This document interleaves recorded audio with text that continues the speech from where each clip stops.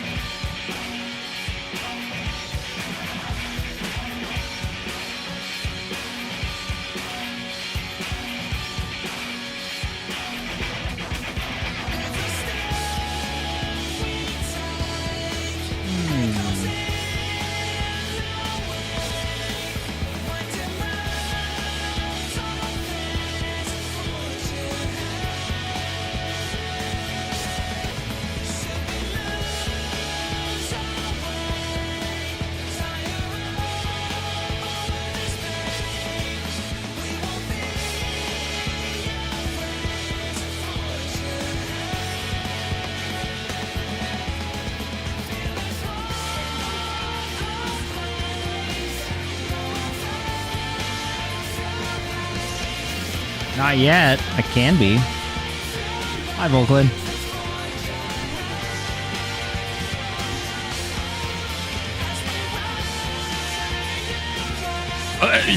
Really?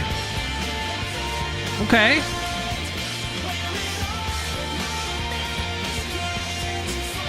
What brings you to the dark side?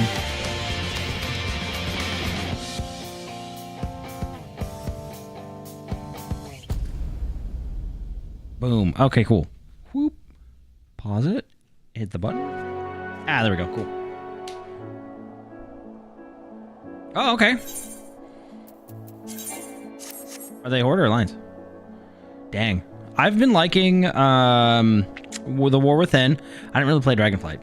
And I didn't really play Shadowlands either. I technically hit the level cap in Shadowlands and then both. Oh, okay. Nice. I don't really play with anybody.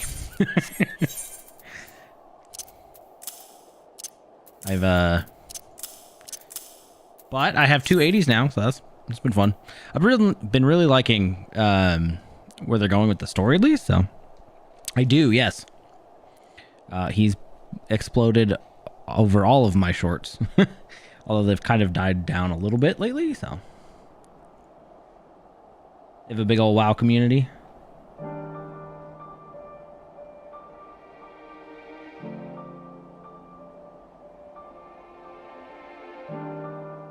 Oh, that's cool. I mean, he did recently get back into WoW too, so awesome. Well, enjoy your time in Azeroth, or I guess under Azeroth.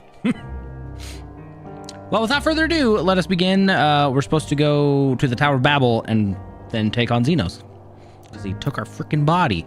So rude. So rude. All right. Are you well enough to make your report? As well as I'll ever be, I guess.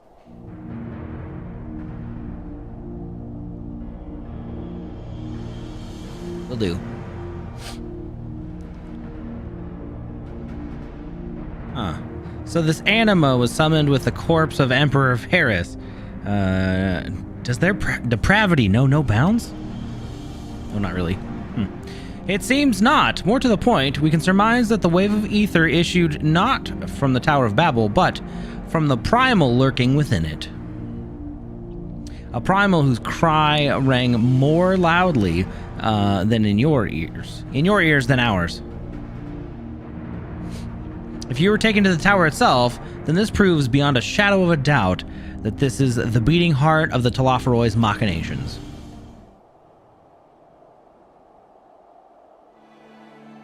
In which case, we have some highly relevant information. As you know, ever since we dispatched troops to free the Leviers, we've been developing a plan to infiltrate the tower. According to Thancred and his scouts, the main structure is lousy with tempered and enemy magitech. Furthermore, the road leading to it has collapsed, making it difficult to approach in numbers. Thus do we propose dividing our forces into two parties, one to distract and one to infiltrate. The diversionary force will be comprised of the Ishgardian, Gridanian, and Lominsan delegations. They will begin the construction of bridges to make the Telophoroi believe we are marching upon the tower. Meanwhile, the best suited for our Alamegan, Uldan, and Eastern comrades will use a different method of ingress.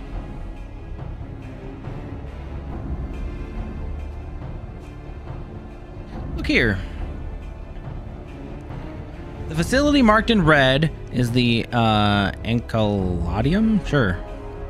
A vast Magitech manufactory, in ruins now, of course, but the freight tunnel connecting it to the erstwhile Imperial Palace remains intact.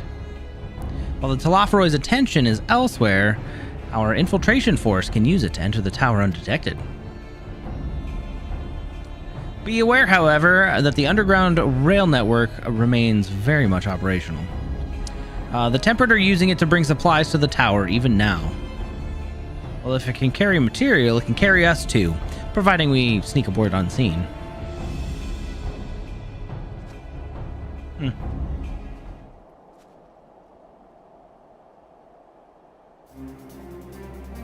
The Scions will lead the infiltration party. Once inside, you must locate and dispatch Fandaniel and Zenos. Well, I'll have my vengeance yet? Well, it's time we end this once and for all. Sick and tired of Fandango over there. Aye, there will be no more casualties of the Telophoroi's maniacal ambition. Well, how quickly can we enact this plan? And Daniel made it quite clear that haste is a priority. Of paramount concern, even, assuming he didn't have the Tower of Babel on a whim. In Amon's time, it meant Gateway of the Gods. Zonda used it to refer to the Void Gate, but in this case, it almost certainly alludes to something altogether greater. The eldest and most powerful of the primals. Huh. Well, all the more reason to act now. The rest of the contingent is aware of the plan and are ready to move at a moment's notice. You are to proceed north to Forum Patents. Lisa's group will meet you there. As ever, we are grateful for your foresight. This is the moment we've been waiting for. Spare no effort in your preparations. Done deal.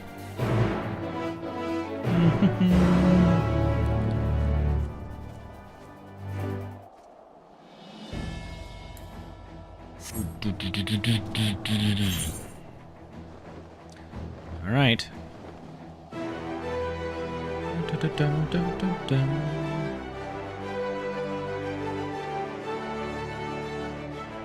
Okay, back to the Tower of Babel. I don't really remember this dungeon, but it'll be great.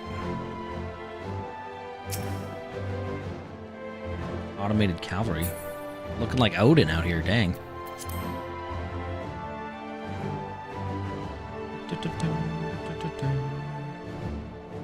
Hey, Lise. That looks rather cold.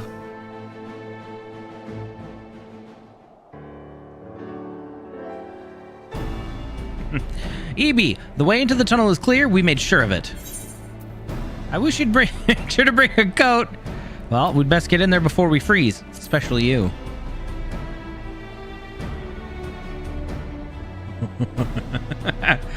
Oh, the shoe will be on the other foot once we're in. Believe you me, a good fight should warm us right up. Barely enough cloth to swaddle a newborn. Clearly you have spent too long around this feral dog of Dotharl. Watch your tongue, fool, lest I feed it to the crows. We will see who is the fool when you freeze to death. Expect me not to warm your ill-prepared hide. These furs are for myself and my Nyama alone, should I be blessed to meet her this day.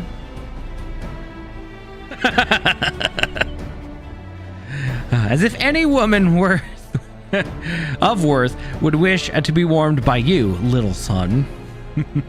Should we find such a warrior within, she will bask in my glorious flame. Oh, jeez. Oh, stop both of you, please. Save your fire for the enemy. And thus, as for extra furs, I have plenty to spare. As do we.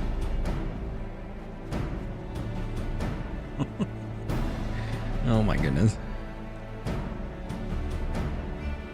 Oh, they're in regular battle gear. All right. Hello, everyone. All set for battle, I see. Yes, free of unnecessary encumbrances. If rather more susceptible to the cold, let us review our strategy quickly, if you don't mind. Pippin's group has gone ahead to Encoladium. We are to meet them there. We will wait until the Tempered's attention is drawn by our diversionary forces. Then we will sneak onto the train. Next stop, the Tower of Babel. If any, Tempered included, are injured, we Zayla will tend to them. You Scions must press on, no matter what.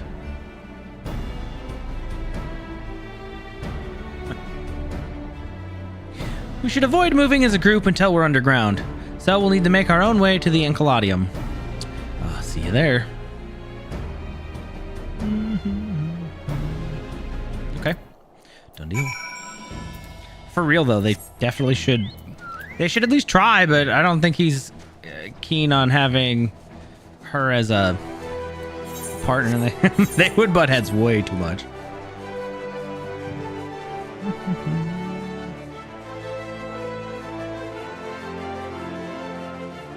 Okay.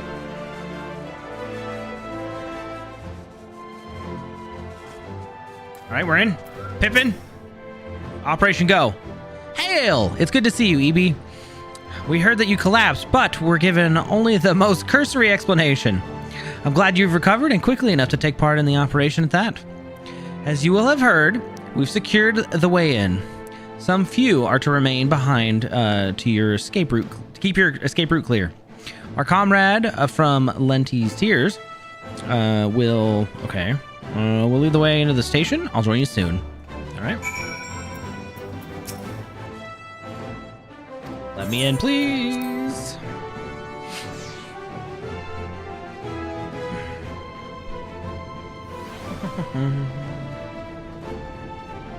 Oh boy. It's all coming to a head, and we're only halfway through the expansion, as I believe.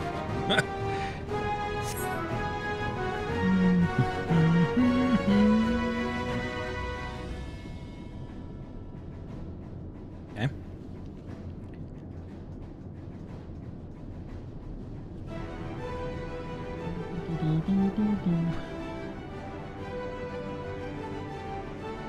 This is everyone.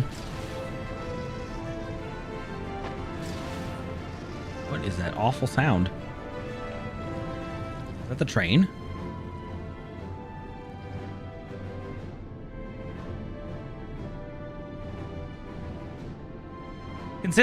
Consider the enemy well and truly distracted. Time to go. Our primary objective is, of course, the Telophoroid's leaders. But should we be presented the opportunity to vanquish Anima, we must seize it. If it is indeed the force behind the towers, destroying it will deliver our allies from the Telophoroid's reign of terror. And I, for one, would not see the Garlean people manipulated any longer, be it by Primal, Ascian, or anything else. Here, here. There's been enough of that. We came to help the people of Garlemald, and that's what we're going to do, together. Till the very end. The train should be along any moment now. Prepare to board, everyone. The freaking scream. Good old Magni back there. All right.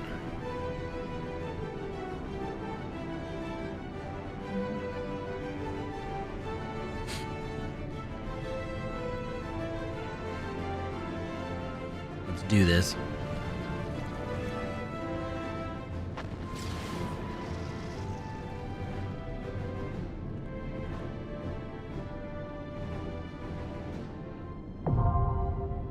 Tower of Babel is now accessible. Okay. I have a feeling we're gonna have to fight Anima after we fight Zenos. That... Ooh. Right then. Yeah, we'll bring a Stinian, I think.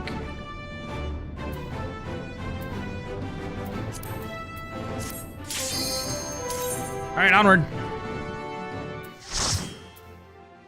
I do love a good dragoon.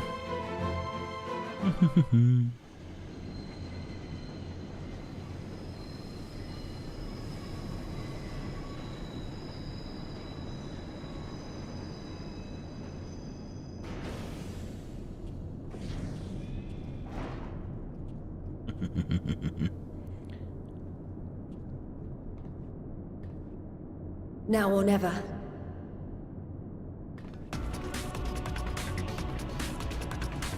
Oh, what a jam. Hello.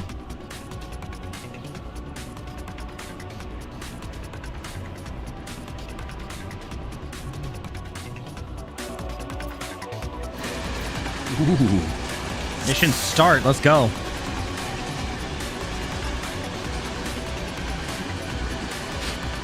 Yeah, I do be jumping off ledges when I was a dragoon. It's just inevitable, though.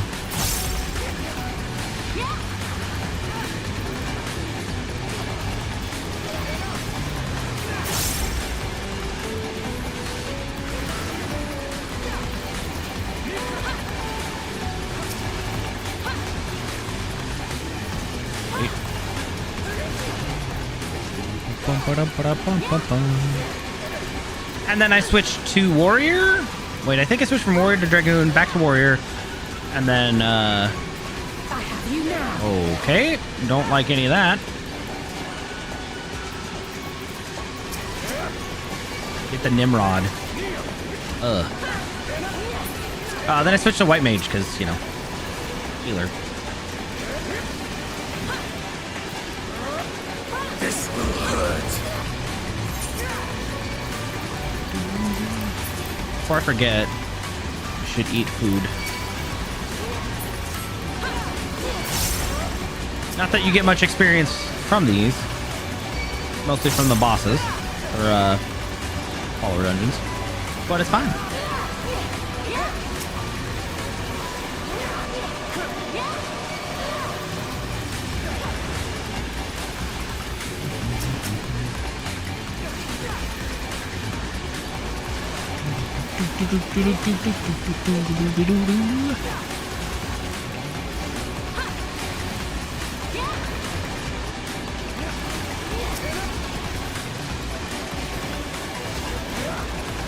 You cannot stop us.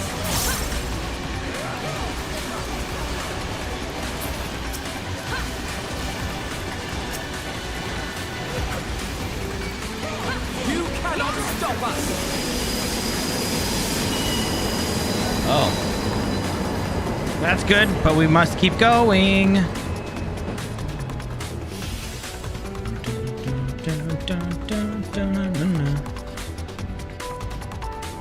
Okay. That's quite a variety. Thanks, Irina. Onward.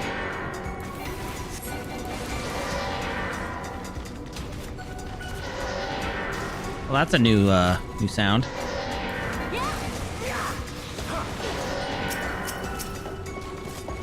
Are we for everybody? Okay, yep, there it is. You cannot stop us.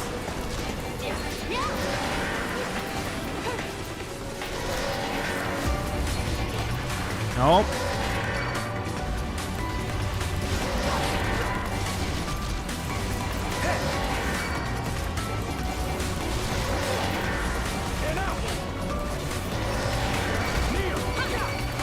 I believe. Heal me, Alpha to Hope.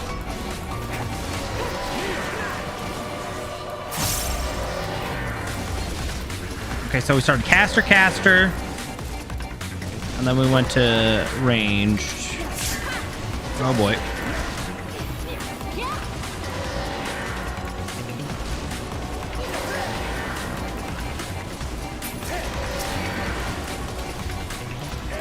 Hey, look, we made it through. Oh man.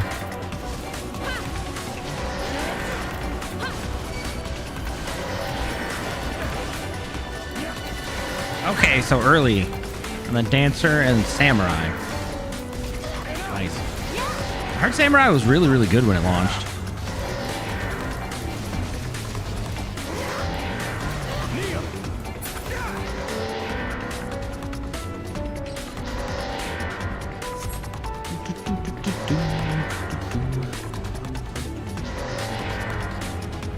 Oh, that looks fun. Hey. Barnabas. Hey, you got a little axe sticking out of your head there, bud?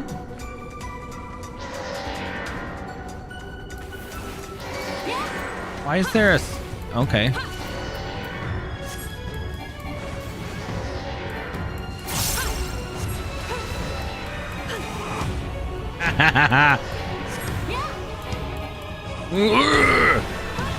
Oh boy.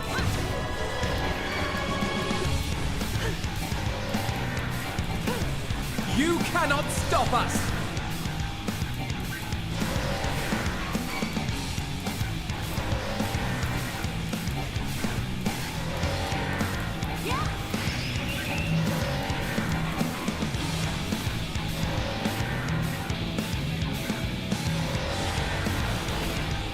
Nice, okay. You cannot stop us!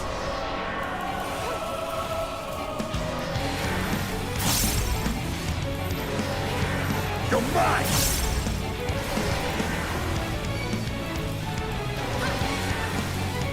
Now, Cleve, go!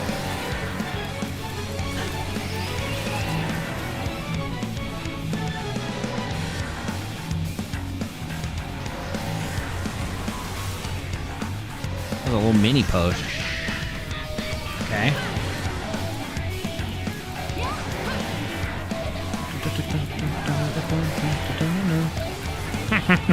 You underestimate me.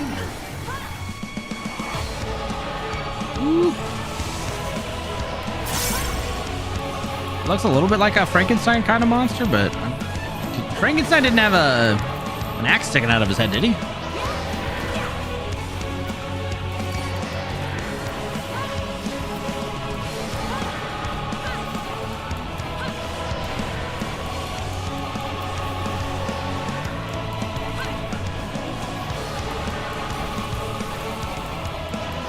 It's true.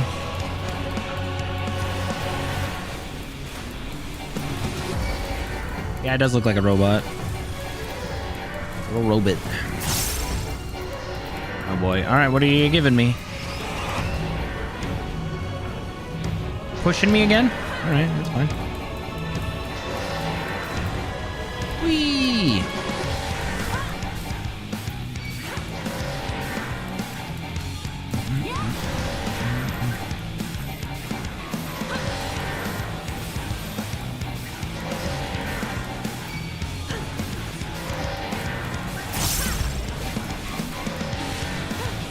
Allnab and Dr. Luga in 4, really? Huh. Never played 4. I know it's Kaze's favorite though.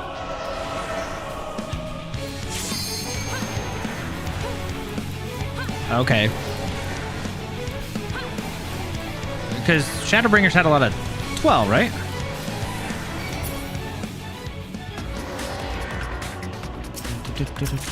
Let me open the thing. Thank you. Oh, huh. Okay. It was on my list to play eventually.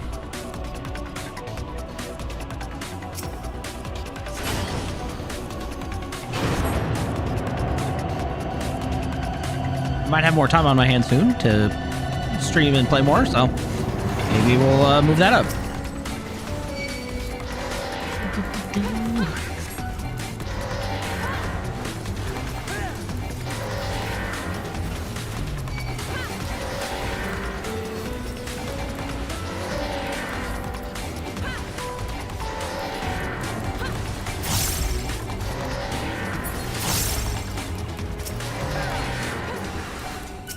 Oh, Gauntlet, okay. Sometimes those are okay.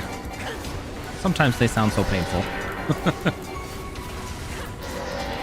Not that I rush story or anything.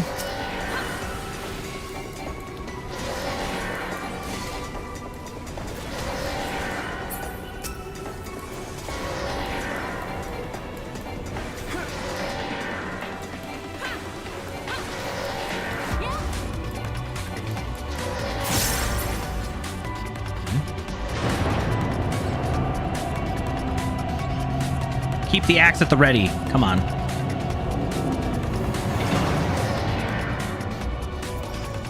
Oh, Lord. Hey, look, a Helldiver.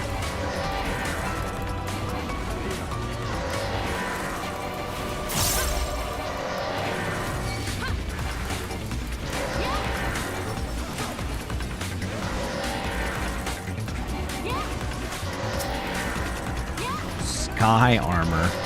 What a name.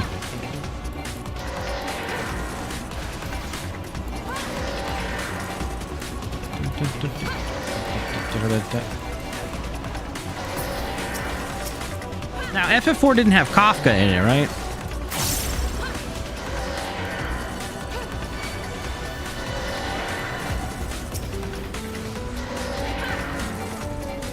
Or Kafka, yeah, my bad.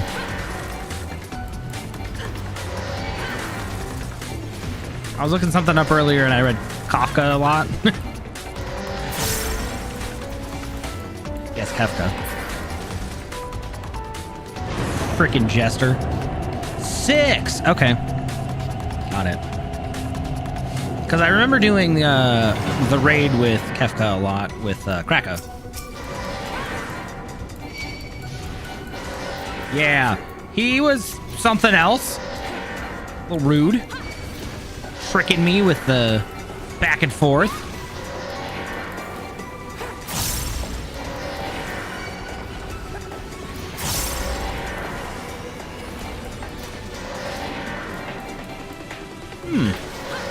It is a really good theme. I'm trying to think of all. So let's see. I haven't played I have you now. 1 through 6. I haven't played 8 or 9. And then I haven't played 11, 12. That was it. I never finished 13 because it kept crashing on me because the crappy PC port, so that sucked. But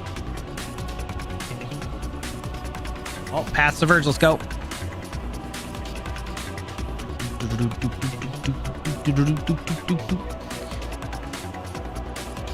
Yeah, there was a couple look-away mechanics where they had you. It was backwards, so you'd have to do the opposite of what you normally would. A lot of time it threw me off.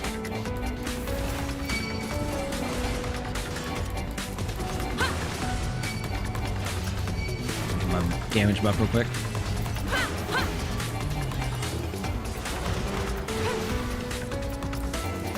Okay. I'm not sure if they fixed them either, but I feel like they would have since they're newer.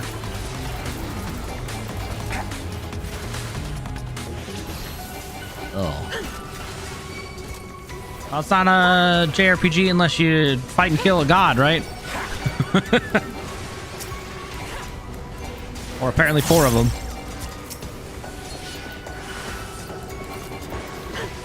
You underestimate me. You're mine!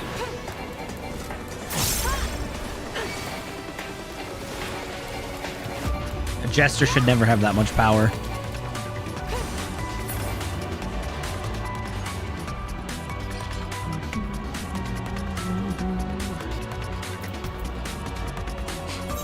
Kaze recommended the remastered with the voice acting and stuff. Oh. Hi, Dr. Luge. Welcome back.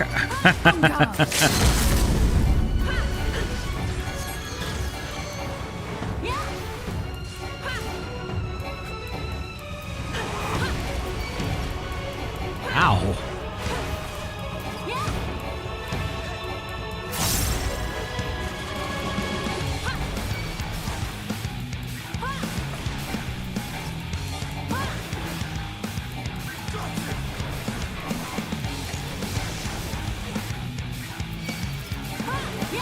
Hey, Dogger. Good to see ya. Magitech Chakram? Oh boy.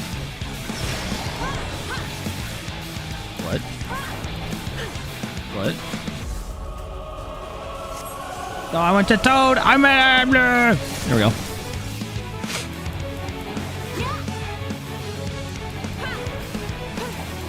There.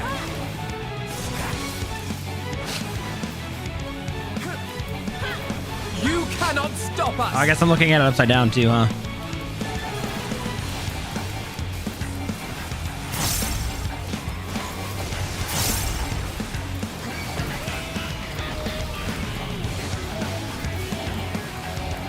There.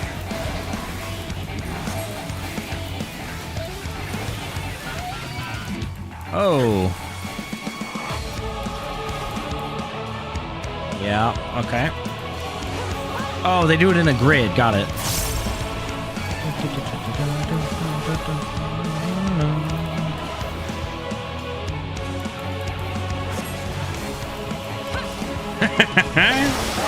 Yeah. Heaviness? So we're going to frogs.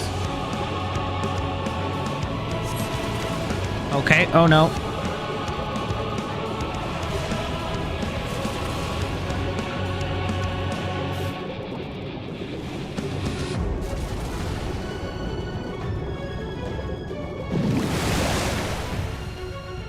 I have you now.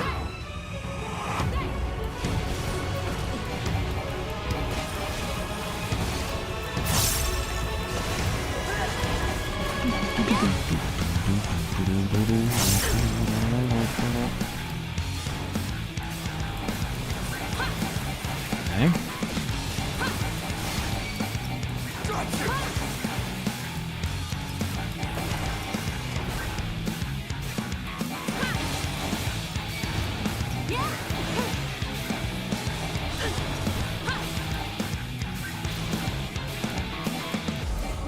No chakra, please. Please die.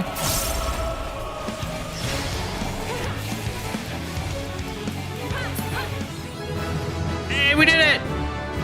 Hey, we hit 90.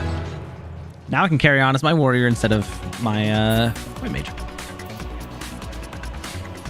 Solid.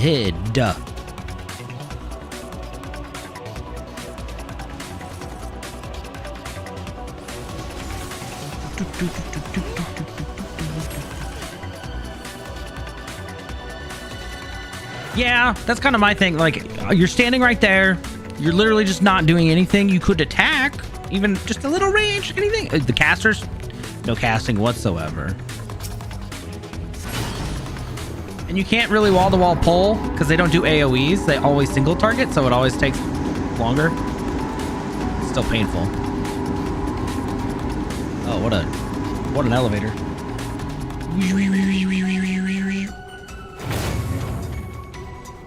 Ah, there he is, Anima.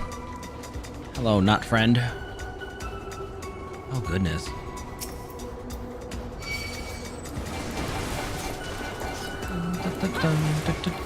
So, not to change the subject, but wow, what class do you usually play?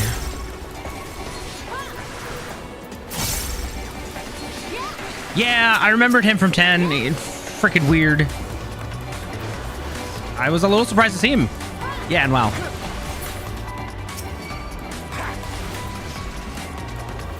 You underestimate me.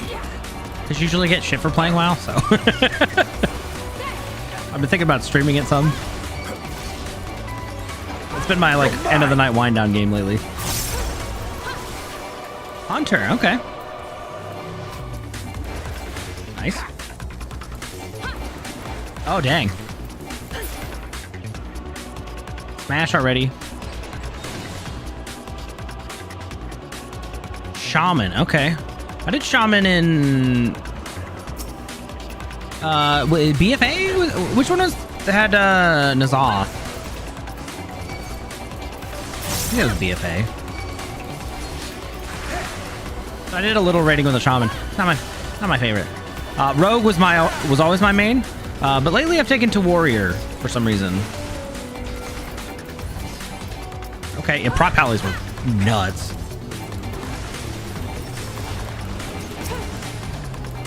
Even Ret and Vanilla. Oh lord. You cannot stop us.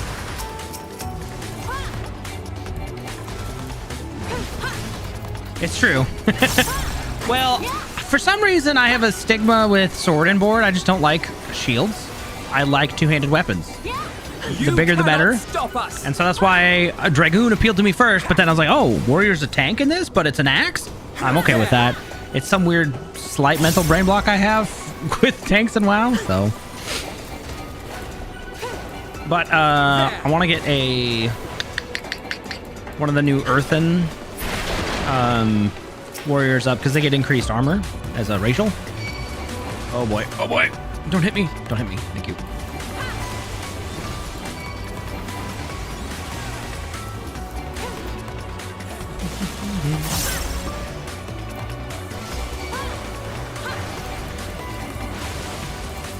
Shamans were kind of weird back in vanilla. I don't think it was till BC that they got a little better, right? Mostly because they were on both sides, so they were a little more balanced. Because then Horde got paladins as well.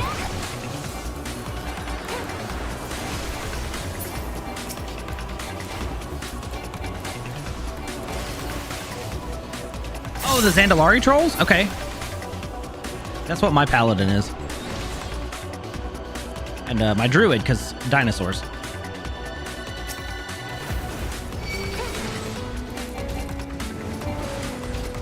Nice. I think Chris Metzen plays as a Volpera hunter. I only know because he did an interview recently. I was like, oh, that's neat. Also, these guys remind me of Hydralisks. I don't know why. I think it's like the weird shaped neck. Nice. I unfortunately didn't get to do much raiding. My parents were like, you only get limited WoW time, so. Because I'd mostly play at my uncle's and aunt's house for over the summer because I'd stay there for weeks at a time.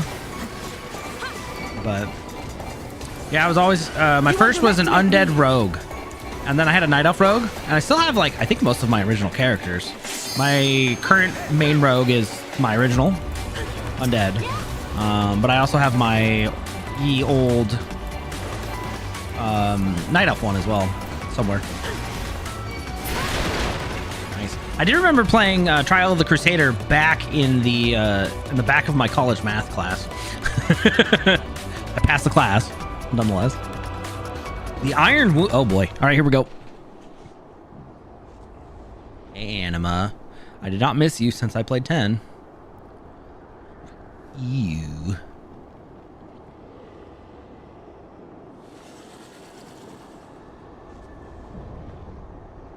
Icon of icons.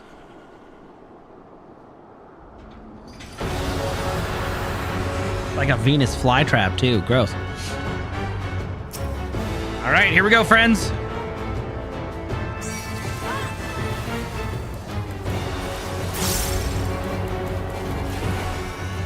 Lunar nail? I don't like that.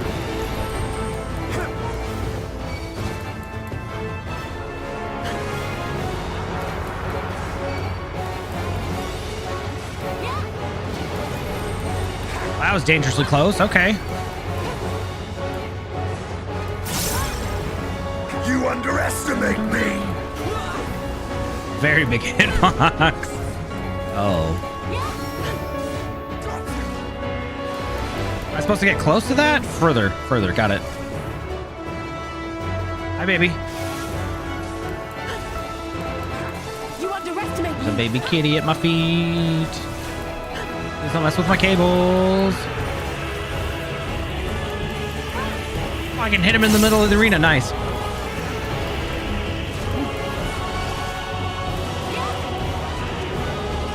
Ow, ow, ow, ow, ow.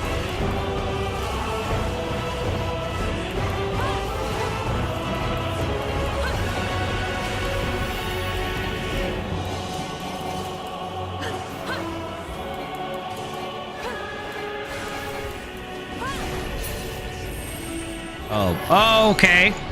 This horrific roars tear the fabric of reality. What the? Bleh. Okay, I have one cat that would actually bite through the mouse, so Oh. You underestimate me! Anima's dimension? Don't like this. Obliviating claw. What? I assume those are gonna go down each path. Okay.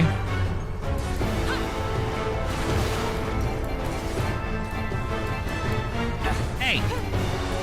Why are you biting me, lady? It's my toe. Oh.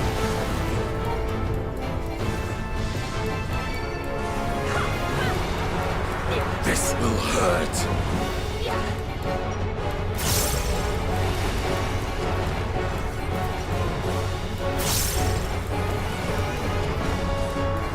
You underestimate me.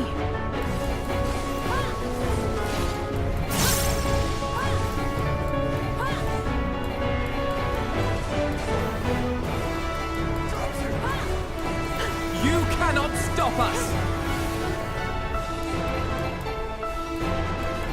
Oh, I'm out of range here. Okay, good. Send me back up.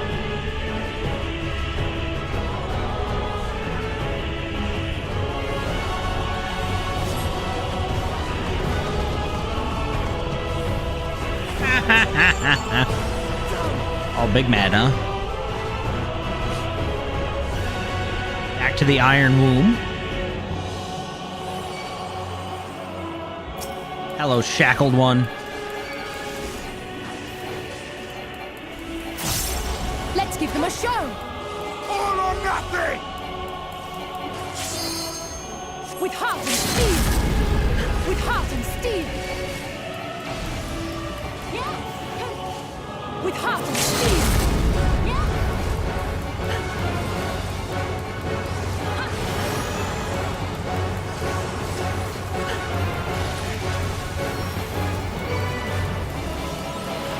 Let's give them a show. Pop all the cooldowns.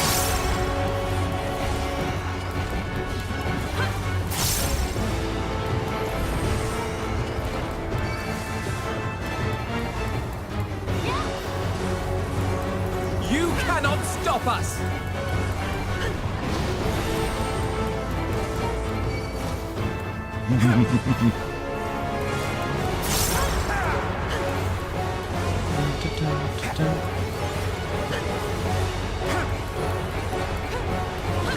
Oh, spread. There!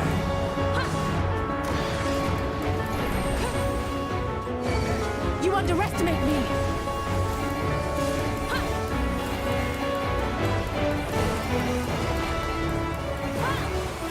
Mega Graviton.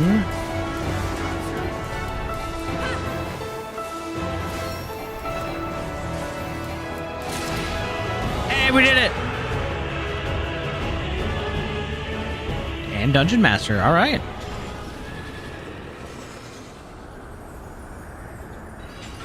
The littlest bean has left. Oh, goodbye, Anima. You will not be missed. I can tell you that much. And may Emperor Varus rest in peace.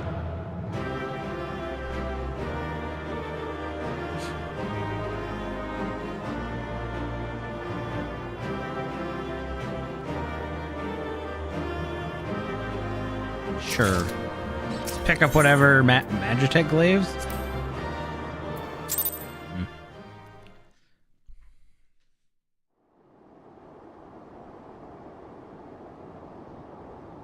Farewell, Varus.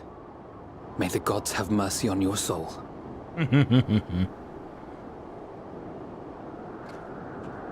Come. The other two await. Zenos and Fandaniel.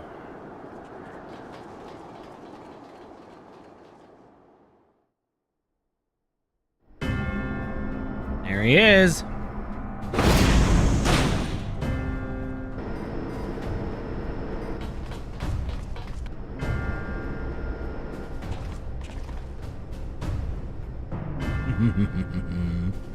Oh boy. This madness ends here.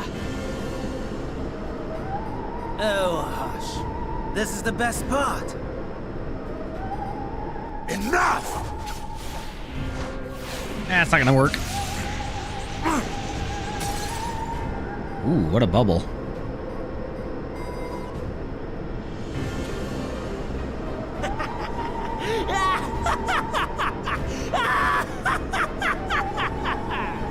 Oh, mighty Zodiac! Awaken from your slumber and descend! What? Oh, shit.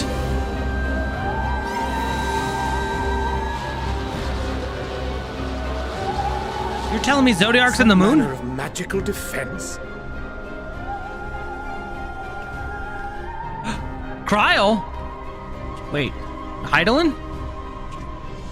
Kryl? But how? Yep, that's not Kryl right now. The shackles that bind my adversary will not be so easily broken.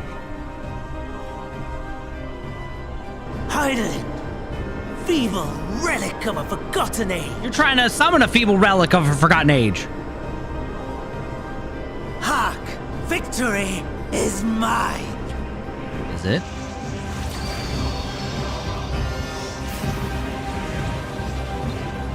Uh-oh. Uh-oh.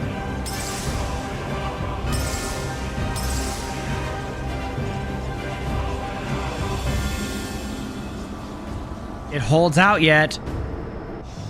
Why?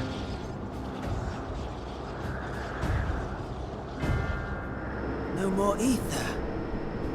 And I was so close. My lord, a slight change of plans. We shall travel to the moon and break this wretched barrier ourselves. What? Whatever it takes. You will not get away from me this time. Oh, What was that? tower's crumbling. The final order issued by Anima to the Tempered Thralls. Should the Empire fall, the world must share her fate. That's not Of good. course. Father lacked the conviction to give such a command. The abomination born of his flesh was but a puppet, and I the puppeteer. Elidibus? You madman, you monster! Oh, well, I There's guess a the funny everybody- joy in watching your flailing attempts to fight the inevitable. You're all going to die, and are powerless to prevent it.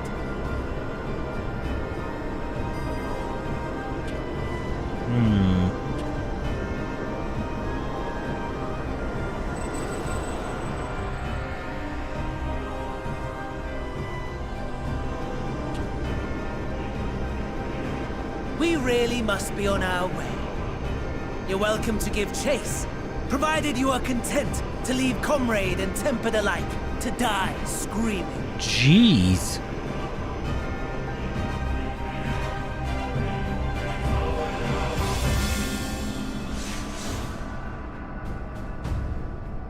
Well, we'll give chase in a minute.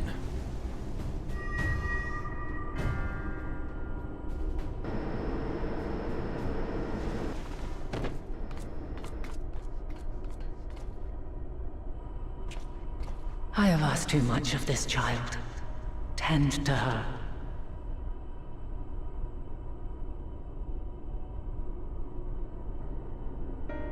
The last brand at Mare Lamentorum is yet unbroken. Zodiac remains bound.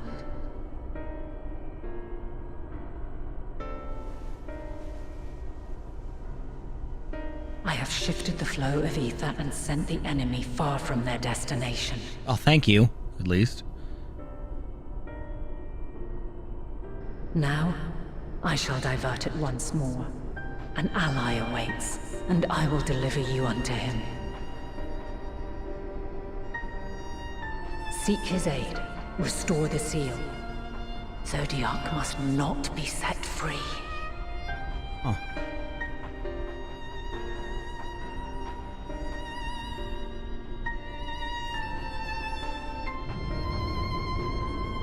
The Tempered are running wild. Not only those at the tower, but those back at the camp. Well, The others are doing their best to contain them, but the situation is growing beyond our control. Leave them to die or give up the chase. Just like Van Daniel said.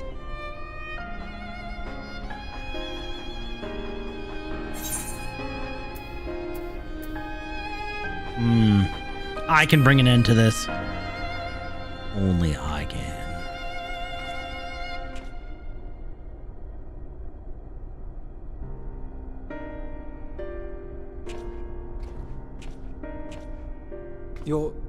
You're going alone? Mm-hmm.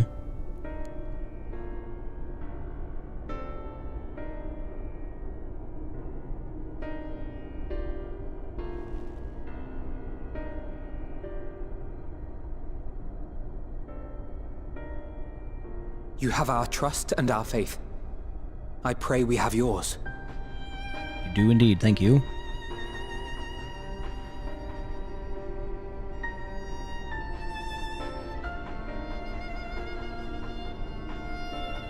Our friends and the Tempered need our help. We will save as many as we can, I swear. Once we have matters well in hand, we'll join you on the moon. Until then, be careful. There's no telling what you'll find.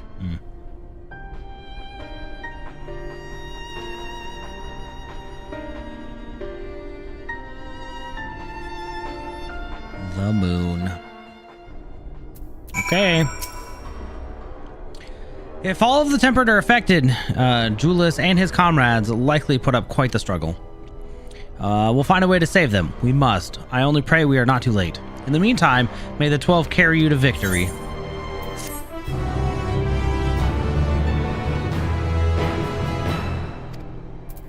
Okay. Alright, Graha, send me up. My apologies, I was lost in thought. This device is of Allegan design, which leads me to think I was right about Van Daniel. No matter what he claims, he still has an attachment to the trappings of his past. Whether knowing this will make your path forward clearer, I cannot say, but bear it in mind. But let us turn to the task at hand. As Hydaelyn said, the flow of ether will transport you to Mare Lamentorum. We must hope this ally of hers can provide you with the necessary assistance to restore the seal before Zenos and Van Daniel arrive to stop you. It seems we are ever one step behind, but I have faith that you'll make up for the difference. I know that whatever awaits you, our prayers are with you. Now go, beyond the sky. It's always the freaking moon, man. Why is it always the moon?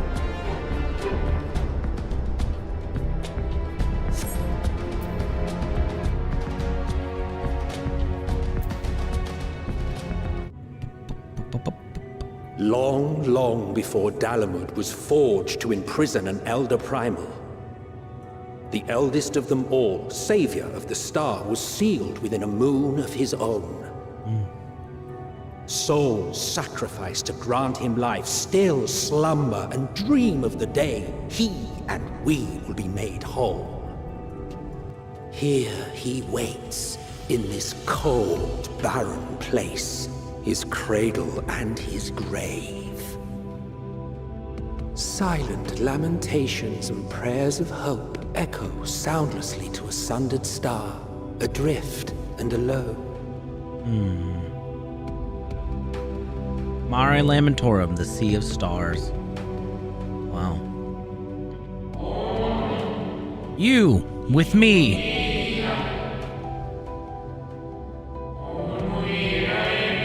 Hydaelyn's champion. It is I.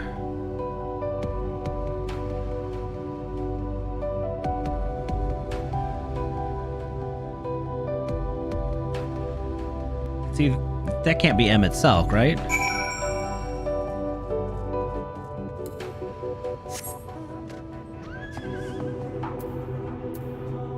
Either that or the other friend. I return. I must return. Why? Why? Why? Oh, okay.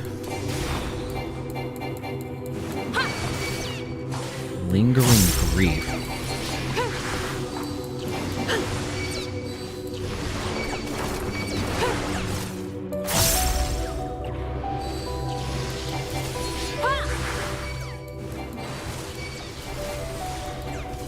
wait, I get a new one? Jumps to the target and delivers a critical hit directly to the target and all nearby enemies with a potency of 700 and less per each. Okay. Ooh, oh. Okay, that's really cool.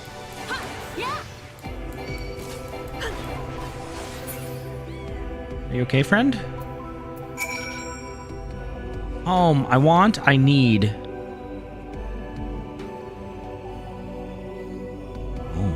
Where are you going? You mustn't touch.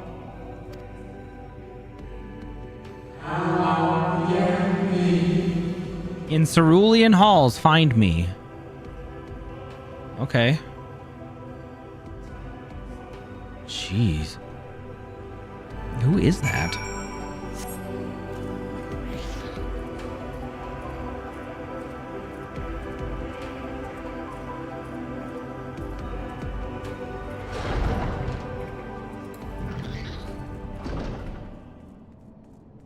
The Watcher's Palace, huh?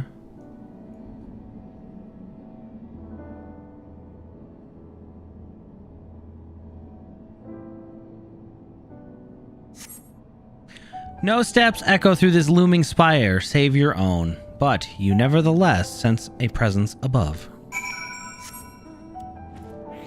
Not supposed to be able to fly here, but that's fine.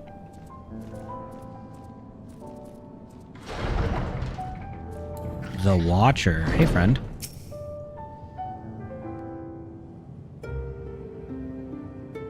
Oh, you're dressed in white.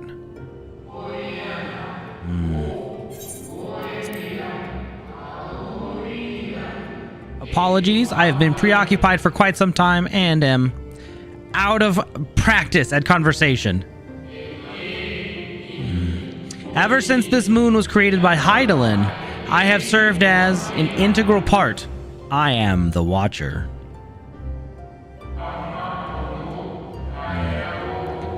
I am responsible for the prisoner and the devices that hold him fast. Oh, is that Zodiark over there? Oh, shit. Whoa. Zodiark himself. A projection of the moon's core.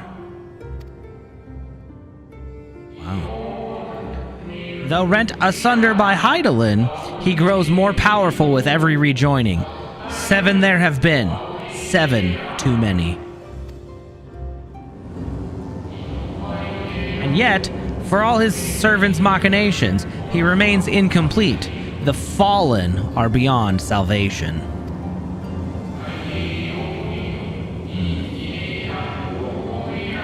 No attempt would be made to free Zodiark, not until he is whole once more. But someone has taken action. The shackles that hold him nearly shattered.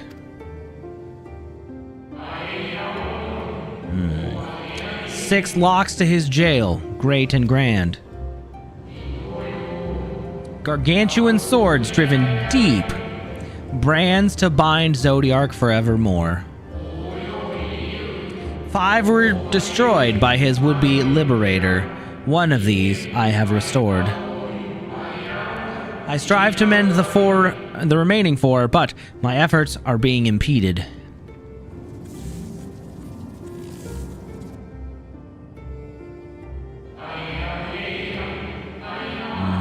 Soul sacrificed to summon Zodiark, their manifestation consequence of the waning seal.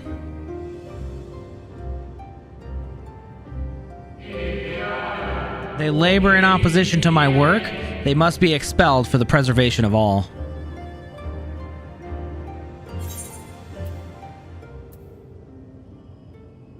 If keeping Zodiark in prison is the right thing to do, I will aid you.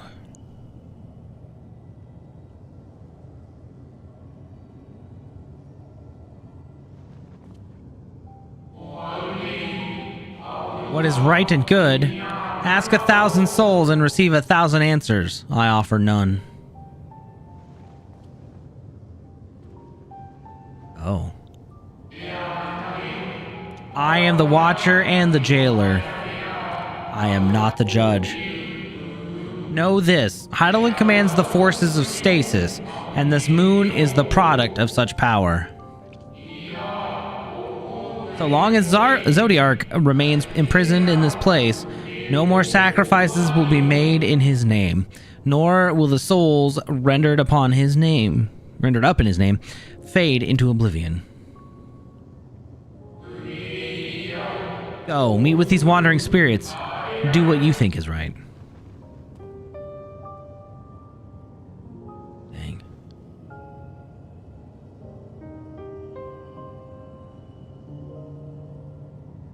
Huh.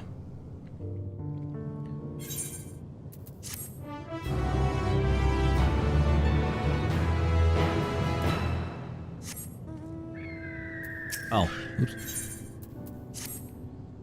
You must confront the lost souls, yes, but you need not expel them by might of arms. A feather touch, a firm word, simple methods may send them away, faint echoes as they are. Wear the strength of sentiment that drives them, however, emotions that do not fade even with the passage of centuries. And make haste, though yet distant, unwelcome guests draw closer.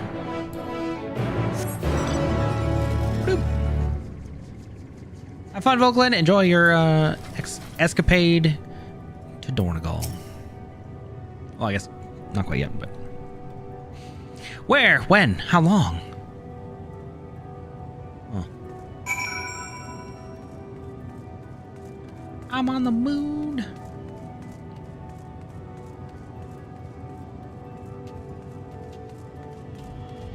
And Zodiark is massive. Was it truly so long ago? Indeed it was.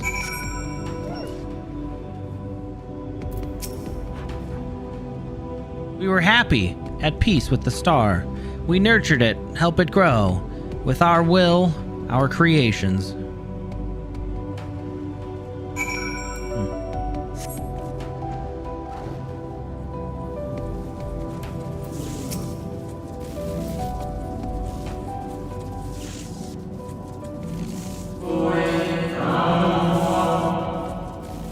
We were the star's beating heart, its life. Every soul a drop of blood flowing through its veins. To live, to learn, to create, to make better. The star flourished as we did. Do you remember? I unfortunately don't. I wasn't there for it. But I do remember Emmett Selk. As the whispers die, the final spirit fades. No shadows of times long remain around the drowning brand.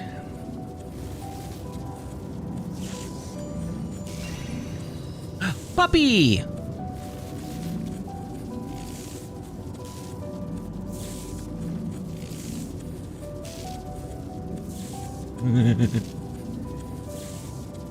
An unusually lustrous dog is gazing at you with what seems to be fond anticipation.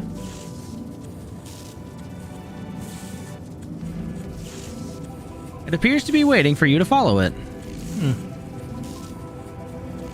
Of the beast tribes, no, but I do have this dog because I technically completed the Endwalker once. Follow the lustrous dog and try not to follow behind. Where are we going? I don't even have the beast tribes unlocked for Stormblood, let alone Endwalker. So, and I only have the pixies and Shadowbringers. Reputation grinds are like my least favorite thing.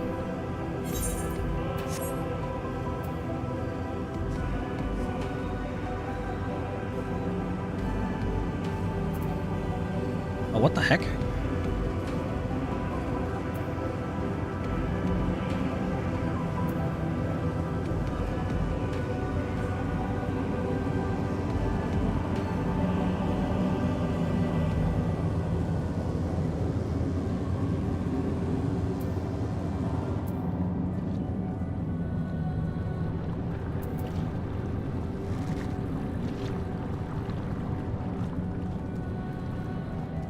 Interesting.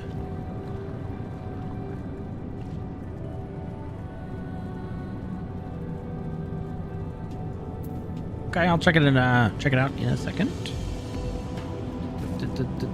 Oh, I got short little legs. Apparently can't jump up there. Like mantis? Oh, hey, look, another one.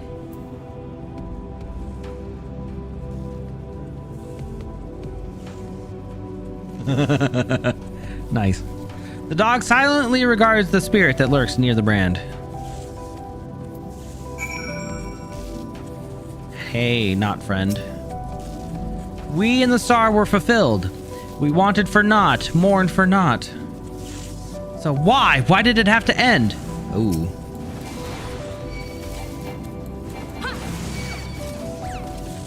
Well, take it up with Zodiark.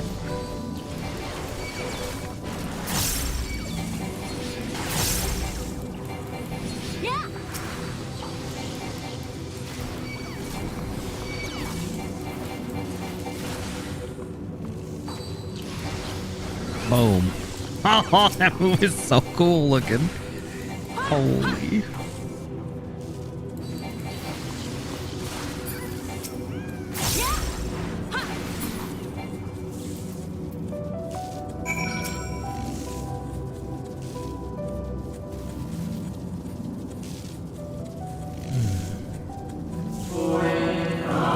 The final days taught us to fear a death forced upon us, the injustice of duties and dreams left unfulfilled, the grief of unexpected partings, swift as darkness, cold as ash.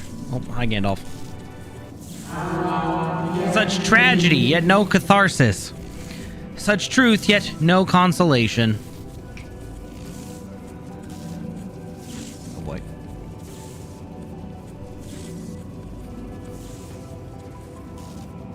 As the whispers die, the spirit fades. All is silent around the numbing brand. Hi, Lilith!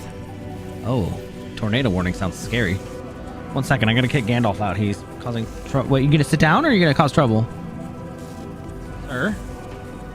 Sir? He's staring at the cables on the back of my computer from on top. Ooh, memento?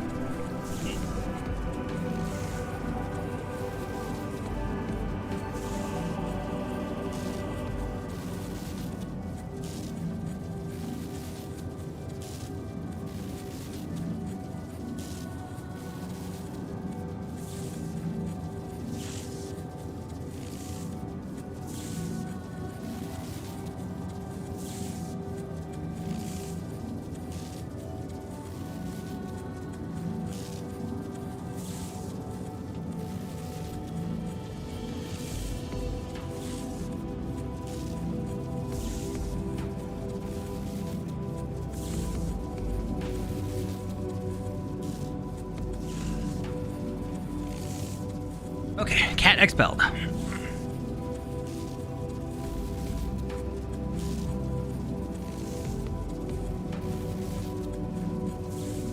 Alright, lustrous dog. To the next one, I guess. The lustrous dog is once again staring at you expectantly. And who are you to deny it? Follow and try not to fall behind. Can we not with the...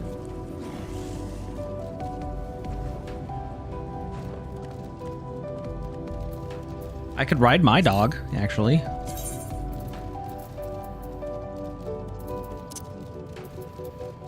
Would that be cheating?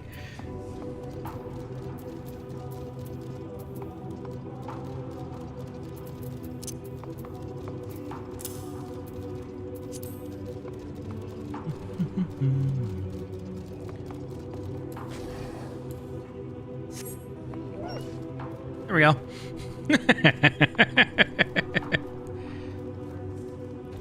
So we're basically going around to each of the giant swords to break or basically fix them, get rid of the spirits wandering so we can reseal the prison here. Okay, should be fun. Are those Caxwar? What the heck? Luna Tender. Oh. So kind of? But moon cactuar? Interesting.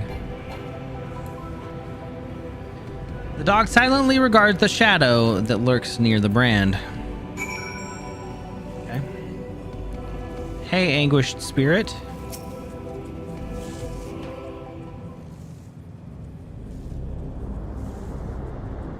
Oh boy.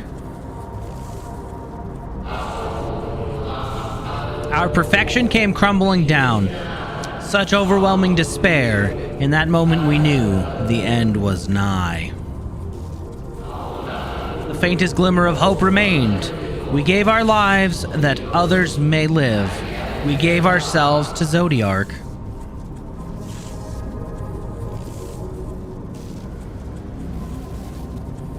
Oh. Zodiark, our Lord and Savior.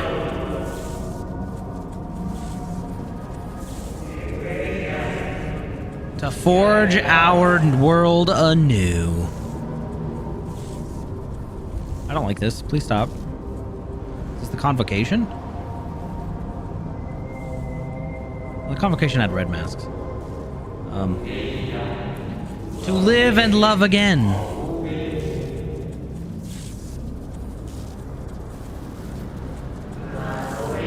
Become one with the star. Fill earth and heaven with life. Birth paradise where fear and distant memory. Fear is distant memory. Oh, thank you. No, thank you.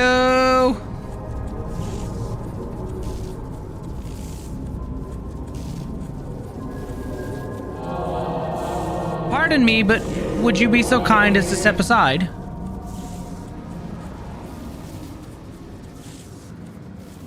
Aww.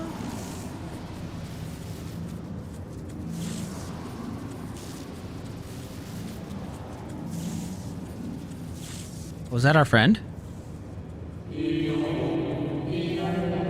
Ah, that unmistakable color, the soul of Azam. But not the friend I knew, I think. Nevertheless, you are you.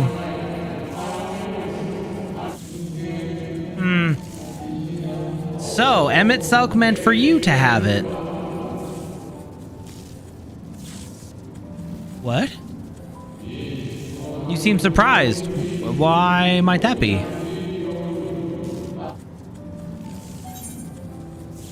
We meet again, Hythlodaeus.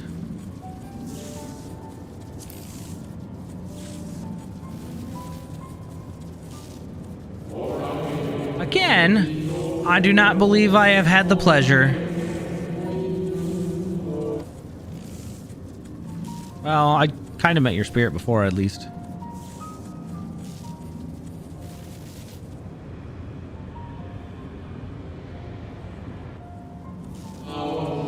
Emmett Selk created a shade in my likeness. And not only me, but all of Amarat? Mm-hmm. How very like him. A slave to sentiment, even after an eternity. As you may have guessed, I am different from the shade you met before. No mere approximation, but the original. A soul sacrificed to Zodiark. Jeez. We remember in vivid detail the events leading to our purgatory. Oh, that's gonna be awful.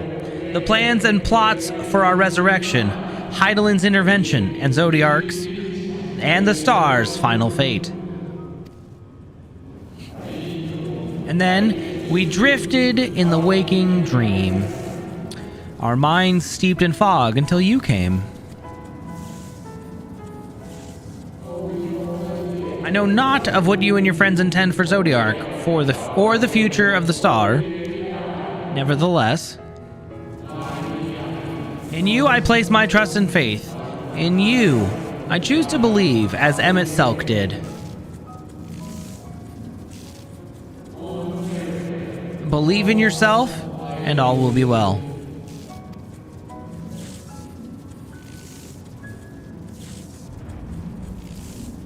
Oh, that's not good.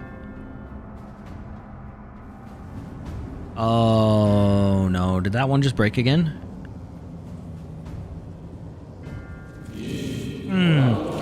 More new arrivals. Though, Fandaniel. That color I know. And another I do not. An unfamiliar but fearsome being. Well, that, my friend, is Zenos, so...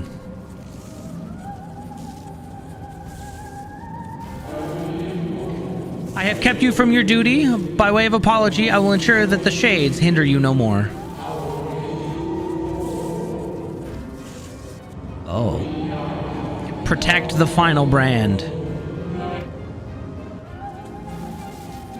Dude. Okay. Fare you well, my new old friend. Okay, this sucks. Not good.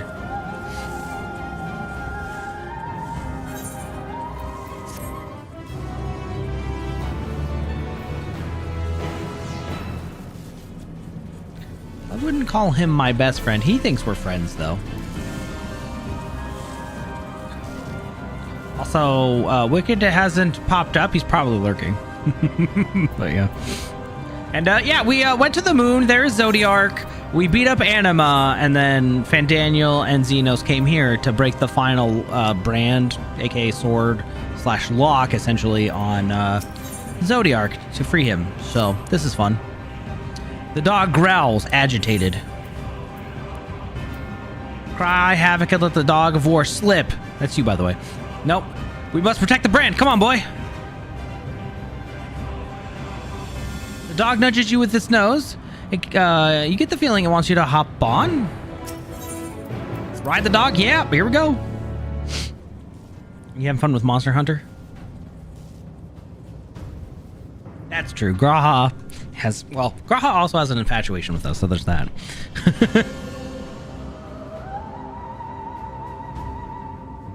Whee! Ooh, there we go. Those blue eyes, though. Dang. What a pupper! Technically you get it at the end of the Endwalker story, but I already have it.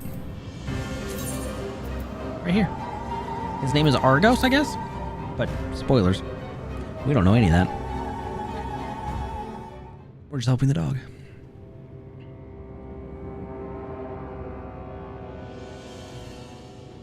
There he is.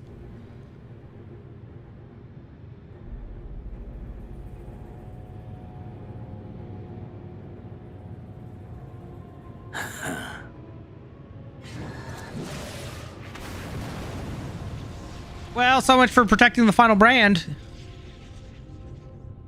It's like child's play to him.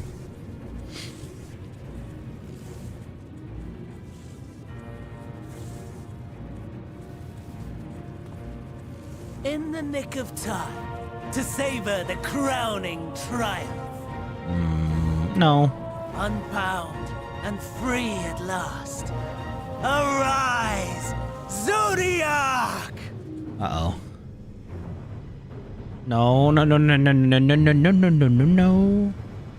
This is not good. He's also incomplete. Oh, jeez. He's only got like half a wing.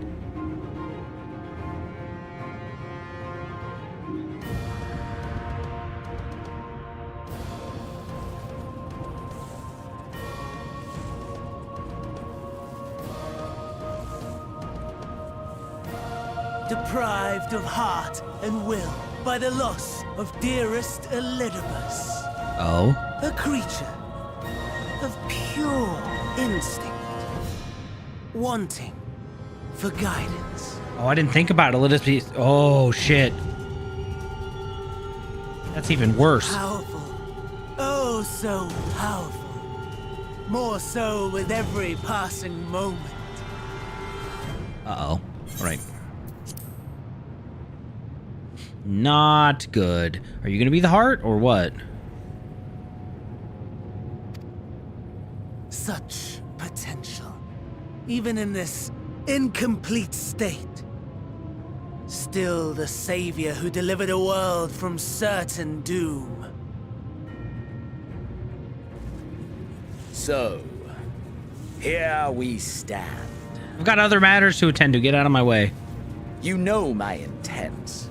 Consume the god, then the world. Stoke your fury to a raging inferno and dance among the ashes. Or perhaps you would face me here and now. A lesser but welcome amusement. Wait, You wanted to absorb Zodiark? Oh, jeez. Yes. A taste to whet the appetite. Oh, this can't be good.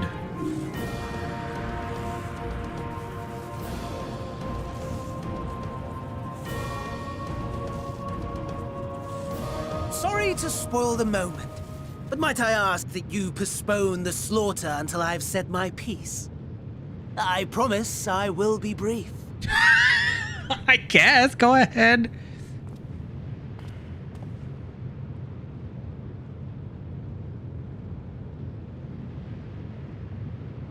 Do you remember when I told you that I wanted to die and take everyone with me? I meant it. Uh-huh.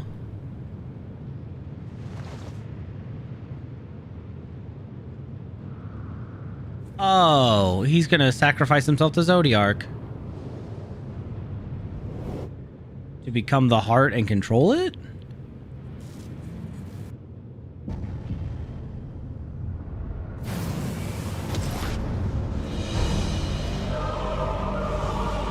Oh, that can't be good. Nope. Nope. No, no, no, no, no, no, no, no, no, no, no, no, no, no, no, no, no. Oh.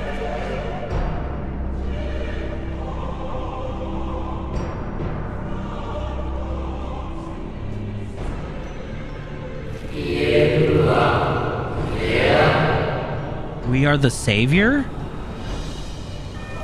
We are the guardian, the keeper of natural order.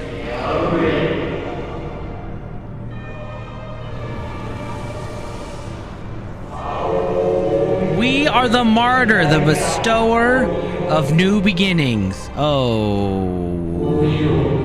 We are Zodiac.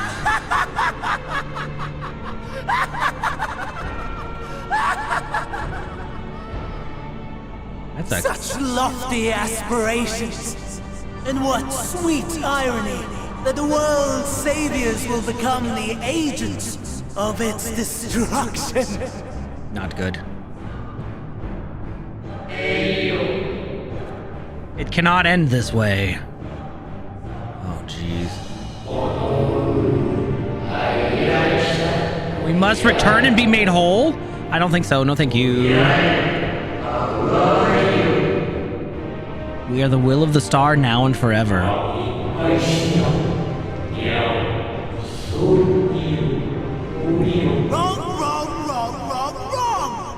Lies and delusion! Well. The dead have no power over me. You will be silent. Silent as the grave!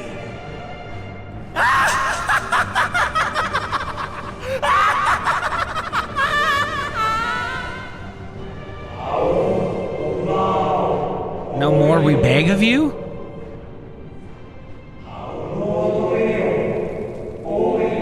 The star must endure.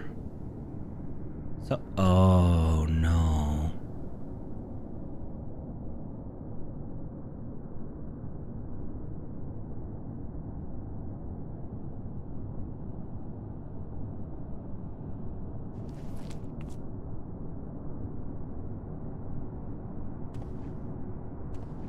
Well. Believe and walk in faith.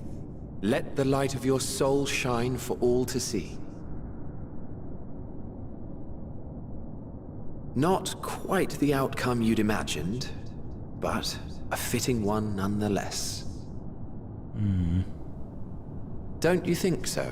Hades. Is that Hythlodaeus?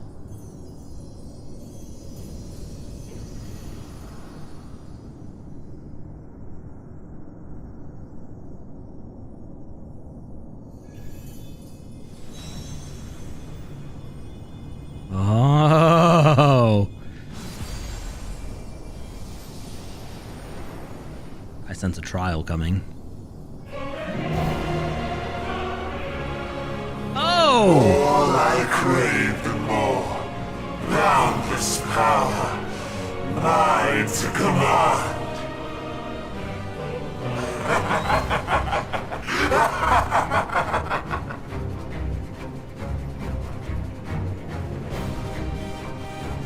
I had intended to pit my fractured divinity against Zenos. But a more tempting option presents itself. Me, huh? The greatest obstacle to my ambition.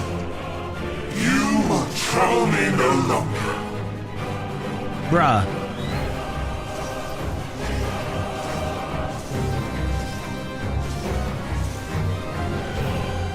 Oh boy.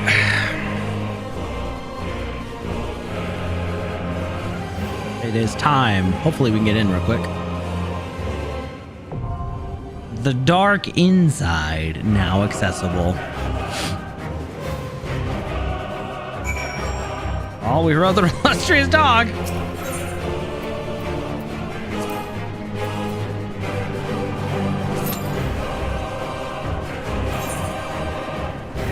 Okay.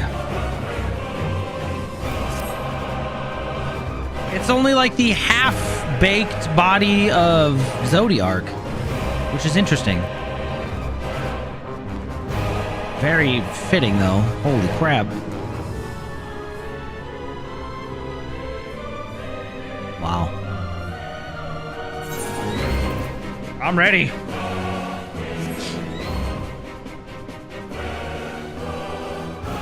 Yeah, which is nuts. Well, we're almost to the end of part 1. Right? Hold on, let me go look. There's so much freaking more.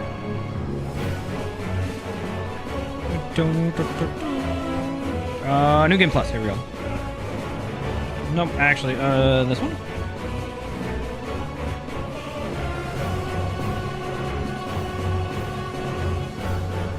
Oh, no Shadowbringers, hold on. 82 to 83. Okay, so this is... we got 1, 2, 3, 4, 5, 6, 7.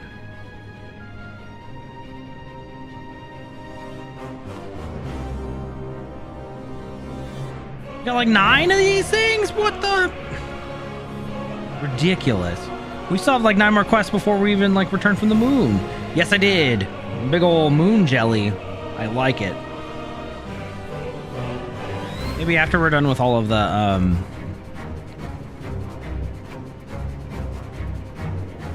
story and stuff, we can go back and do Beast Tribes or something. I don't know. Sorry, Lilith. I also started early. I was going to start even earlier, but then I decided to take a nap.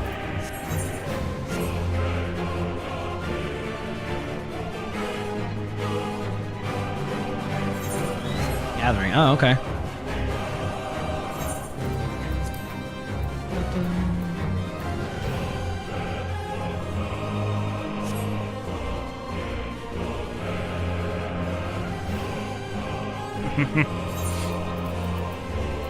Yeah, I've got a mono ice team for ZZZ, so I feel like I've gotten lucky.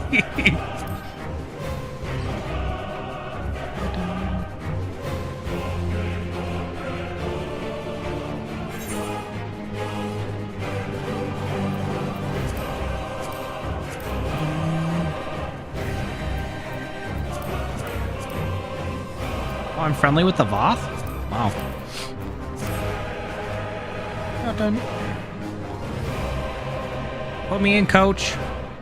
Where are my friends from other worlds?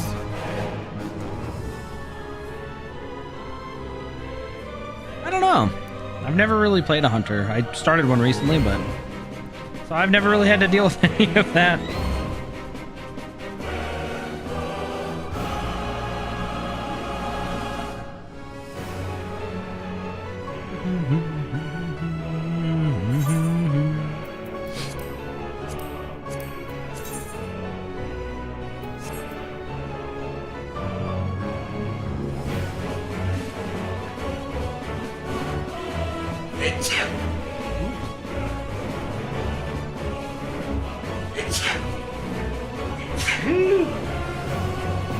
We're good. Oh, jeez.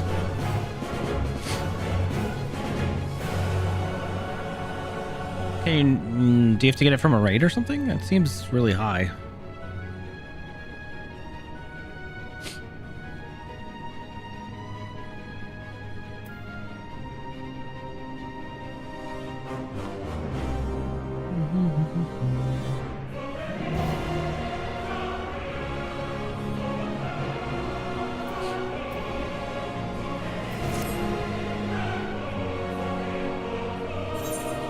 We're about halfway through. If I talk bad about the queue, it'll pop, right?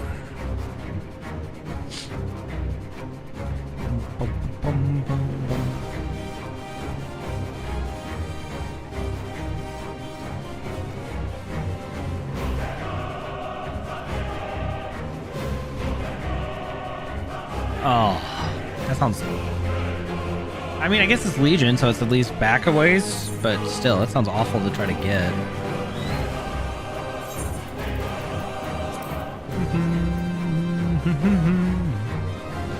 Wait, I don't have a tank that's under 30, right? Under 50, really? Wow. Oh, but that's also Reaper? What?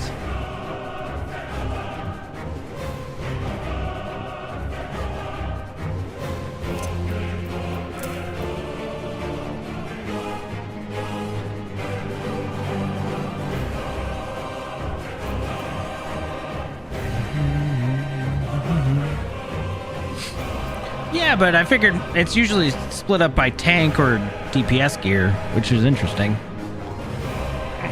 Oh yeah, I guess Dragoon's on there too. Huh.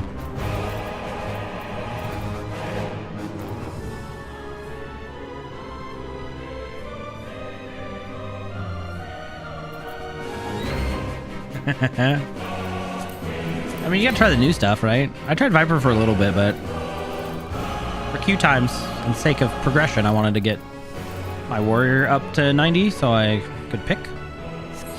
Because technically I'm like 2 or 3 quests into post Endwalker, where I like legitimately left off the story, so we're almost caught up with where I left, which is real good. I really need to sort my gear again. Golly, dude.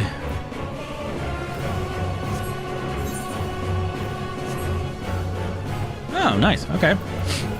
My ninja, honestly, for like melee DPS, I found ninja actually quite fun once you figured out the ninjutsus.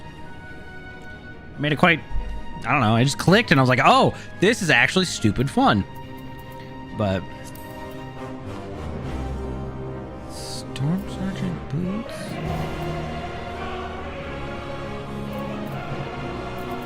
All right, we're less than a minute out from the estimated queue time. Put me in, coach. I just want to fight Zodiark.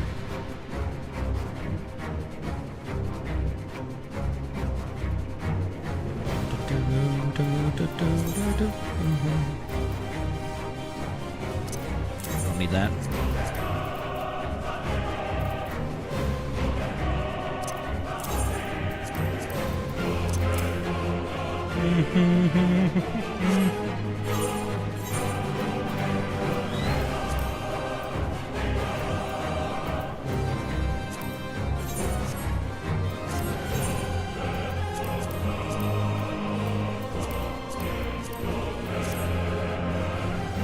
Well, this is so exciting. A pickle. Pickle and eggs? What?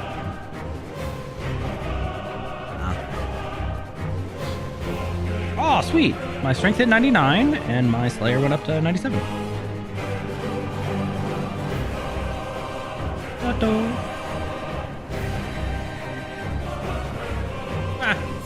Nice. Yeah, some of the, like, not nerves, but, you know, the character resets when you travel, the level squishes when you go, you know, do like a roulette or something.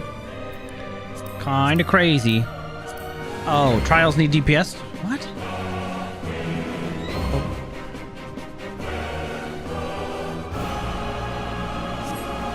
Unfortunately, I don't think I can do this by myself either, which sucks. Well, in the meantime, let me get you my BattleNet.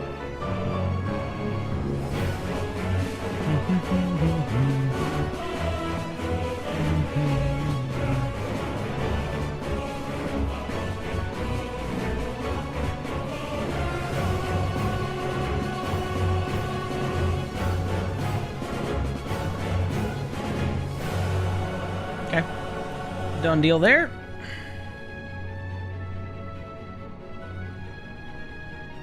Hey, we're 40 seconds over the queue time now, and it pushed a minute. What can we do in the meantime? We're not gonna wait here. We're gonna go do something.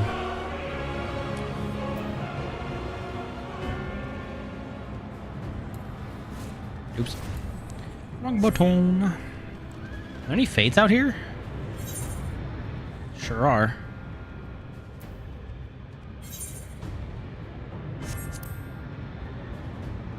Let me check. Notification. Accept. Yep. Boom. We are now friends on the B-net.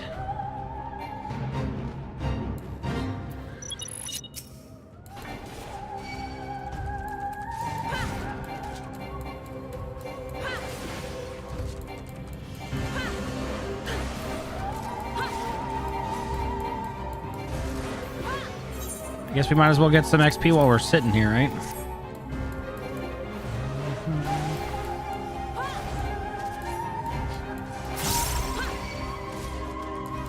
Yeah.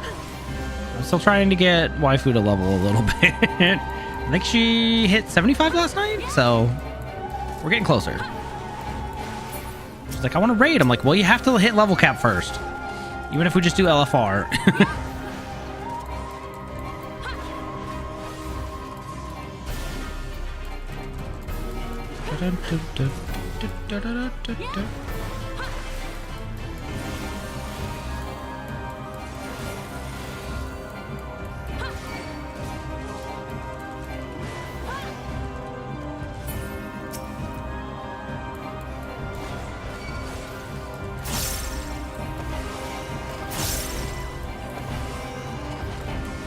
Oh, this one ends in a minute too.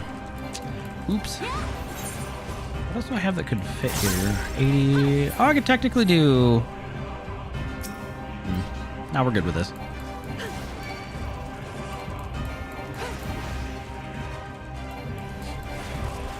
Yeah, although I only get her to play like once a week. But yeah, I will let you know, because I haven't actually run any of the dungeons hardly at all. I managed to get just enough gear to hit LFR, so.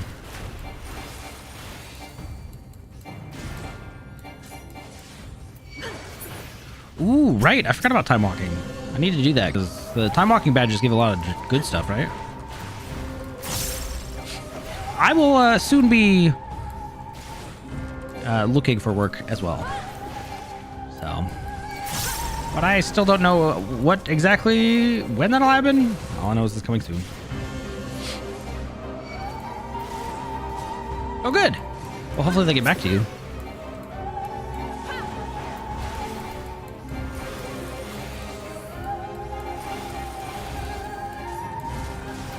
Dun, dun, dun, dun, dun.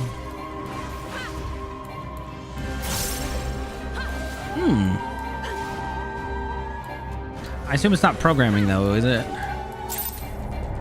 Failed. That's okay.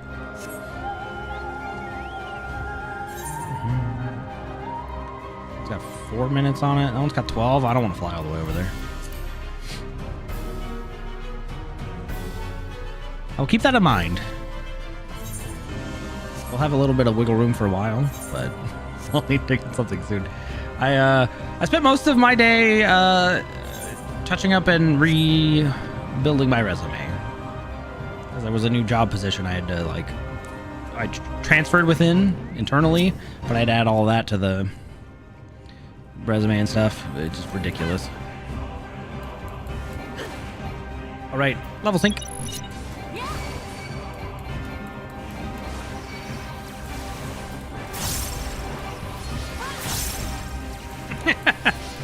Solid. Are you doing drag? You're still just doing Legion stuff, right?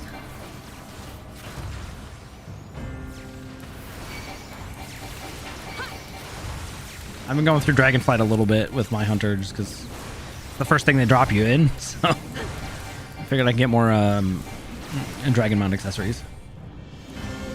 Flash Flood War? Dang. What is going on over there, Lilith? All the weather.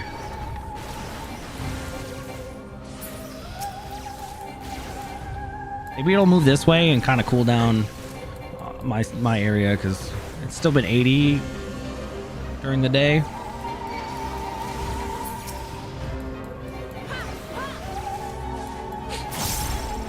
That'll open a bunch of possibilities. All the dragons.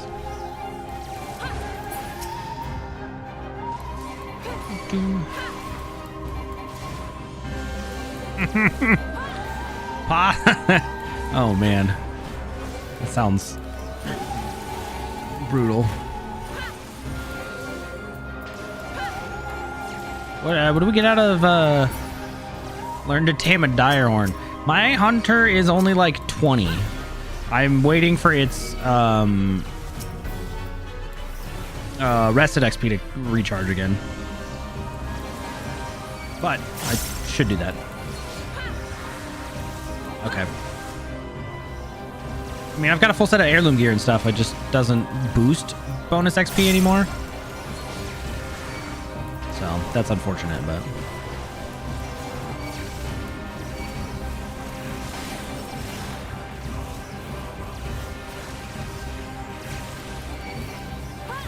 hey guys, can you not? So you're telling me I'm gonna get unlucky and have to travel to another world to get this done? This is so stupid. I cannot wait to get to a different data center.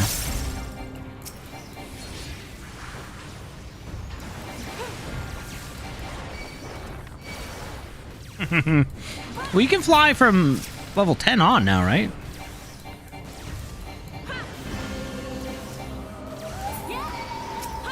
Bitch seat or cool seat depends on the mount, because some of them are the bitch seat, some of them are not. But I think on a lot of the like new flying dragon mounts, they let you basically turn into like a mini dragon or whatever, which is kind of cute. So I'd be riding Volklin at that point. Sounds weird.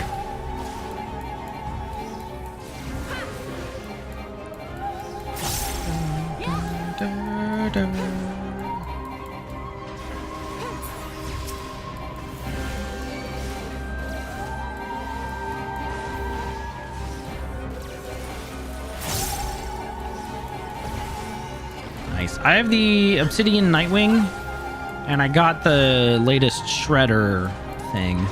Although the Shredder is buggy for some reason. Every time I get waifu to try to like hop in and fly her somewhere, it like doesn't quite skyride properly, and it just loses all momentum occasionally, and I'm like, what the hell is going on? Well, you can ride a magic carpet, you can ride a like essentially a sewer grate. Riding another player that's a sewer grate though is a little different.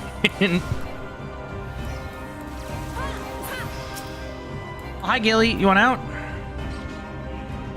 Only cat wants out. Yeah, and this ends in 5 seconds. Come on, Lee.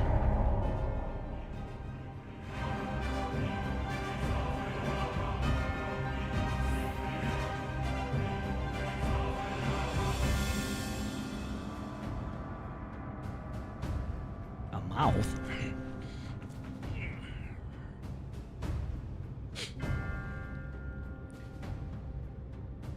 Well, now you get a B mount too. I haven't really kept up with. I'm out of the mount farming thing. I'm waiting for the new patch to drop, so I can then go back and actually get the tier set gear for transmog stuff on any character. But I'm trying to finish out my tier 1 and tier 2 set for my warrior and my rogue.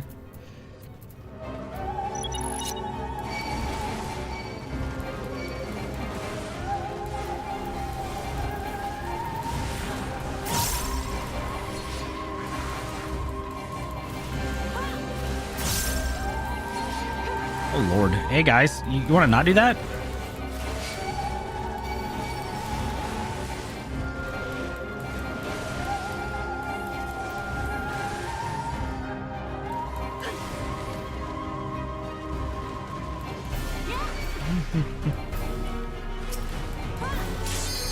Oh, finally!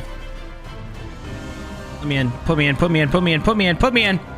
Come on, DPS!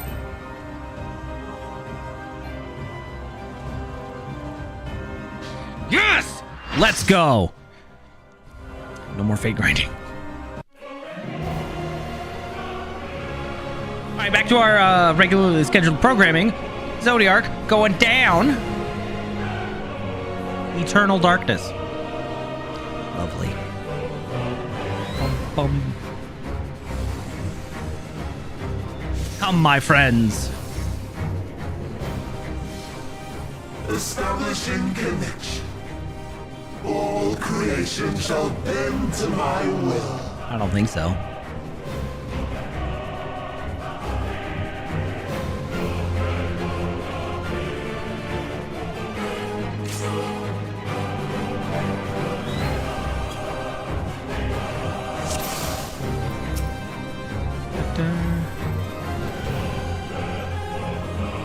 The end has come, and it will be beautiful.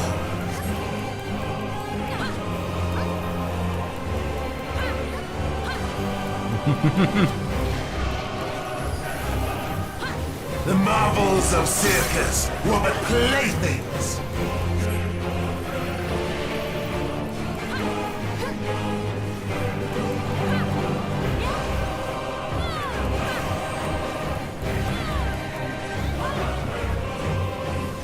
Okay.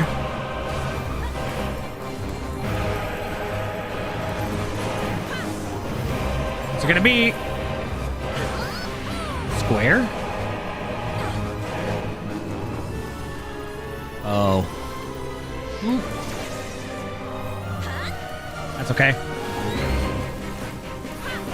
Malice, become flesh. Oh, Behemoth, huh?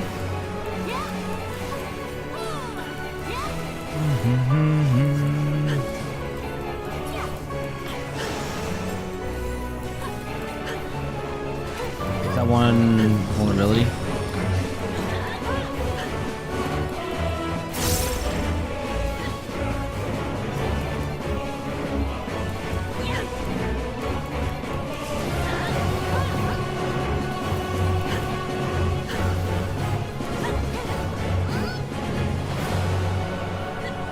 Will you live to see the end?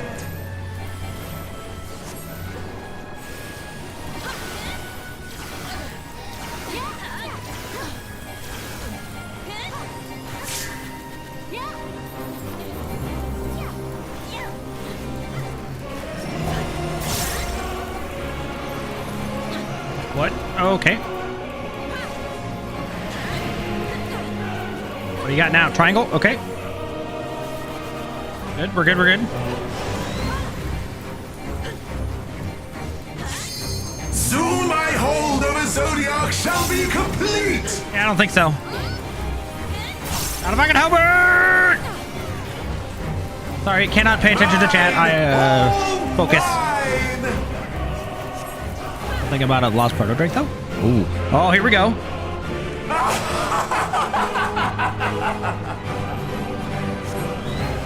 The mask is cracking. Oh. Oh, you ugly. And incomplete. Oh my goodness. At last, I am become Zodiac. Well, that's something.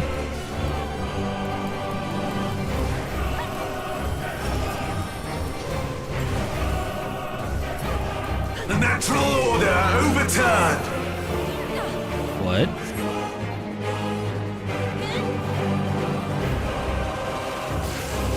All in existence, bent to my will.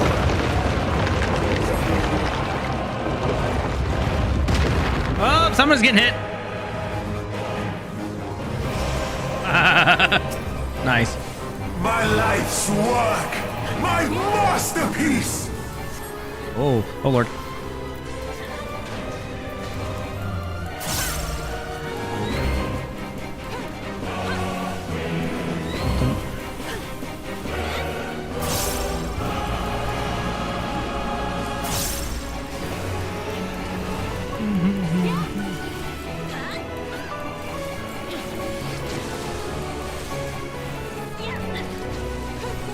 How did I get hit by that? What? waited for this day.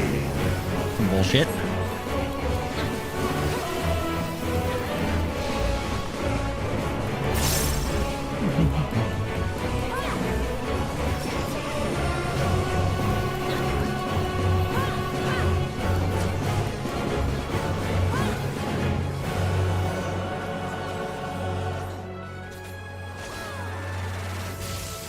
All in existence, bent to my will.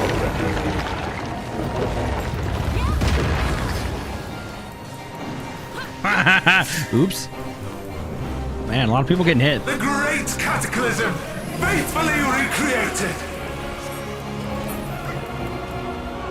Oh, where's he going? From broken skies fall tears of flame. Where you going, friend? Lord. All shall burn.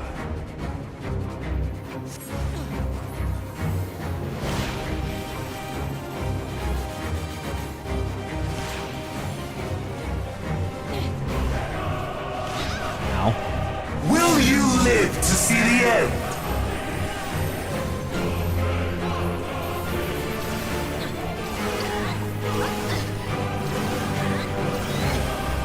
Ooh.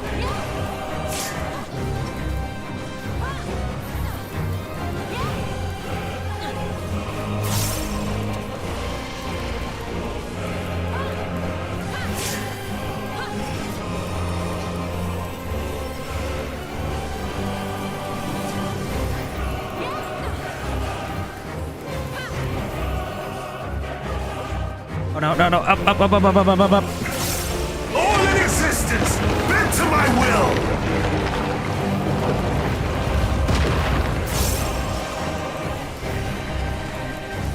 Will you live to see the end? Oh God.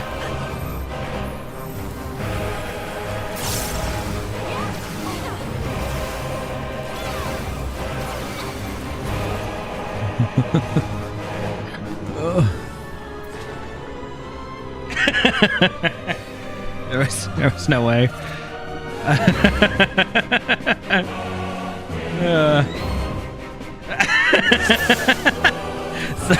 Someone in chat's like, my heart rate. Oh, jeez.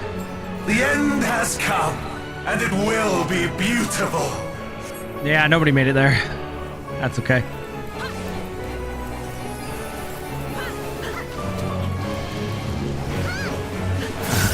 The marvels of circus were but playthings.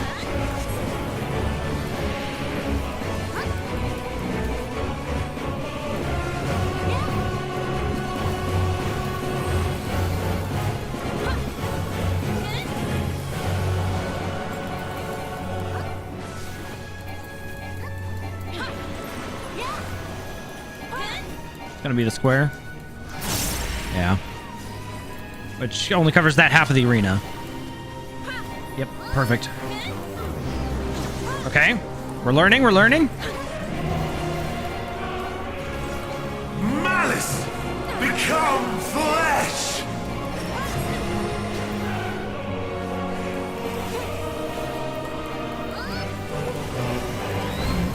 You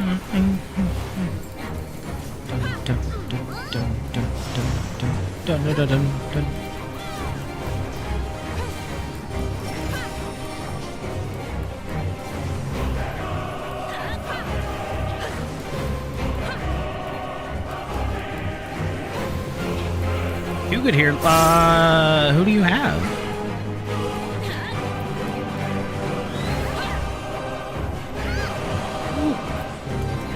Will you live to see the end?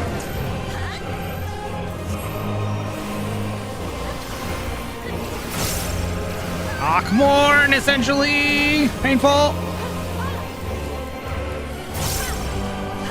And spread. Dun-dun.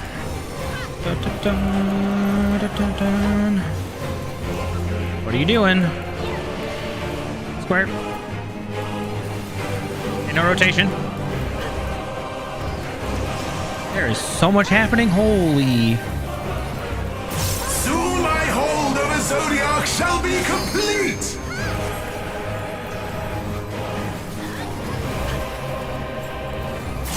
Mine! All mine! Okay.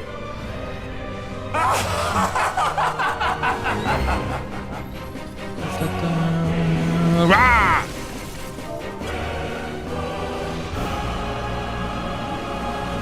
At last, I am become Zodiac!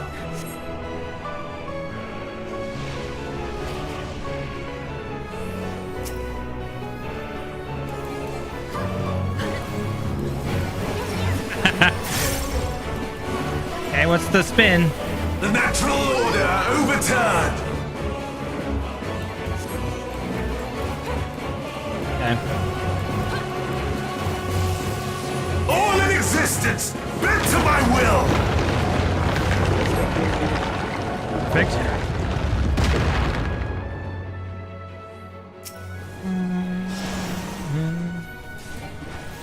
My life's work! My masterpiece!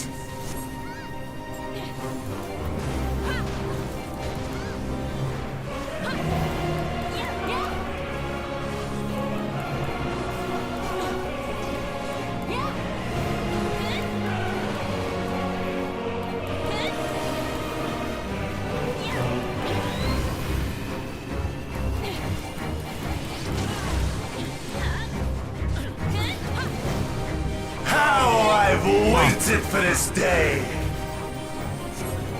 Precious? What? Oh shit. Ooh. Oh, okay, yep. Nope, that's...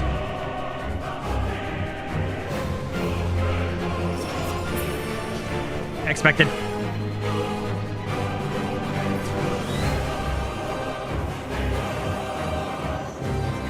Yeah, you want to probably be over there. It's the safest side. All in existence, bent to my will.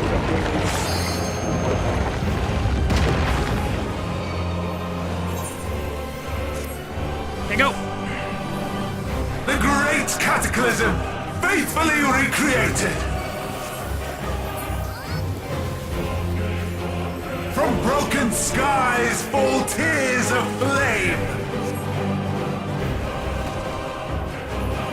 All shall burn.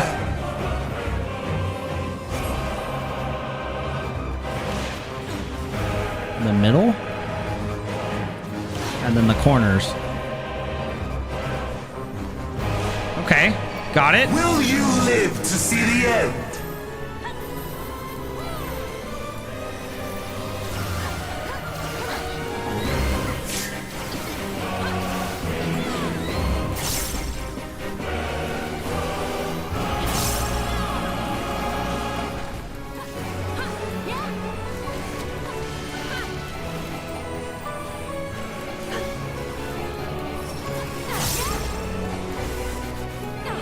Where's the spin happening? Yeah, no, we want over here. All in existence, bent to my will.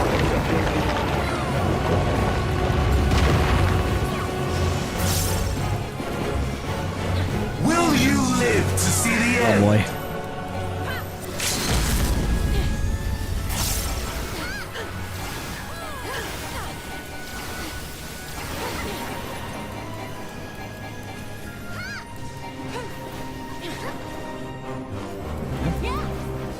No, dude, you're gonna get hit! What are you doing? Oh, shit. Saved him. Somebody saved him!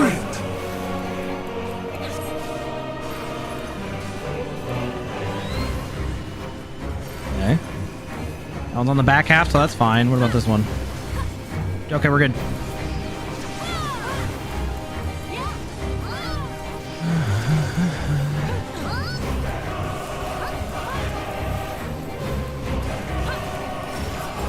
It's a hell of a fight. Oh, jeez. Which way is it spinning, though?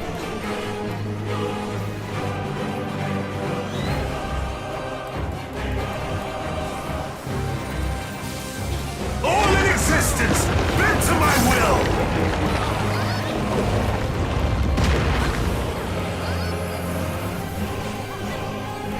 Will you live to see the end?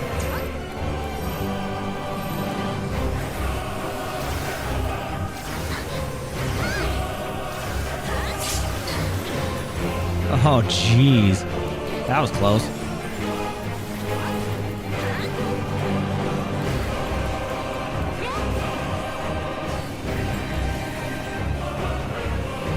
As soon as that one fires, go. Okay.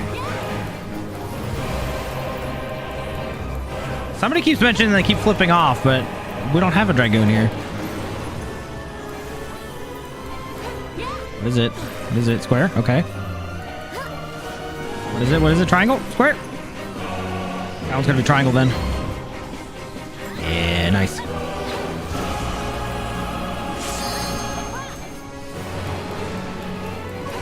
Will you live to see the end?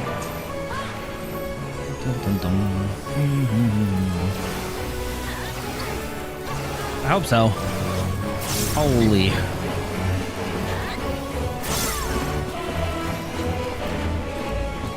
No!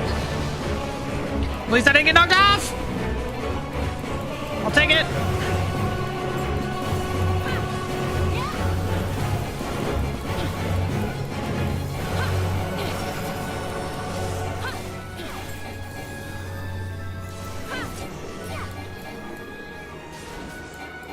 Yep, okay. All in existence, bend to my will!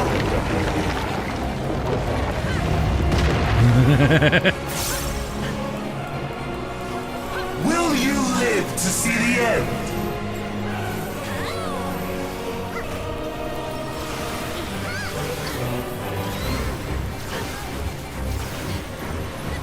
Nice healing. Oh, Ribsetra. All right, what are you doing over there? Triangle, move, move, move. Out of the way, out of the way, out of the way, out of the way. Wait, wait, wait, wait, wait, wait, wait, wait. Oh, God.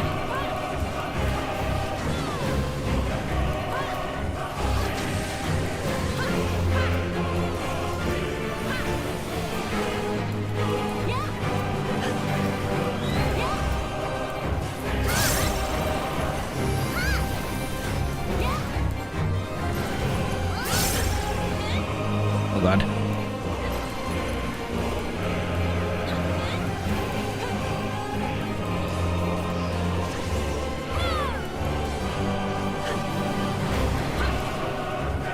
Will you live to see the end?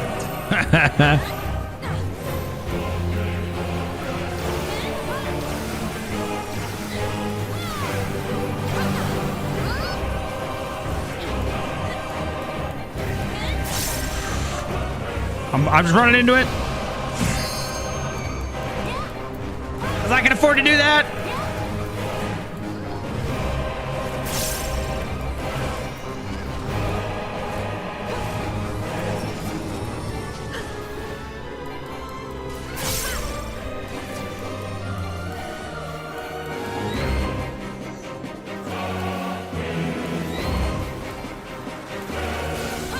All in existence, bend to my will!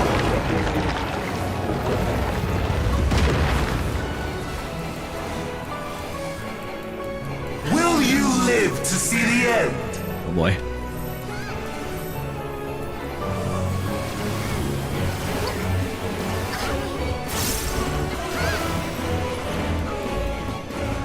There's one dancer left. No. Oh.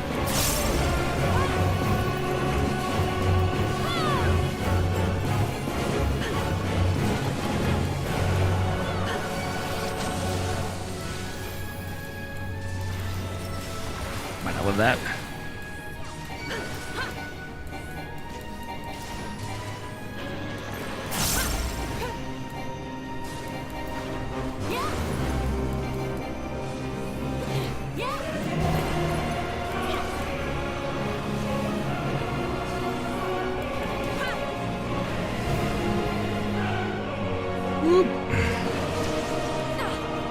Will you live to see the end? Nope, don't got this one.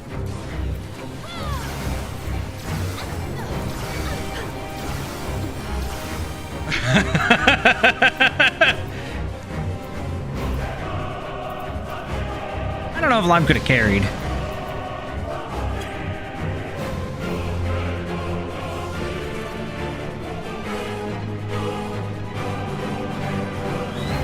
Okay. I'm too invested now. We have to. Oh, man. Oh, look. Hey, our maximum HP damage and spell-based HP restoration have been increased by 20%. That's nice. Thanks.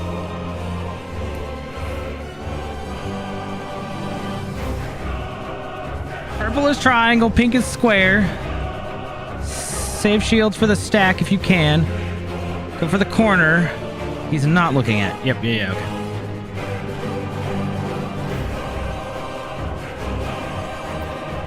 I don't want to wait another 15 minutes. We need a danger Dorito.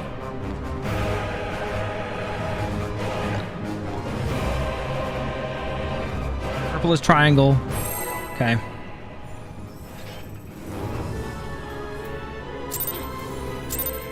Follow me if you need to. Okay.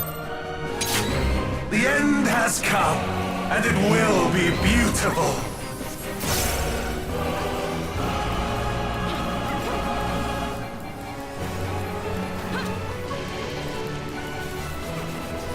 The marvels of circus were but playthings.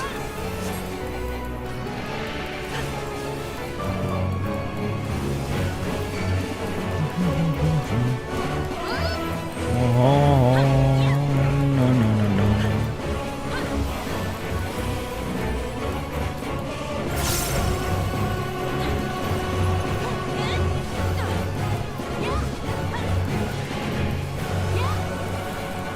Ink is square. Yep, look at that. Wonderful. Yeah, there are 8 people fighting. We have 2 tanks, 2 healers, and 4 DPS. It's essentially Malice considered a full party. become flesh.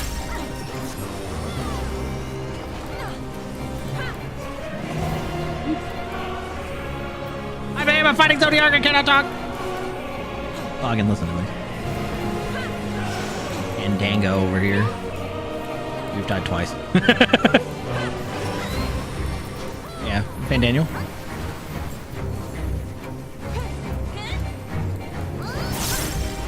Well, he's one for theatrics, is he not? Welcome to Watch Mojo. Oh. I guess one way to look at it. Will you live to see the end?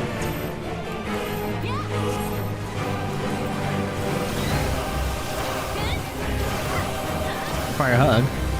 Why? Oh.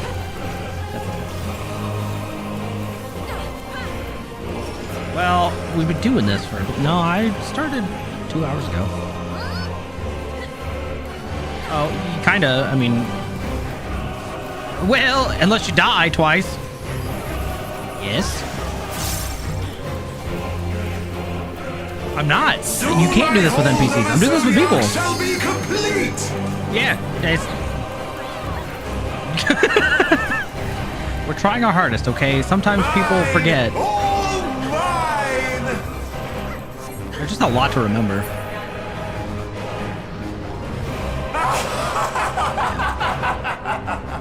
Working on Wicked. Bah! Look at my Ugg mug. Brr. At last, He's incomplete. I am become Zodiac.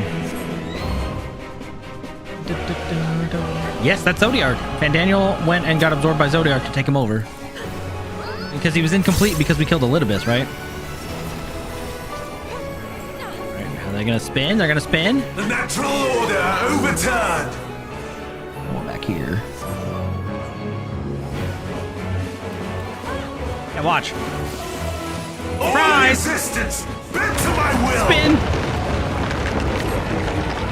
Yeah.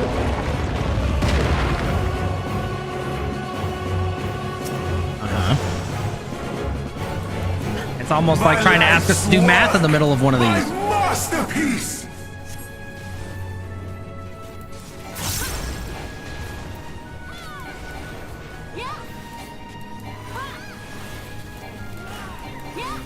I know. That's Sumo. He wants to do savages. And I'm like, bruh. Not all of us can even do normal. What do you mean?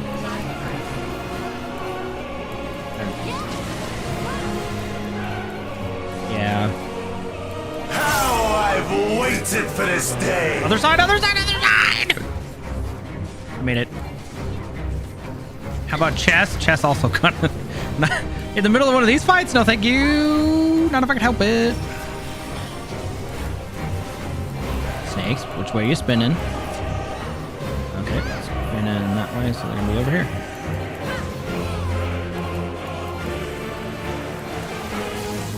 All in existence bent to my will.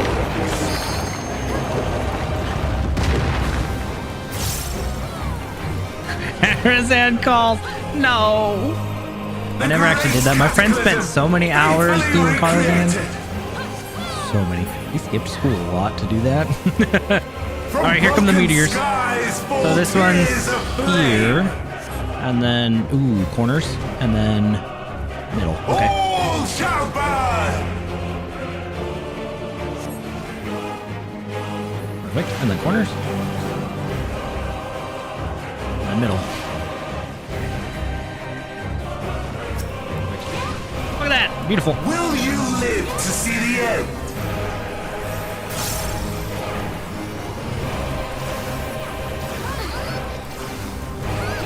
Freaking Akmorn hurts so much.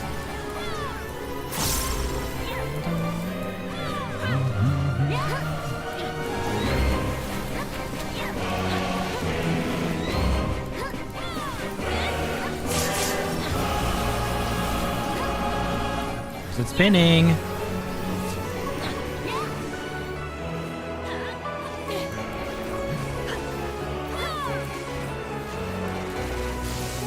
All in existence bent to my will.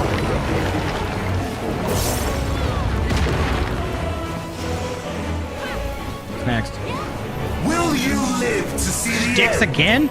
Dude. At least everyone's alive for this one.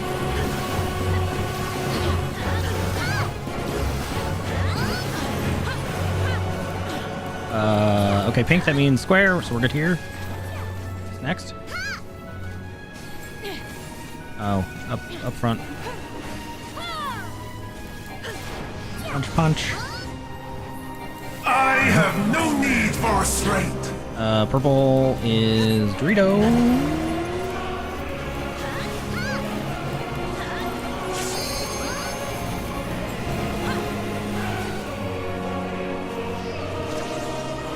And perfect.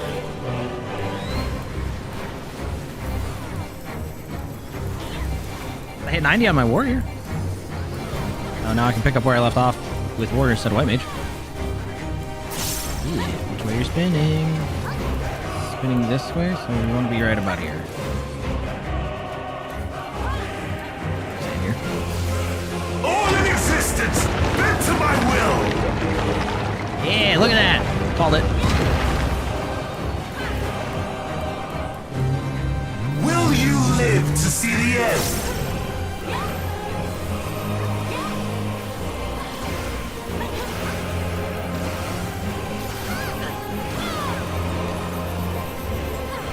Yeah, the bard being alive helps a little bit.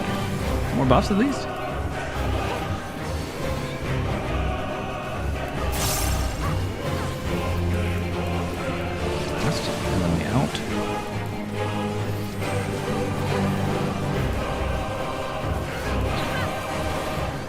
Somebody limit break.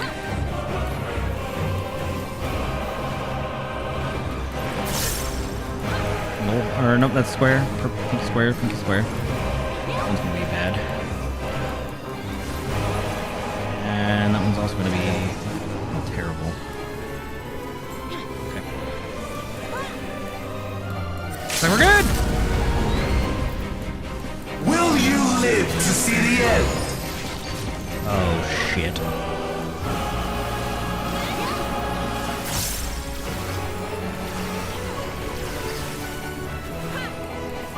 Other corner, quick!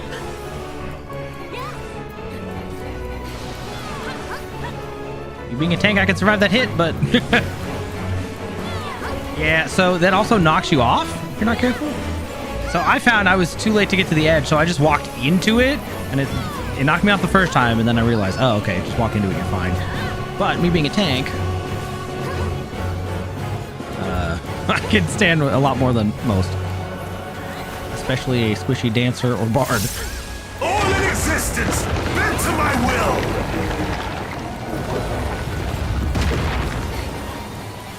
He's fine. Will you live to see the end?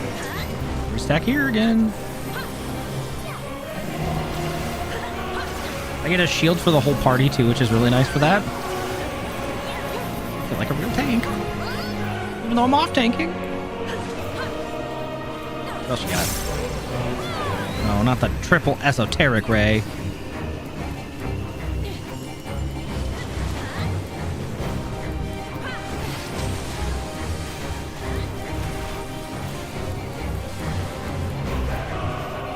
Oh, we're so close. Oh, somebody just disconnected. No!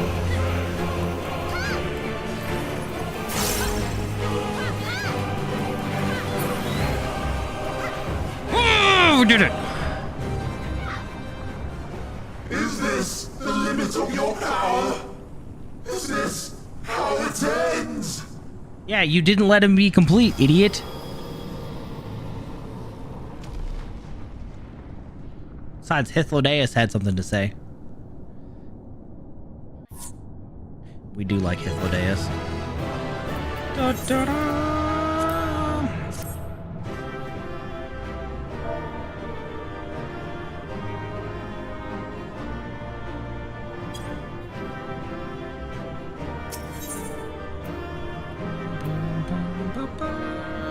Okay, here we go. I got one commendation.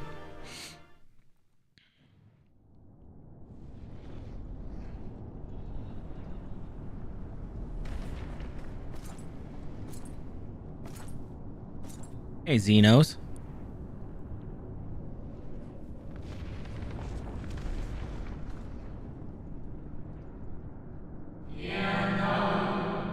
Well done, my preparations are complete and I stand ready to seal Zodiark once more. Great. Withdraw from this place. The teleporter will deliver you to safety. Okay. What teleporter?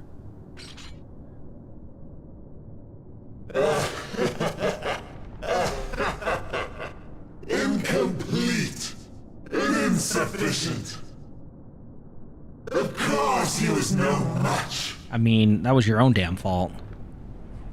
Once again, you have left my best laid plans in ruins. And played your role to perfection. Thus, sealing my victory. What? What does that mean?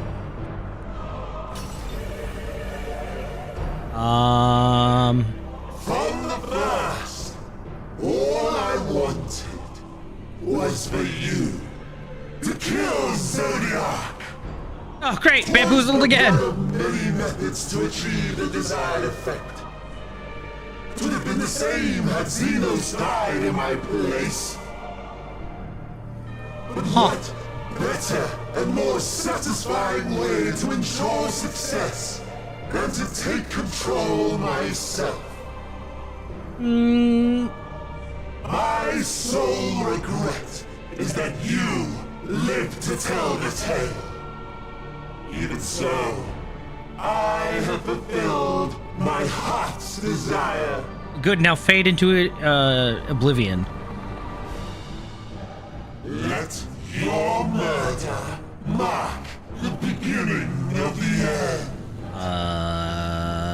The coming of the final day. No, thank you. I don't want it.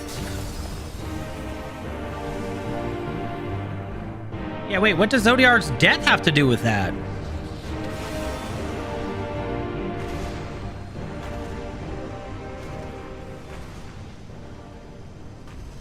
Hey, your eyes glowing a little bit there, bud. Ow. Thanks for the flashbang. How quickly strength fades and blood cools. Old familiar sensations. So many lives, so many deaths. No different this. I close my eyes and slip into the dreamless slumber. Oh. A tired song and dance. Routine. Always I wake. But not this time. Good old Amon. Nothing left unsaid. Nothing left undone. Inherit my hell. I intone with glee.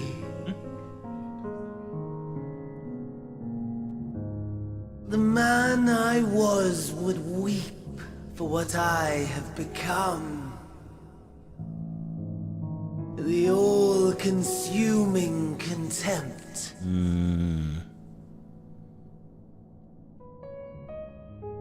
But I've the wisdom of 10 millennia to justify my answer to the question.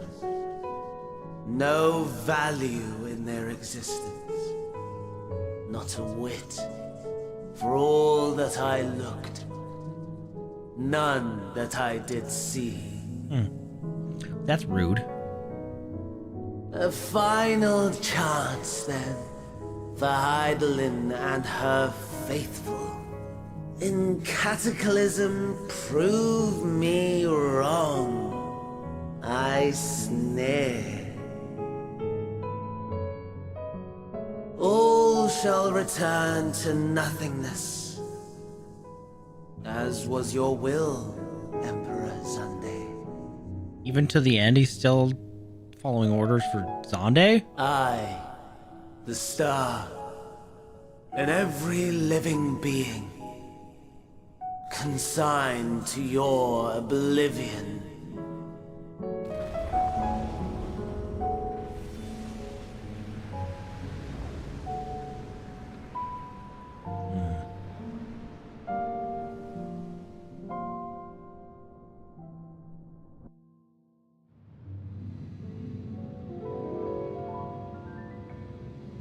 So what does that mean?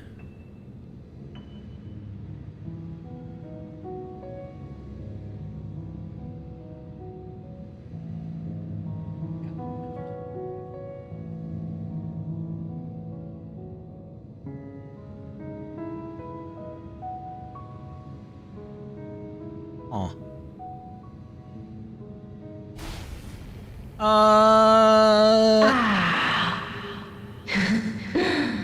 At last. Who's that?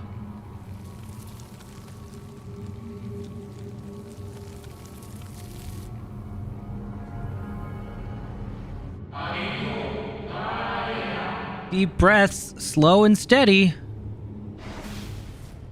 What the?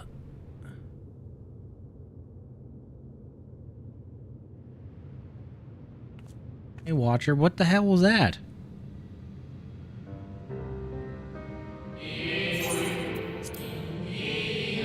You saw it too, yes? The blue star below, thrown into turmoil.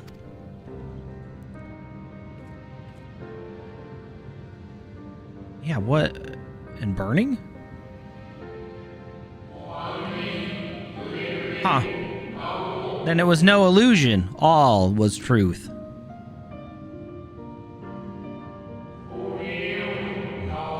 With the death of Zodiark, the laws of nature over which he had presided have begun to unravel. The final days are upon us. What you witnessed was an omen granted by the Echo, a vision of the horrors to come.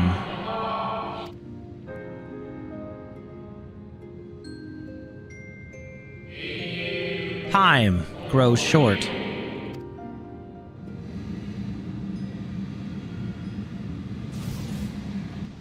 Oh, hey, Zenos is still here. Hold on.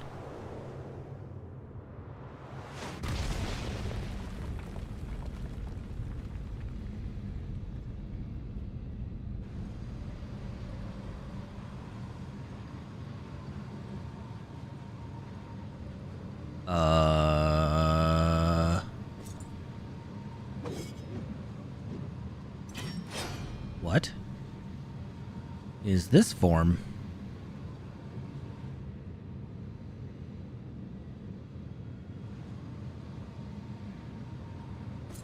No. I'll find no fulfillment in a contest with you this day. What? Seriously?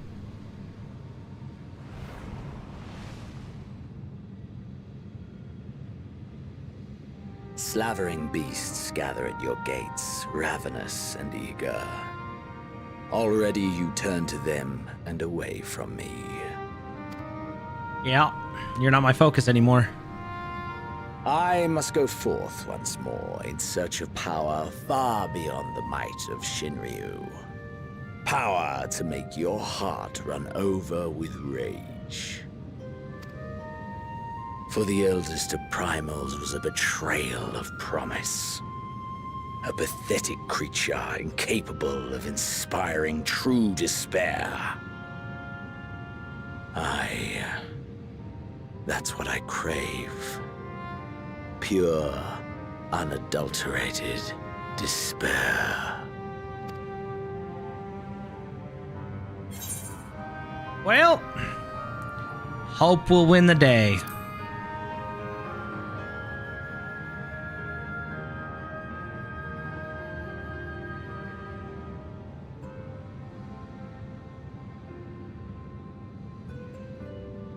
We shall see.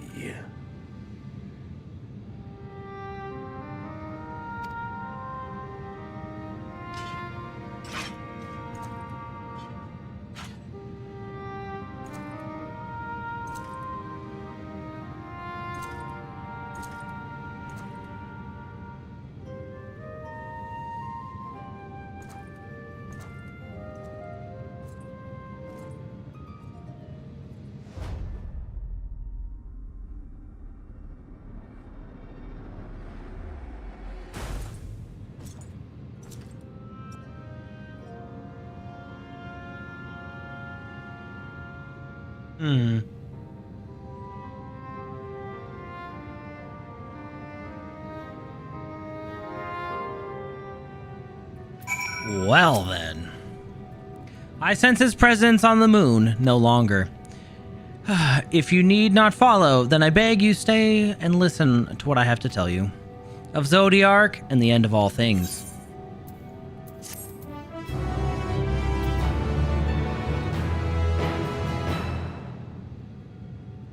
Quest?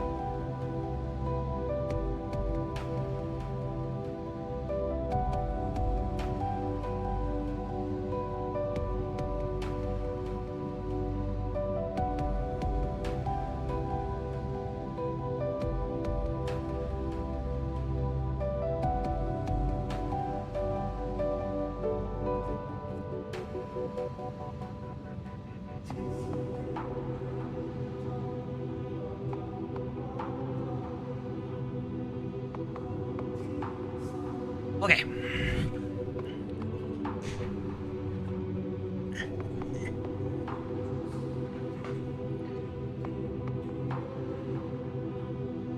Let us continue.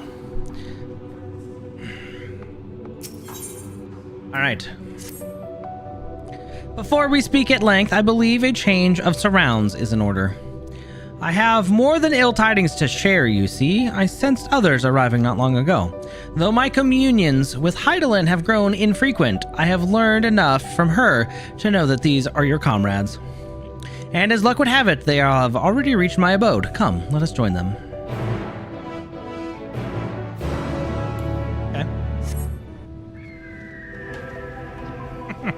We like emote spam around here.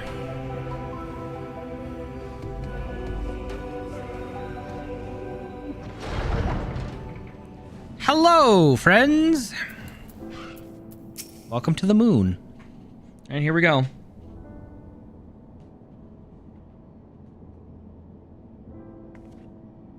Oh, thank goodness you are unharmed.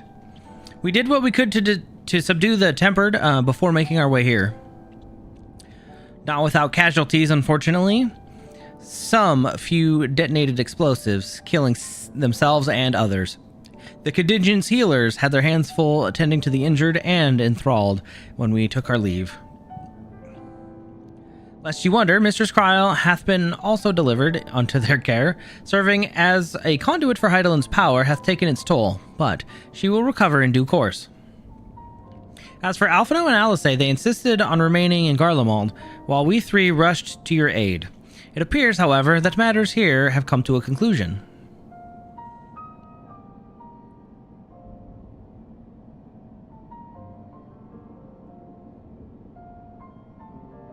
But what manner of conclusion, if I might ask? And is this the ally whom Heidelin bade you seek out?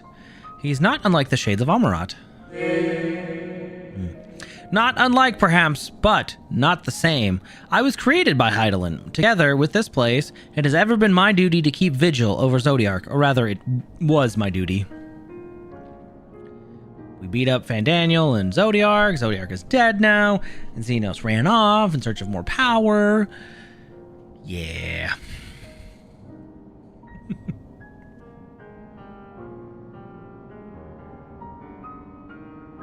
Then Zodiark is no more. Yeah, but chaos now reigns. And not without consequence, I'm afraid, for now the delicate weave of the star, preserved by his presence, will begin to unravel. If you mean to avert the final days, you shall have need of... Whoa! Are you alright?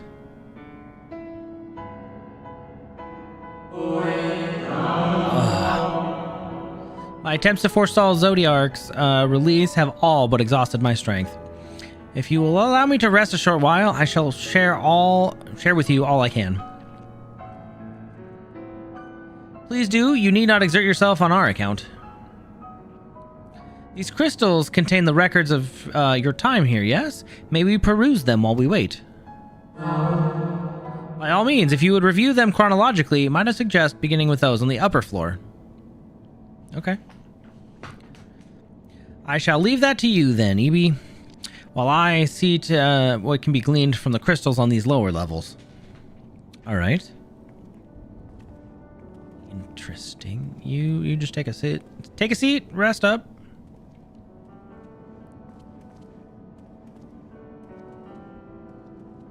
As your heels clip through your robe.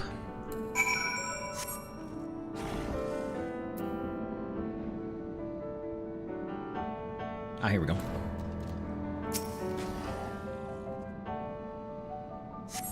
As you gaze into the crystal, ancient knowledge of Zodiark flows through your mind. Daily summary, no abnormalities detected. These appear to be the records of a long, lonely vigil on the moon, dating back to the beginning of Zodiark's imprisonment. That kind of sucks. Man.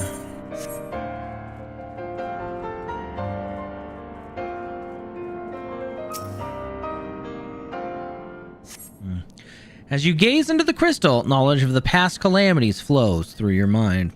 The records describe how, with each rejoining, Zodiark's thirst for freedom grew, as did the strain on the brands. Maintaining Zodiark's imprisonment appears to tax Hydaelyn greatly. Well, that actually doesn't surprise me.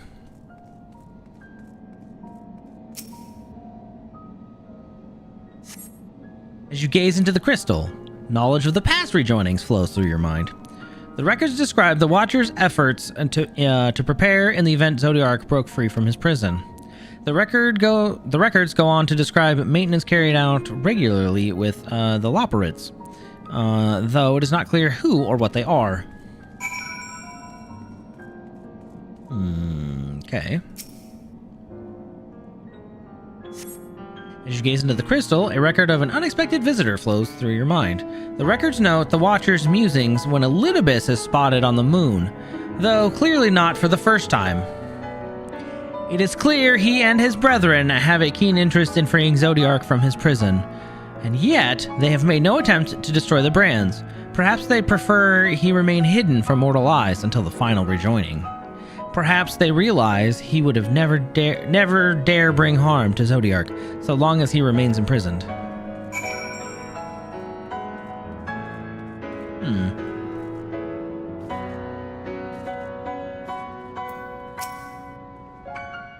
Did you learn anything of import? A little bit, actually. My axe is too big. So it was as we suspected. Maintaining the brands requires a great deal of her energy and focus, and this cost has grown higher with every rejoining. That would explain why contact with her has become rather infrequent since the 7th Umbral Calamity. I too made a rather startling discovery. This heavenly body we know as the moon was in fact created by Hydaelyn.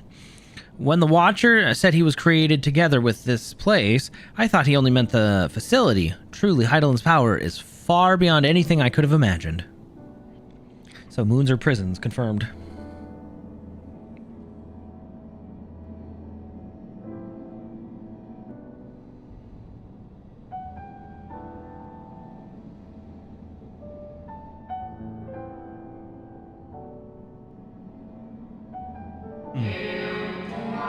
I thank you for affording me this short reprieve. Of course, friend.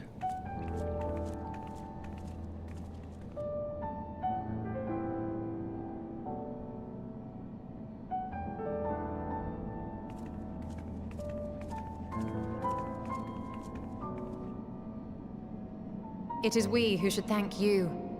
The records stored here are nothing short of extraordinary. There is much we could learn of Zodiark and his imprisonment, but perhaps you could offer us more focused guidance. Pray, tell us of the calamity that came before, and comes now again.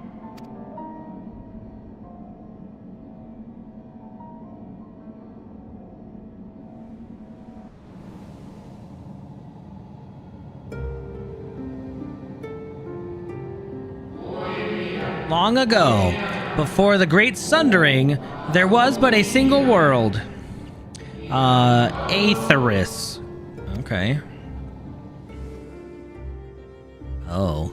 Horrifying. One day, from within the earth, a terrible cry issued forth, affecting a profound change in all manner of life. We were not exempt. Our creation magics ran rampant, giving shape and form to thoughts of hopelessness and despair.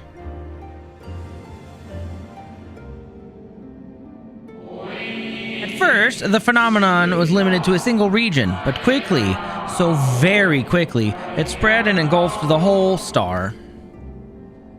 Were the ancients ever able to deduce its source?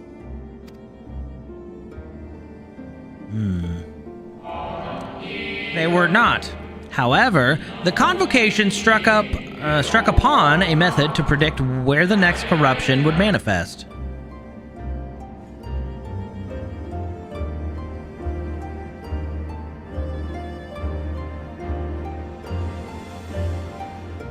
What?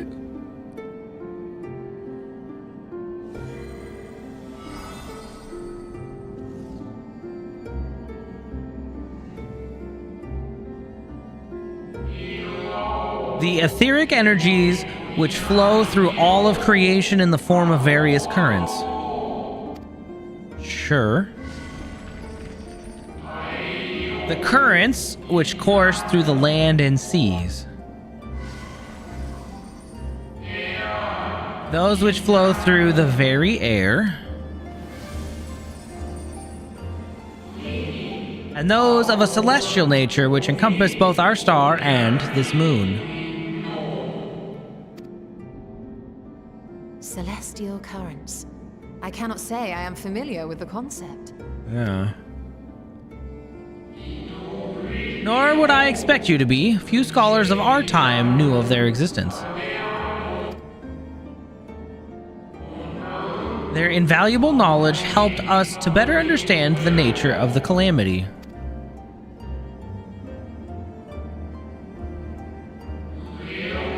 Like the terrestrial ones of earth and air, these celestial currents form a vast network, but the ethereal distribution is not consistent.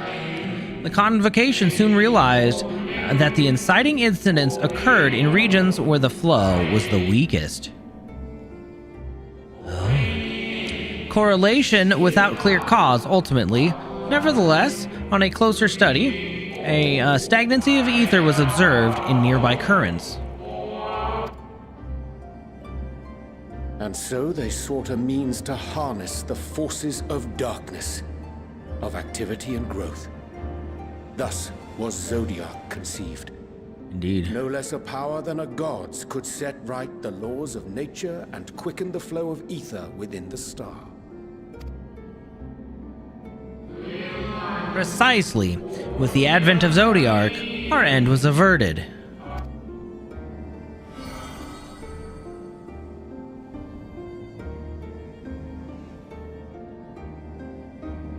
Emmett Selk claimed that those who summoned Hydaelyn did so because they saw Zodiac's power as a threat. Is that true? Indeed, there was a faction opposed to Zodiac's creation, but their aim was never to unmake him. They understood the continued preservation of the natural order was dependent on his very existence. Until we could identify and address the underlying cause of the final days, he would need to remain. For his departure would set in motion those apocalyptic forces once more. Hydaelyn recognized this as well, and so, rather than destroy, she sundered Zodiac, herself, and the star into lesser reflections, that she might confine him in this place. I could have sworn she beseeched me to banish the darkness. Yeah, what the hell?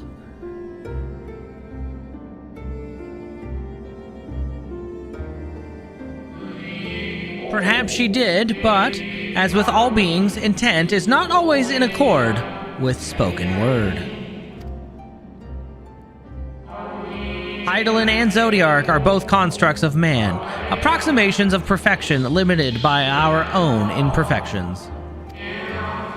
Zodiac was, without question, the more powerful of the two, having been born from the sacrifice of half Aetheris' population. Thus, it was necessary for Hydaelyn to commit herself wholly to his defeat. Still, more effort was needed to confine him. Maintaining the brands taxed her greatly. With what power she dared spare, she cried out to any and all who might listen, and offered her blessing to those who heeded her call. Though it was likely within her power to do so, I believe she did not wish to speak of Aetheris and her history.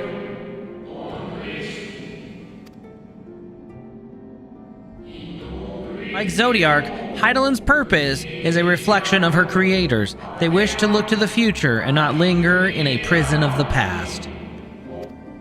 Wow, okay. The Ascians set in motion 7 rejoinings before we came to oppose them. How many more worlds would have been lost had we not placed our faith in her? How many more souls living in the present would have been snuffed out for the sake of those long dead? Well, in light of recent events, I see no reason to doubt your words. And even if Hydaelyn is not a god in truth, if Minfilia believed that we should trust in her plans, then I choose to do just that. Which brings me to a rather important question. Let's suppose we try but fail to stop this second coming of the final days. Should the source fall, what will become of the other worlds? Shattered into existence. The nomenclature is more fitting than you know. Bring ruin to the source, and its reflections will share in its fate. I mean, you kind of saw that one coming from a mile away.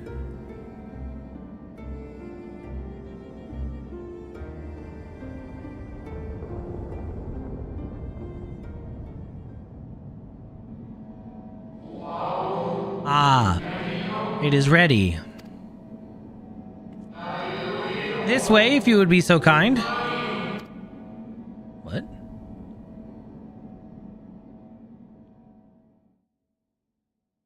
What are we doing?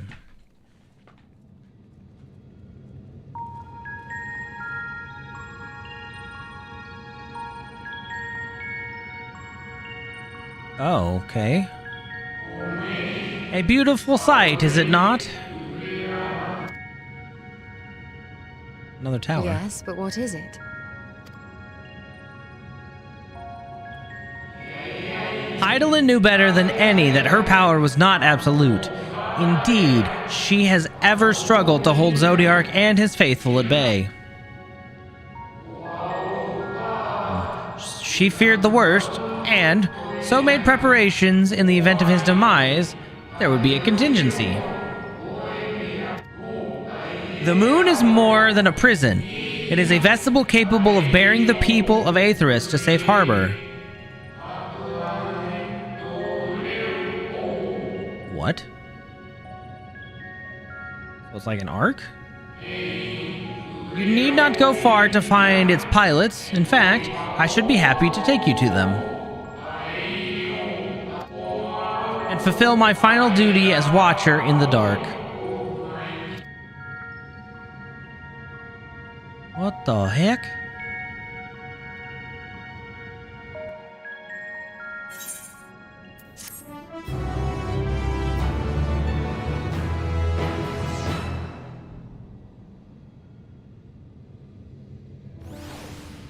Oh, jeez. Hold on 1 second.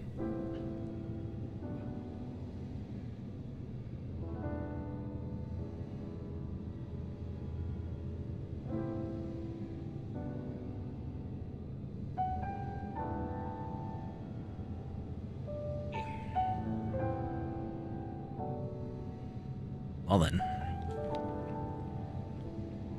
Have fun. Alright. Helping hands. The time has come for you to be on your way. The crater at the heart of Mare Lamentorum, where Zodiark was imprisoned, is not so easily traversed, however. Let us call upon Argos, the familiar whom you met earlier. He should have no trouble bearing you across. I can fly myself. As Hydaelyn created me as the jailer, so too did she create Argos as the guard. It is his nature to appear when needed, and yet he is nowhere to be found. Strange. Mayhap the imbalancing of ether has affected him. Let us make for the crushing brand, and attempt to call him from there. You need but recall the path you walked with Argos before. You will find him on your way. Okay. Well, if he labors in service to Hydaelyn's plan, I see no reason to do as he not to do as he suggests. Shall we make for this crushing brand then? Ba-bum. Okay. Merry Christmas, reindeer!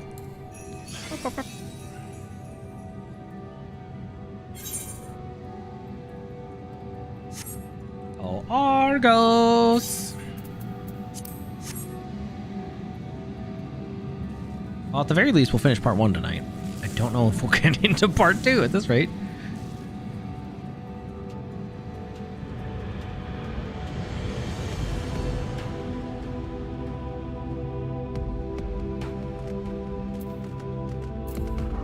friends.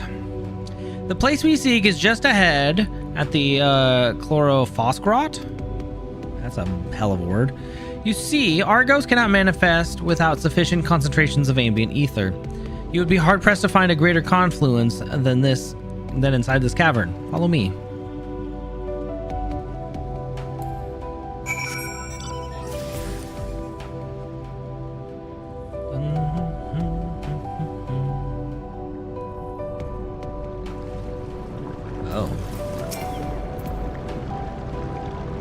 Yes, here will do nicely.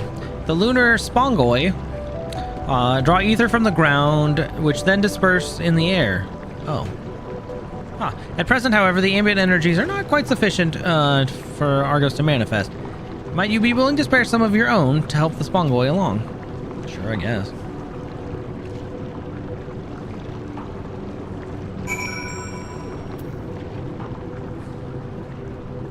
Lunar spongoi. What I want to know is how we can breathe up here on the moon.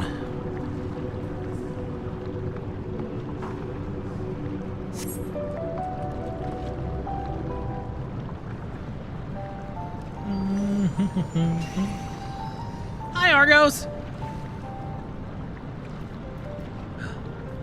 Hi, friend. Argos manifests in a flash. He seems glad to see you again. A most fascinating creation of Hydaelyn's. Would you not agree? Should the need arise, he is even able to create reflections of himself on a whim. Though I assure you, it was no reflection which accompanied you earlier to the brand. No. Argos was quite eager to be at your side then, as he is now, it seems. I cannot recall when last he showed such an affinity for anyone. Indeed, I thought him more likely to shy away from you and your companions. Perhaps it was more than a sense of duty that compelled him to aid you than before. As for your companions... Oh. Hi, friends. Unexpected, but greatly appreciated. I believe we are all ready. Then let us return outside that you may cross the chasm.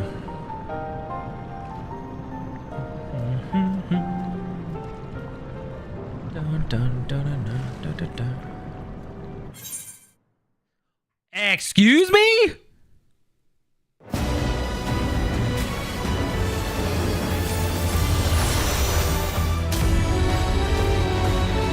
Don't look at that. We're not on John Trail right now. What the?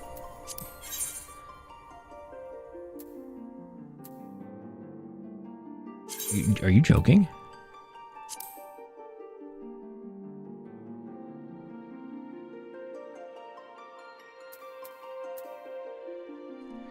Why would I? We wouldn't have died if I was doing that, but I don't do that. I don't even parse. Please wait and try again later. All right, hold on. We're just gonna... You don't see anything. You don't hear anything from that. Give me a second. We're just gonna... Spotify, come back to me, please. There we go. Let's play Endwalker for a bit. Give it a second. Yeah, so the server kicked me out, and then it told me, hey, your character didn't log out correctly. It's still kind of sitting in an instance. So we're gonna give it like a minute or two. We'll try to log back in. Yeah. Yeah, I did. We're just gonna enjoy Endwalker, the song.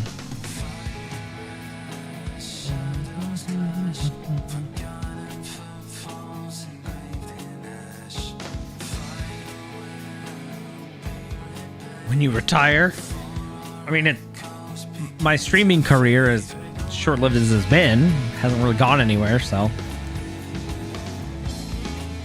I tried to stream Classic when it came back out, and I really liked it. Because I never played Vanilla. I started at the Burning Crusade, so like, I want to go back and do it. But man, it was taxing on my mental health. Some of the communities are rough. Sounds good. Yeah, I stopped at Cataclysm. Never raided. But I basically did TBC and Wrath. I think I played a little bit of Pandaria, and then I played... What's the other one? Yeah, but like Cataclysm, I was like, I don't like any of this. So it just... That one drove me away for some reason, so... Okay, I'm sitting in queue. We're 24. The server is currently congested. That's great. Another DDoS, essentially.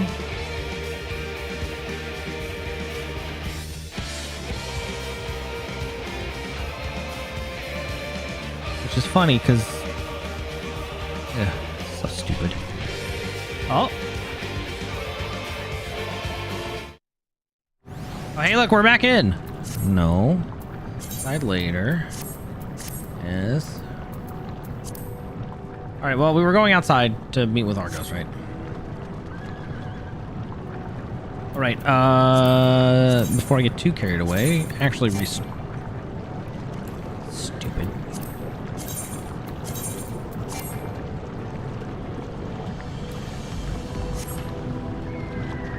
Are you serious? What do you mean I can't start from my current location?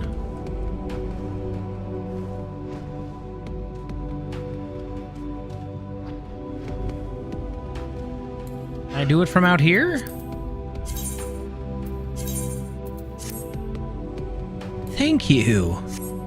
All right.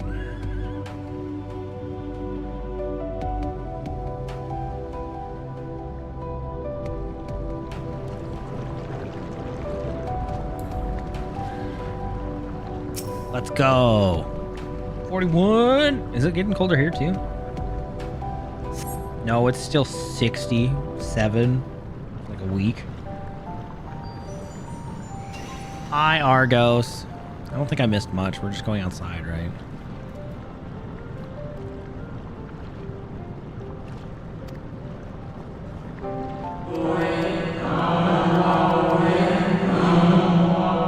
Just in case we missed anything, we'll get up to where Stola said something. Pop, pop, pop, pop, pop. We are indeed ready to go.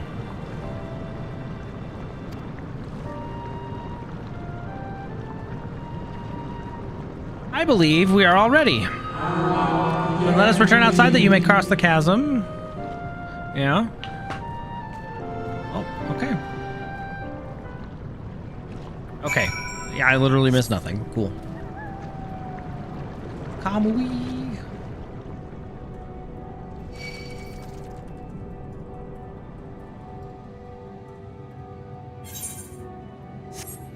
I mean, I can fly now. Can I just cross the chasm?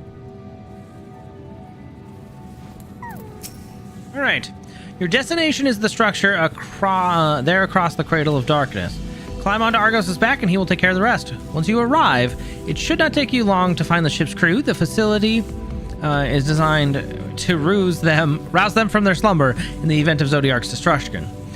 Heed their counsel. Together, you may guide the star and its people to a kinder fate. This is where we part ways, but know that I shall ever be watching and praying for your success. Thanks, friend. Our allies' assurances notwithstanding, we cannot be certain what awaits us on the other side, so perhaps it would be best if we did not all go at once. I'd propose the two of us cross first, while Thancred and Urianger wait here. I mean, I don't think it's that bad. A malefic ether. Yeah, it permeates from the crater, remnants of Zodiark most likely.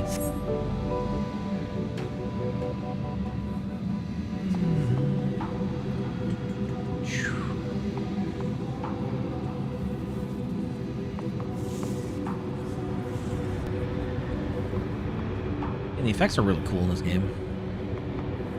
Just a little further. Oh.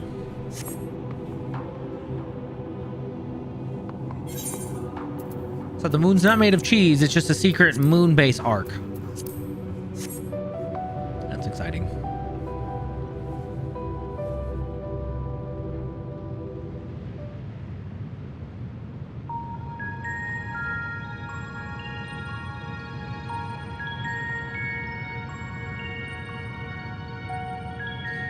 This structure is enormous, though that is hardly surprising given the size of the average Amaratine. Oh, great. Apologies for the wait. Right then, let us head inside and... Oh?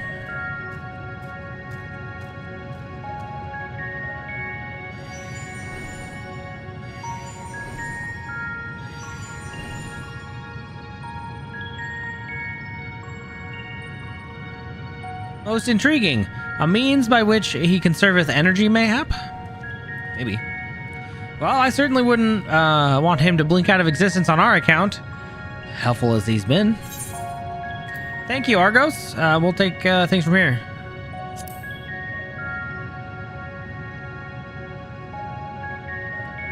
If Argos is to remain without, let us not keep him waiting over long.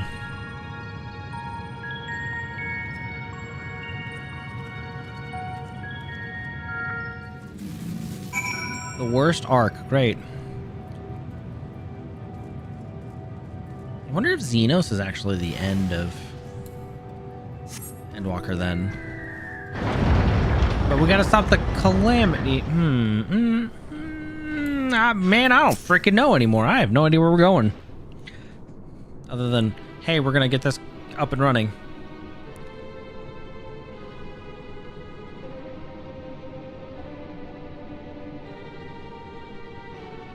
Well, our moonship pilot should be around here somewhere. Is that right? yeah, that is indeed correct.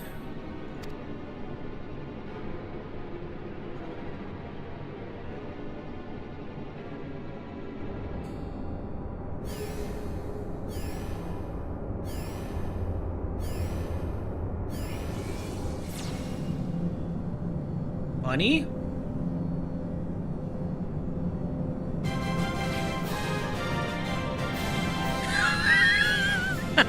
What?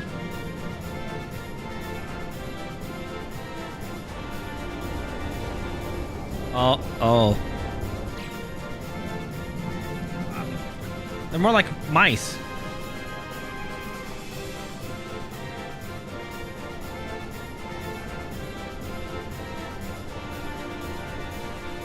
What is happening?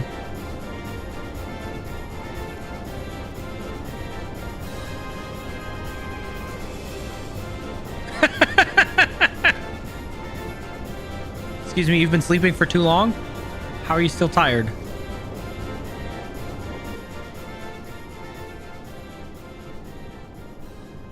Oh. Look lively, everyone! I know, this 1243rd inspection is a mite ahead of schedule, but it is of the utmost importance, for Zodiac, alas, is no more. Yeah.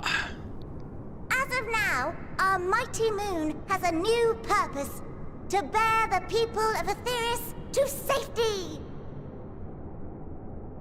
Our time has come, my friends!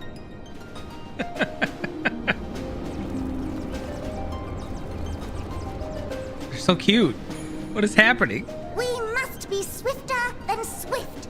There is much to do before our guests arrive. I expect your workstations to be immaculate, and don't forget to relay our signal to Aetheris. Okay.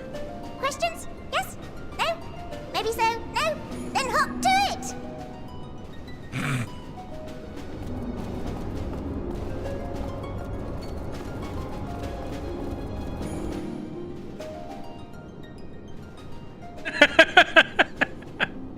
Well. 'Tis a rather curious crew she hath chosen. Their endearing forms intended to ease the passengers' hearts, perhaps. Mayhaps. Perhaps. Anchor, don't look so... Hello? Earth Anchor, are you there? Are you okay?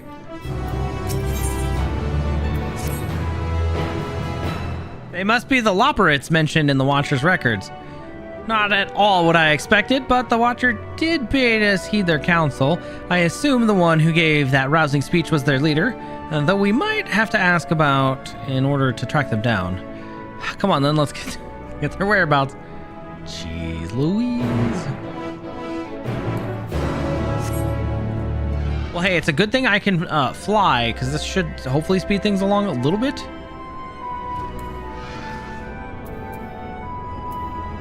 Aw.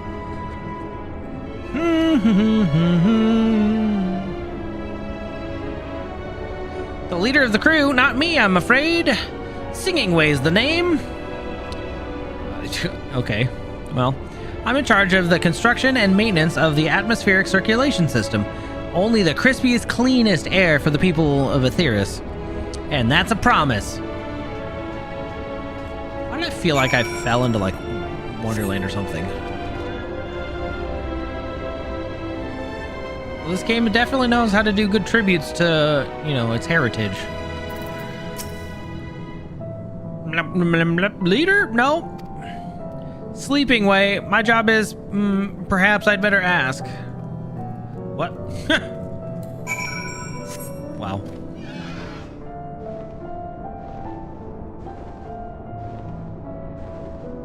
Hi, Thancred. Recording Way. Snappy Lumber. Oh boy. Is this one sassy? Excuse me. What? How in the... When did you get here? Who let you in? Why wasn't I told? Take me to your leader. Leader, ah, yes. Look no further. I am the one you seek. Well, looks like you beat us here. Ah, your friends, I take it. Is this all of them?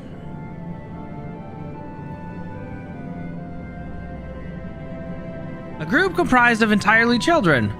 What must their parents be thinking? This isn't a nursery after all, though perhaps we should build one, or did we already build one? No matter, you needn't worry your pretty little heads. All will be well, I promise. But goodness me, we shouldn't be standing about gawping. I must take you to meet the others. You're not going to correct her and say we're not children? If you could run along back to the entrance, you'll find a path that leads towards the central platform on the upper floor. There's no wrong way to reach it, but it's the large glowing ball at the center, if you should find yourselves lost.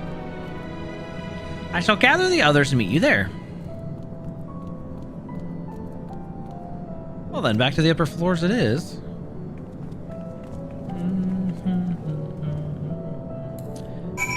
Weird.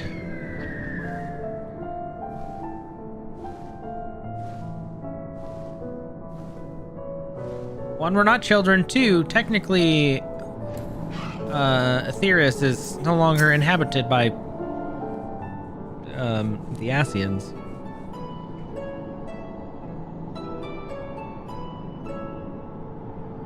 Right, of course. Introductions are in order. My name is Living Way, and we are the Lotharites, created for the express purpose of commanding this ship and bearing the people of Aetheris to a brave new world. More specifically, I am the one whom she charged with the execution of her most vital plans. You might say I'm her right paw. Oh, come on. Living Way's the name, map reader and navigator of the heavens.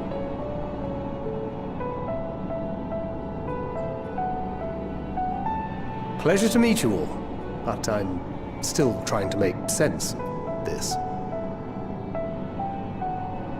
Confusion and bewilderment are completely understandable. Fear not, I shall walk you through it.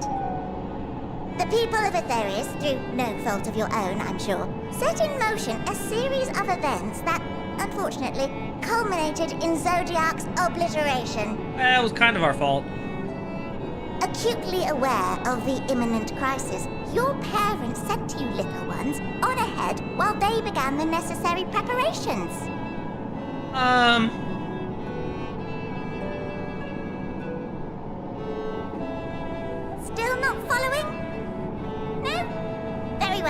shall elaborate further.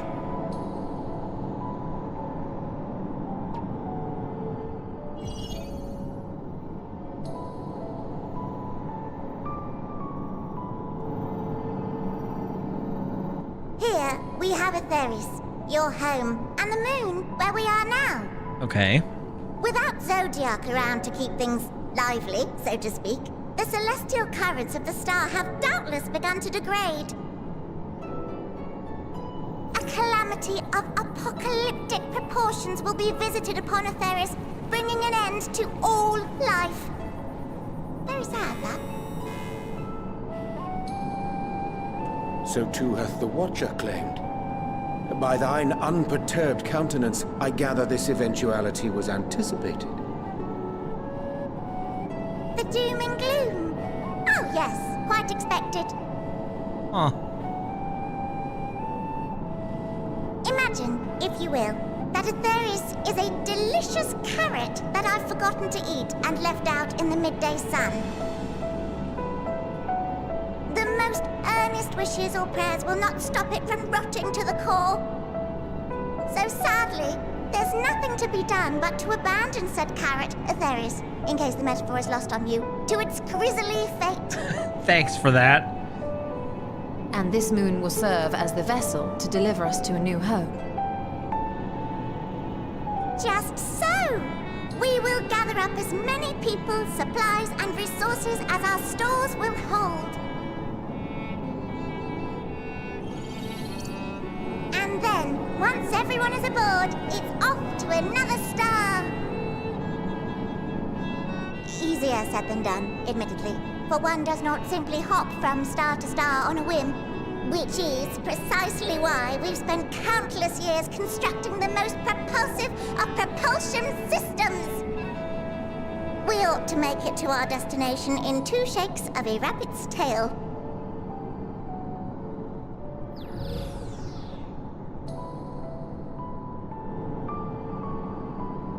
Impressive technology. I dare say it is beyond anything we have ever seen. No need to shower us with praise. All we've done is faithfully carry out the instructions left to us by Hydaelyn. Back in the old days, when she was still just Venar, she was dedicated to the study of the world and its inner workings. And the Watcher, the real one, not the simulacrum you met, was one of her fellow researchers. Oh. We and this wondrous vessel masquerading as a moon are products of their knowledge and know-how. There's certainly more to you all than meets the eye. Might I ask where exactly you intend to take us? We identified a few promising candidates for resettlement some time ago, but we cannot guarantee that they are fit for habitation. Moreover, the ship can only travel in short bursts. We intend to go down our list, hopping from star to star, until we find one suitable for resettlement. Okay. No need to worry, though. The vessel is being refurbished with accommodation for an extended stay as we speak. While we did have to rely upon outside help to determine what amenities were essential, I dare say we have risen to the challenge. Help? From who? The Charlians? From you and yours! Who else? Each time we woke to perform regularly scheduled maintenance, we were greeted by the resources you sent us. What better way to learn about preferences and proclivities of our present-day charges? It's gotta be the frickin' Charlians. The Forum. But you're still adorable little children. Perhaps your elders were responsible for the deliveries. We're actually quite grown. I'm not sure what led you to conclude otherwise, but I can assure you that we are all grown men and women. And I very much doubt my elders know this place exists, much less how to send you so much as a starlight missive. What? Then who in blazes let you on my moon? Hydaelyn, thank you.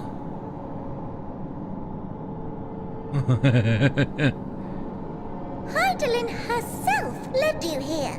Indeed. You don't say!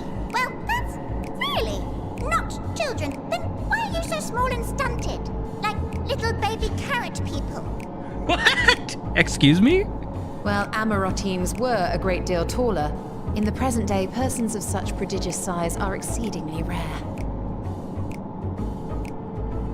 So, you're saying everyone's not like the Watcher? Not anymore. Oh, confound it all! Someone could have at least scribbled a note about your profound miniaturization. Rude! That tome in thy possession. Oh, this? One of the first books sent to us. A compendium of the people of Aetheris, with a few blank pages at the back for minor corrections and updates as needed. The sum total of our knowledge of your kind is contained in these pages. Okay.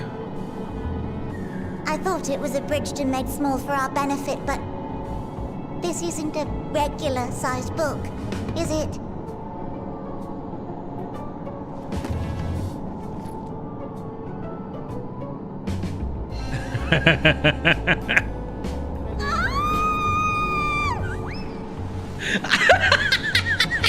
Oh no.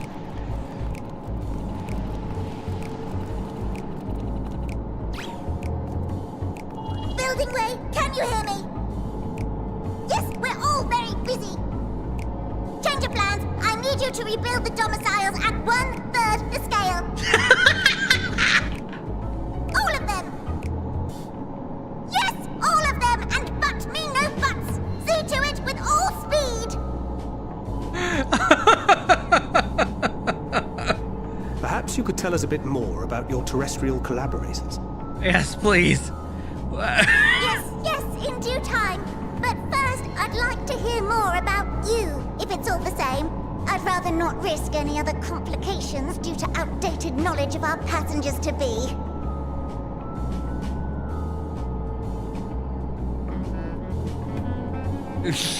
Well, all right.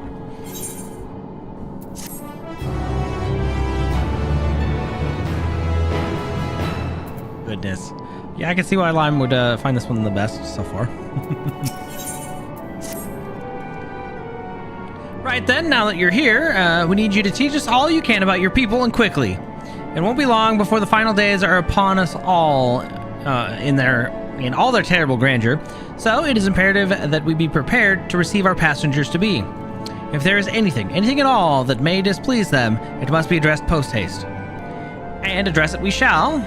Here at Bestway Burrows, we have assembled everything required to offer our guests the best way forward. We have produced a myriad of amenities we understand to be essential for day-to-day living, and I wish to hear your opinions on them. I'm sure you all worked up an appetite, so why don't you start with the foodstuffs? Meet me at the Caratorium, and we'll see about filling your bellies.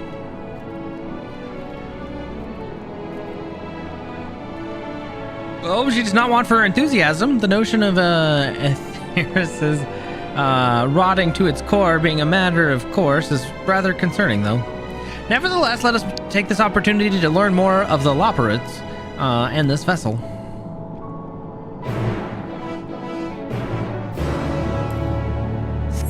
Yeah, I vaguely remember flying in and out a lot of just this massive, massive place.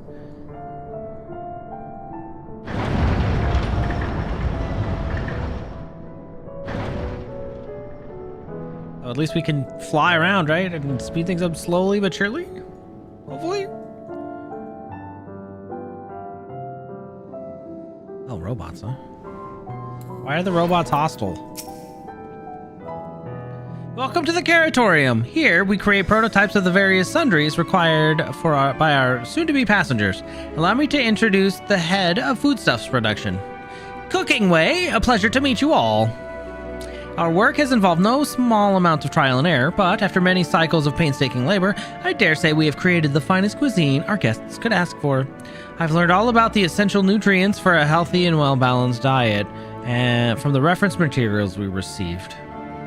Why, I've practically worn the words from those invaluable pages. Naturally, we've also considered ease of growth and production.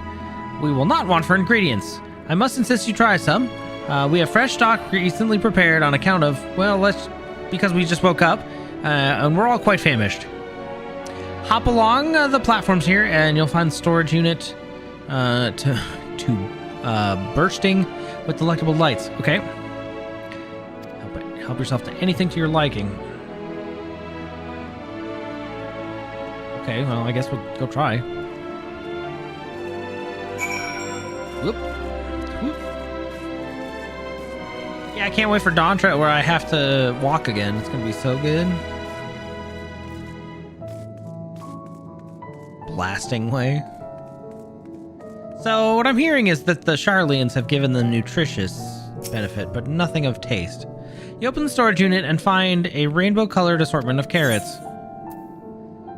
Ominous crimson carrot, vibrant yellow carrot. Let's take the peculiar blue one.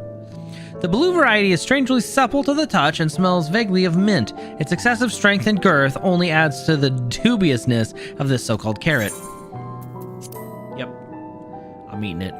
We're turning blue. On second thought, you elect to simply take the obscenely large carrot for now. Due to its bizarre qualities, it would be prudent to ask Cookingway whether it's safe to eat first. Well, didn't Cookingway just say it was fine?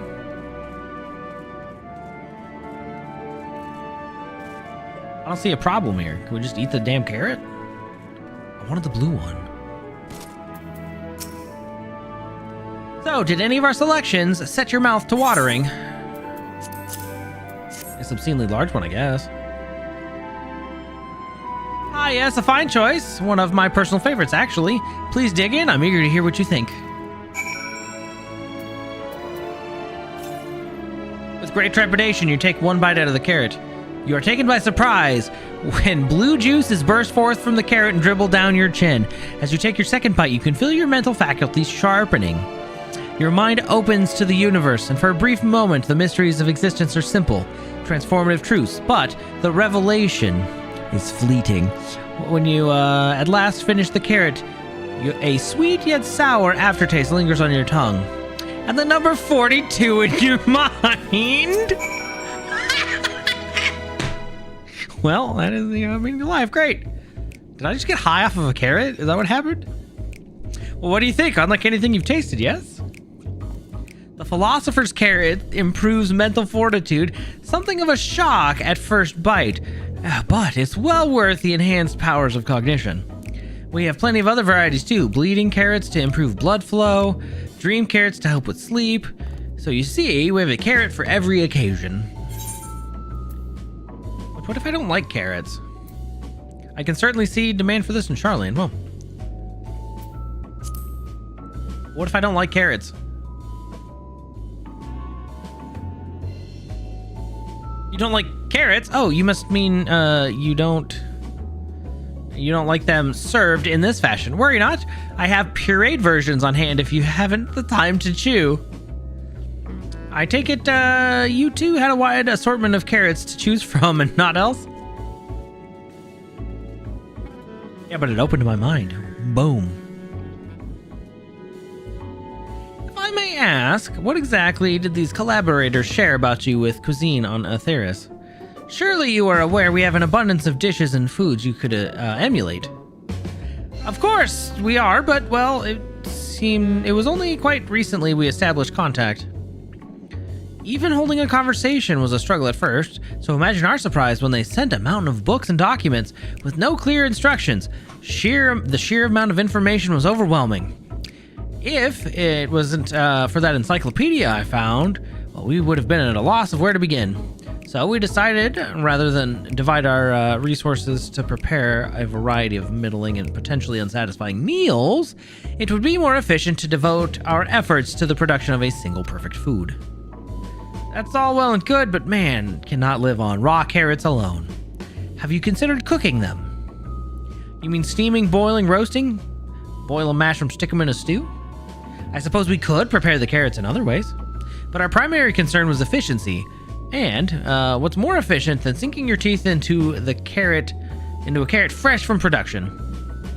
A rather strange approach to take one named Cooking Way, isn't it? Well, technically speaking, Cooking Way isn't my given name. When first created, we were all named in the Old Tongue. You know, that's otherwise impenetrable parlance the Watcher speaks. After we received a great tome of words, a dictionary that is, from our collaborators, we learned your language. Adverbs, gerunds, present, continuous, verb conjugations, just the basics. Then we found terms that related to our given tasks and used them to form new names. Aren't they helpful? I mean, a little bit, but no, not really, but that does explain a great deal. Wherefore didst thou, kind, deem such a change necessary? Well, when the rest of the people, your people arrive, we want to be certain they understand immediately what each of us does. You'd never be able to pronounce our original names anyways. I see. Well, I hope our critiques, such as they are, were helpful to you. Though, if you should decide to preserve flora and fauna from Aetheris as well, you would be able to offer passengers a more balanced diet. Until such a day, I pray come sooner than later. It would appear that there is naught but carrots on the menu. A taste of the moon. Good lord. Hey, Jers. You've come just in time for shenanigans with the Loperids.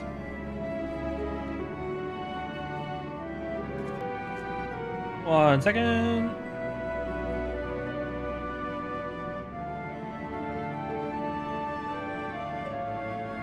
Oh, Lord. There's still so much to go before we even leave the frickin' moon. Well, I think we've all had our fill of carrots for now. Let's move on to the other necessities, shall we? Our clothing production is sure to impress. This way.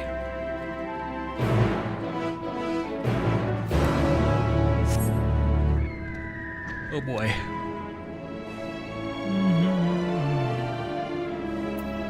I guess at least I can fly.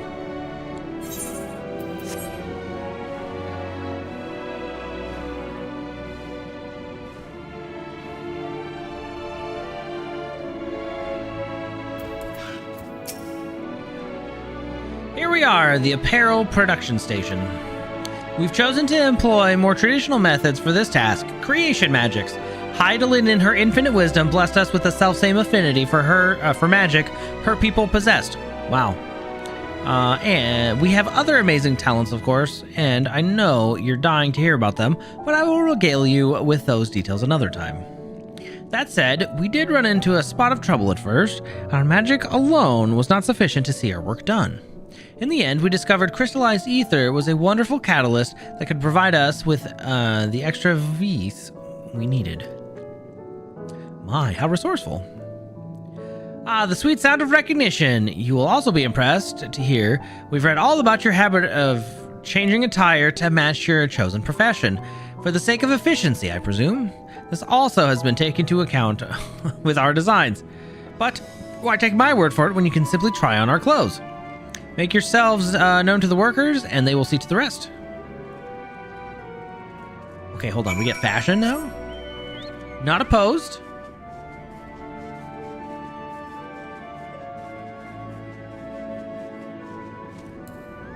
Hello, friend. Ah, it's you! One of the visitors from Aetheris. Well, goodness me, Mapping Way wasn't kidding. You really are smaller than the Watcher.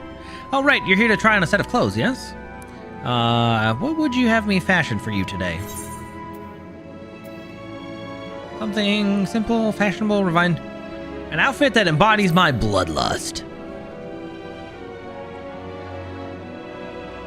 Embodies your what? This will only take a moment.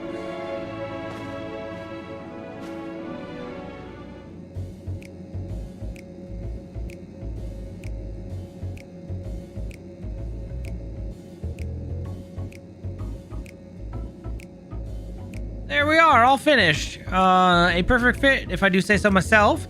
I'd be lying if I understand what bloodlust is, but I assume it's something you enjoy. I made certain the clothes are flexible and sturdy enough to endure whatever it is you plan to do while wearing them. Would you look at that? Speechless. And there I thought you may not like it. If you've a mind to try something else, why not speak to my fellow artisans? I'm sure they'd be happy to oblige. No, dude.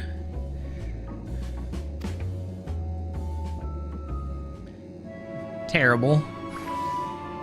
No, this is awful. Can I mount in here, or is it going to take me out of my... Yeah, good.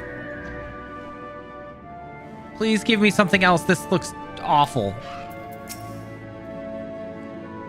No one said you'd be coming, or how can I help you? You wish to try my clothes? Really? Of course, it would be my honor. Did you have something in mind? Got something with a little more flair. I think I can handle that. Let's see. This should do it. Oh boy. Oh boy.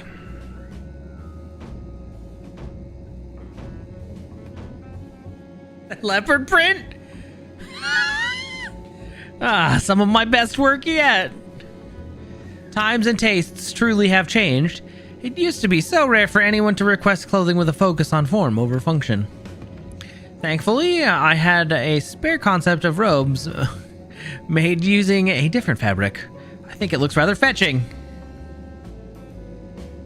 I was worried how the concept would turn out when I put it to the proof, but it looks stunning on you. Won't you go show Living Way? I'm sure she's eager to see what we've come up with. No, dude, no.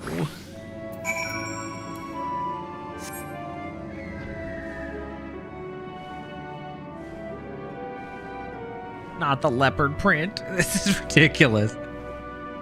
Hey, Living Way, do you like my clothes? Because I don't like them.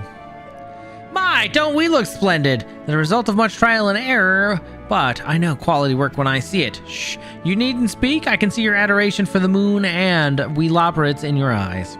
No doubt your friends feel the same, having sampled our creations. Let's see what they put them in, huh?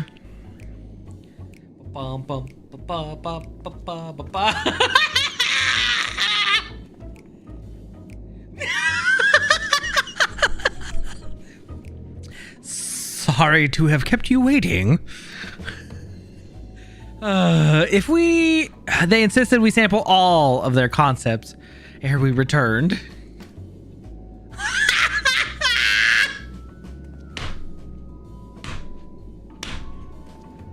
Verily, 'tis an ensemble most becoming.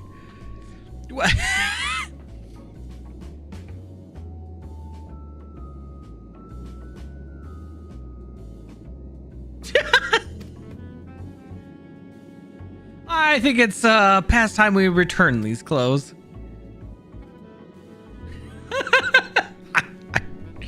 I do like Arianche's, to be fair. It's probably the least weird of them all the leopard pattern. I was so confident our garments would meet your approval. Whatever did we do wrong? The Watcher taught us that. In his time, everyone wore the same robes. To do otherwise was against social etiquette. We thought we could appeal to modern taste by tailoring the robes to specific professions, but... Well, that's actually not too bad, but... Please, you mustn't be so hard on yourself. Should we resort to evacuating the people of Aetheris, they will most certainly have need of your attire. 'Tis clear you spared no effort in addressing our needs, but you must understand, we are not quite so homogeneous. Speaking for myself, what I wear now better suits my tastes, even if it is of inferior make. But there are others whose choices may be influenced by traditions or personal experience. Rather than make assumptions for the whole, you must consider the individual and their potential preferences. I fear we've underestimated the complexity and diversity of your people. Even if we've memorized every tome we've received, I doubt that we'd fared much better. Maybe we're doing you a disservice by trying to shower you with all our baubles and frippery.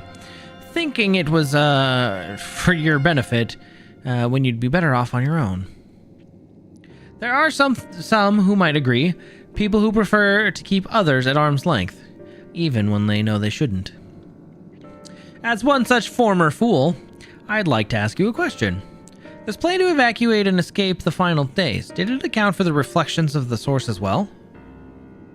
No. Not that I'm aware of. We were born of Hydaelyn's love for Aetheris, and the salvation of her people on that star, and that star alone, has ever been our aim. Surely it's better to devote ourselves to saving one world than to divide our efforts across 14, and risk failing them all. I suppose you're right. Livingway, might we have leave to explore Bestway's burrows unattended? You've given us much to think about. Why, certainly. Until later, then. Aw. If I may, I should like to accompany thee a while longer. Really? I mean, you're more than welcome to. There was actually something I wish to speak with you about. Let's be off then, shall we? Wait, what are you doing? Oriange? Don't leave me alone. Hi, friend. What you looking at? Hello. My apologies. I wasn't trying to spy or anything. Everyone's been talking about visitors coming from Aetheris, and I wanted to see what all the fuss was about. I was excited at first, but now I'm worried. What if the people of Aetheris refuse to come? What if we can't save them? It's clear we've made a mess of things. Oh, but wait! You still haven't visited the domiciles. You should see them. You'll understand how wonderful the moon truly is, I'm sure of it. I'll be waiting for you by the teleporter near the entrance. Oh, and the name's Growing Way, by the way. See you soon. Growing Way, huh?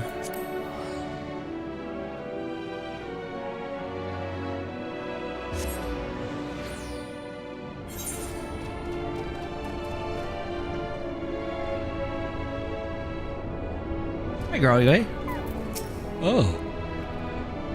You're here. You're really here. Ah, thank you so much for, well, what should I call you? EB? Element Box? Crikey! Even your names are amazing. Well, EB, we'll be using this teleporter to enter the residential area whenever you're ready. They have a residential area on the moon? Ready in the teleporter. Away we go!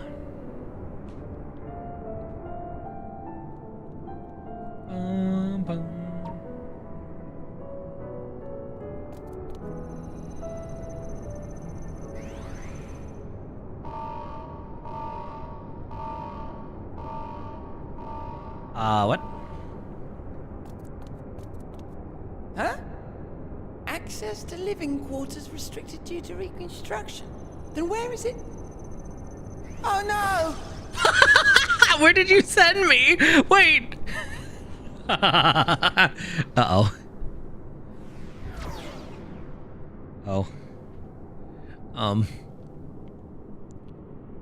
A private audience, as thou didst request. For reasons I know not. Oh, shit. Duck, hide. Just a precaution. I'd rather I didn't have to ask the question at all, but I take my responsibilities very, very seriously. Do you and your friends, by any chance, find our accommodation wanting? Be honest, brutally even. 'Twould be ungracious of me to belittle the efforts of thee and thine. Lovely sentiment, really. But the disappointment is writ plain on your comrades' faces. It's all the more frustrating since no one will come out and say what they find wanting.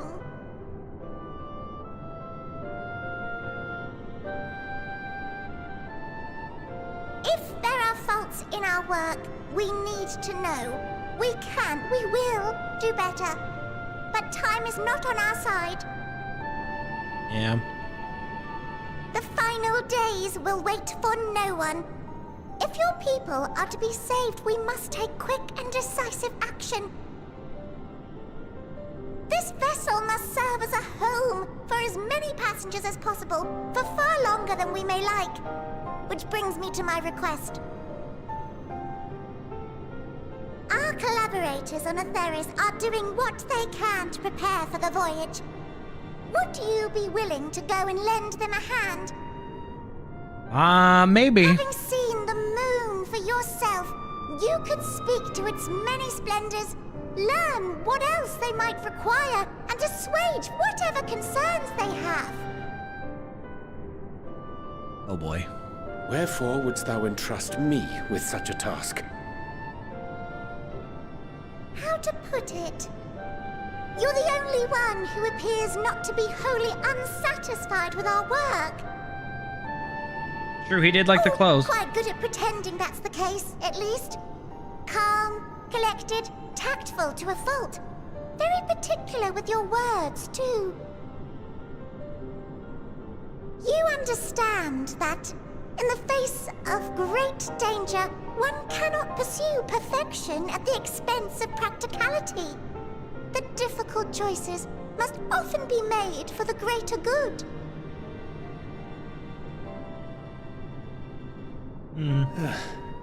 And so fate doth conspire to set my feet upon this path once more.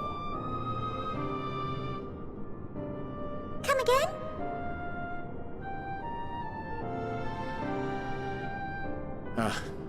Idle musings. 'Tis no trifle thou dost ask, yet full well do I understand the urgency and necessity.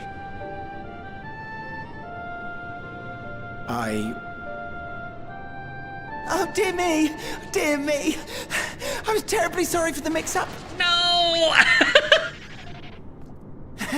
It's a bit of a malfunction. I hadn't realized the residential quarters were inaccessible, you see. But you're still in one piece.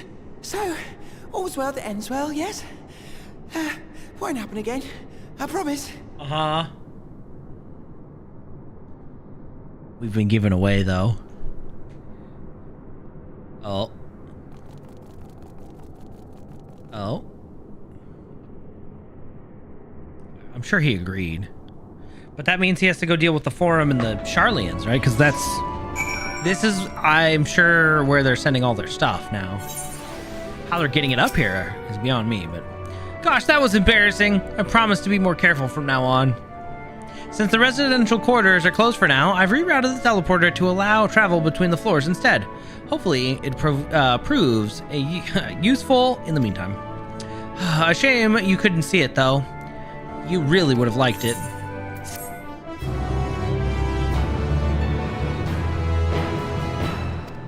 Okay, sweet. All's veil that ends veil. Wow. You may not seem like it, but...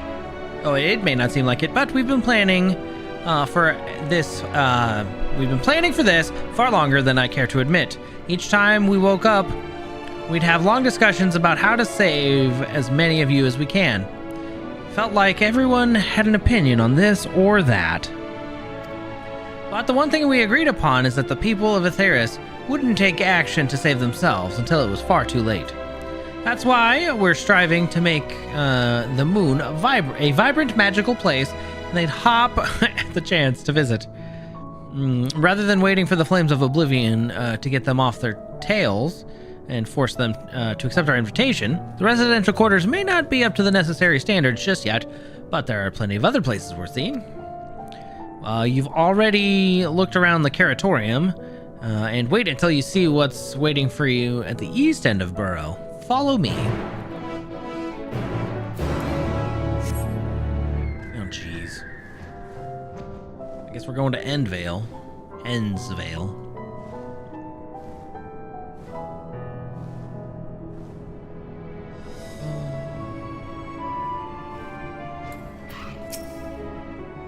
Good, you're here.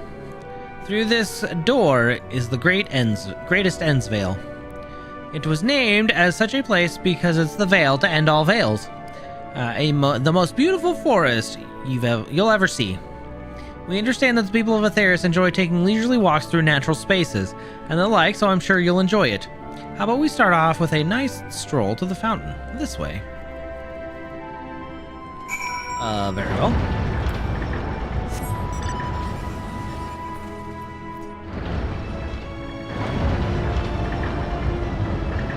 Oh, neat. It's not, okay. Okay. I mean, it's neat, it's not... I figured there'd be more shrubbery. Well, there's water, though.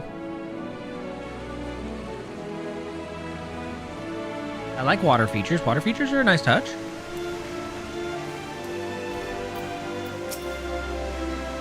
So, what do you think of the forest? Isn't it positively pleasant? Simply sublime? Tis as transcendent as burying your face in a chocobo's plumage and taking a good long whiff.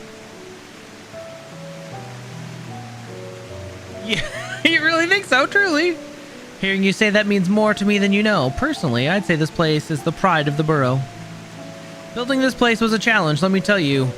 Since we were born here, we've never seen trees in person before, let alone a forest. Information sent by our collaborators was quite enlightening, but after much deliberation, we decided to use crystalline constructs in the place of living trees. And thanks to our atmospheric circulation system, this place produces air as clean as you'd find in any forest on Atheris. The fountain here behind us, powered by the rather large crystal adorning its top, plays a vital role in supplying us with fresh water. Much time and effort was spent making it the most spherical of spheres, and I dare say the unparalleled roundness speaks for itself. Well, I enjoy nothing more than a nice long stretch and a spot of relaxation whenever I come up here. You should, you look like you could do with a stretch yourself.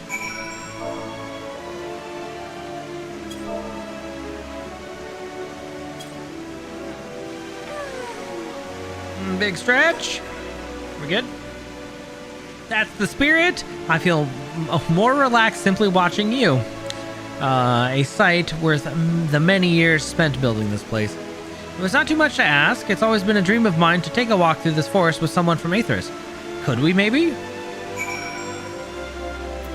I guess. You will? Oh, be still my quivering whiskers. Oh, jeez. What is happening? It's just green tile and crystals and water towers? Oh, Lord. I was thinking, EB, that I could be more helpful to you by teaching you a little bit about the moon and what it is we do. When we were first created, the moon's sole purpose was to hold Zodiark, and there was absolutely nothing to be found here. Eventually, Haydn gave us our first task: furnish the moon with propulsion systems capable of facilitating travel to other stars. It sounds impressive, and I suppose in some respects it is, but it was only possible thanks to all the knowledge Heidelin shared with us. We also had a lot of time getting it done. A lot of time to get it done. 6,000 years, give or take. But anyway, let's keep going. That's a long time to get propulsion, especially from just space. This may come as a surprise, but we didn't begin building the habitable areas until after the propulsion system was... propulsion systems were ready. Considering how long it took, I wish we'd started sooner. Who would have thought we'd need 4,000 years to make all this? It certainly wasn't work you dare rush either. We had to create infrastructure and countless supporting systems, some of which wouldn't be operational until hundreds of years later. And then there was a brief period where our productivity came to a screeching halt when that bizarre red satellite was sent up from Atheris. The Allegan's Mischief, I think. We thought maybe some new nefarious actor was colluding with Zodiark. All we could do was stand by and brace ourselves for the worst. I can tell you how relieved we were when Hydaelyn informed us of its destruction. Oh yes, there was much joyous humming that day. Well, I'm sure.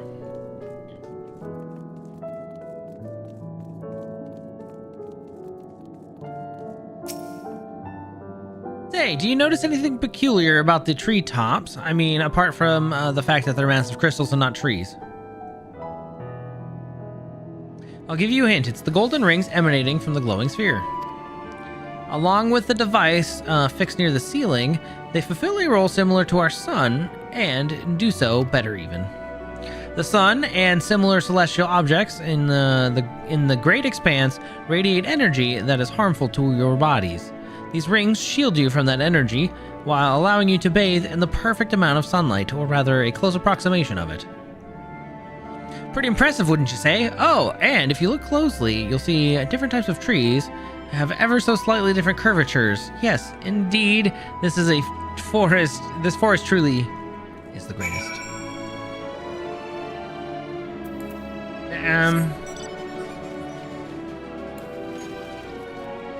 I mean, I guess.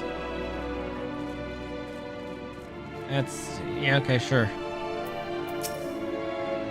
There was something else I wanted to tell you about. Oh, right! The propulsion system and the habitat facilities were completed around 2,000 years ago. And with that, the most important features were fit for purpose. Which was all well and good, except we still knew absolutely nothing about the present-day people of Atheris. Why not go and visit Atheris yourself, you might ask? Well, strictly forbidden. Were our technology or knowledge of the moon's true purpose exploited for evil ends, the result could be disastrous.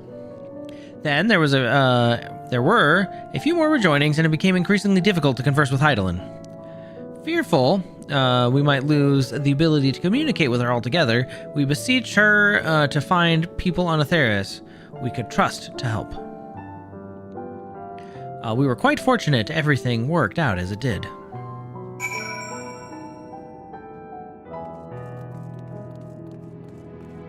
Nice. I don't think I trialed Jane Doe.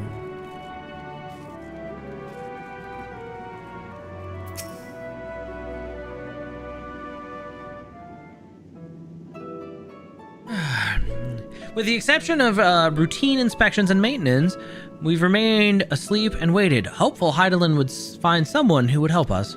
Eventually she did, and though her power was waning, we were able to speak to them directly for a short while. We shared with them everything we could, including our knowledge of the heavens, and a means to travel here to the moon. They certainly didn't waste any time with what we taught them. No more than a few years after that, our collaborators found a means to convey messages and supplies to us from down below. With all the letters, books, and other resources they sent, we learned enough to start making more meaningful changes to the moon. And now you're here, hopefully enjoying yourself as much as I am. Oh, I knew you would like Greatest Ends Vale. I knew it. Thank you again for coming here, by the way. I know it was just a walk through the forest, but it meant a lot to me. Hey, friends. Please take me away. There you are. I take it you've already received the grand tour. A shame we missed it. Going away, I've been looking all over for you.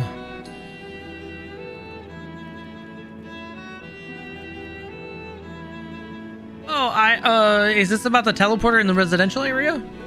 No, never mind that. We have more pressing matters at hand. I will be calling an emergency meeting shortly, and your attendance is required. Really? I can't imagine why you'd need me there, but if you insist. We won't be away long, so you are all more than welcome to continue looking about the burrow. Now, come along, Growing Way.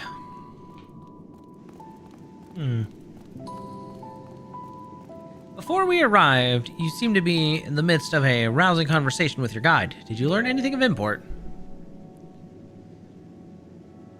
Well, this is supposed to be a vale, but there's no trees. It kind of sucks. They spent 12,000 years preparing for this. With all the appointed hour fast approaching, I certainly understand their restlessness, but still. It remains to be seen if the people can be persuaded to evacuate when there are yet no signs of the final days. What's more, the technology of this place defies imagination.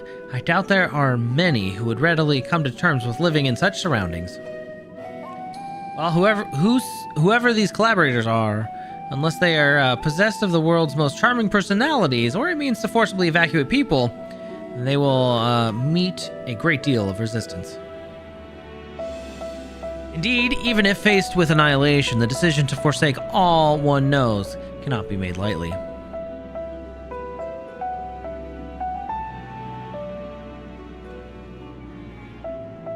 Forgive me, my friends, but I must beg your leave. There is another matter which yet begs mine attention. Of course, we can accompany you if you like. Nay, that will not be necessary, if you'll excuse me.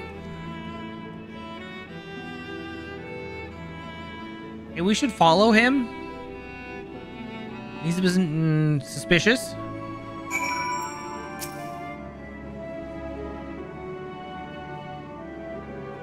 Server issues? Please don't. It is clear now that difficult decisions lie ahead of us. Preparation for the evacuation of Atheris is indeed crucial, but I am not yet willing to forsake our world and its reflections, and I trust I am not alone in my reticence.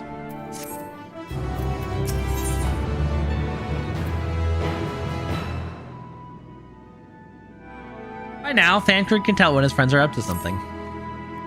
Did Urianger seem strange to you? More so than usual, I mean? I know he has a penchant for keeping his own counsel, but I'd be lying if I said I wasn't worried. Would you go see if he's alright? Ishtola and I will remain here and see what else we can learn about the final days. If you hurry, perhaps you can catch up to him. Why did the thumbnail for the quest look so ominous, though?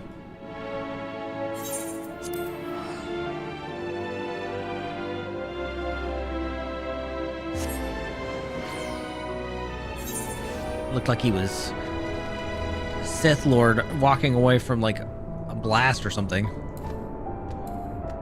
Urianger, bad guy again confirmed.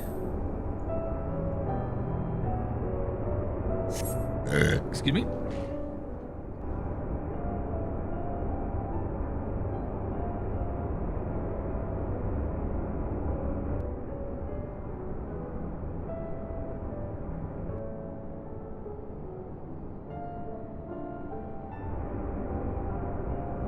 Urianger appears to be heading to the entrance to Bestway's Burrow.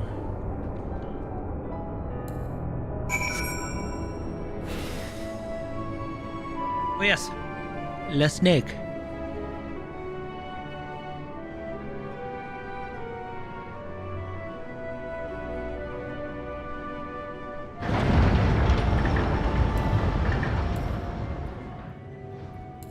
I guess we'll see. Where'd you go? Oh, hey, Argos.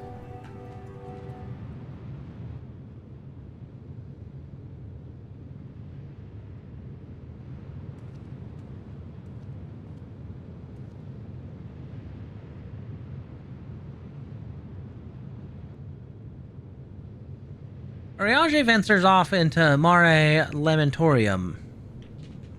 For reasons unknown, you must tread carefully, else he might sense your presence.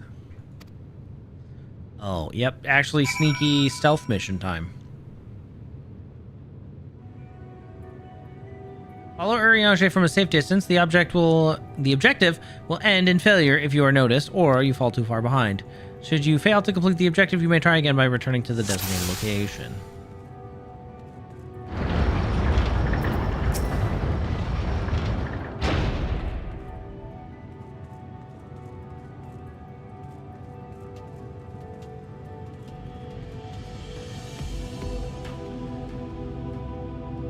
Urianger.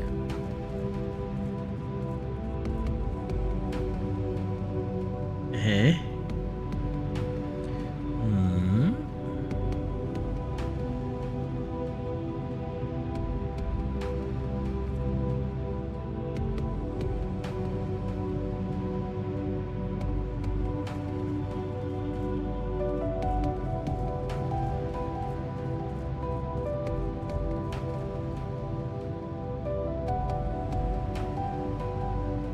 Bud, you're not leaving me with a lot of hiding spots.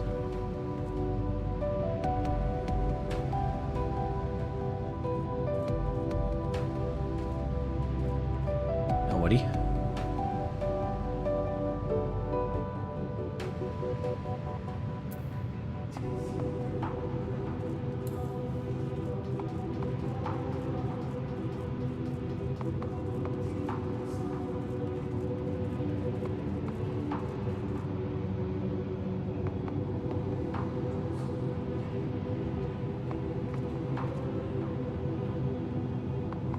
Can't see me or my axe.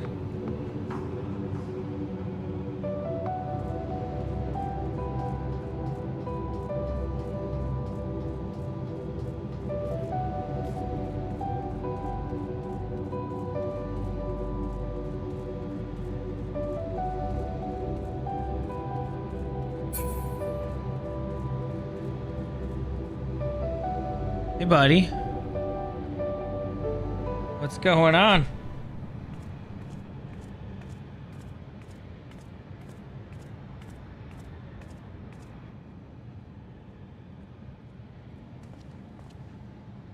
Thine arrival is timely as ever.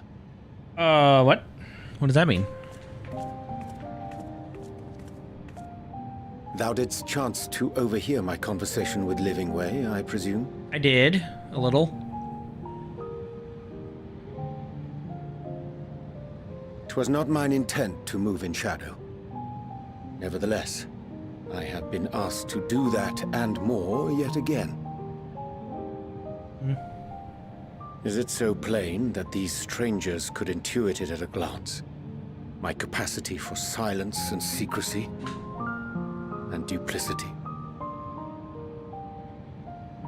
And Grahatir did contrive to deliver the first at the price of his own life. I was complicit in the scheme. A sacrifice averted for a mercy. Would that I could say the same for Menphilia. One life for one world. And by that bloody bargain brokered by my hand were the scions robbed of a dear comrade and Flamine her beloved daughter.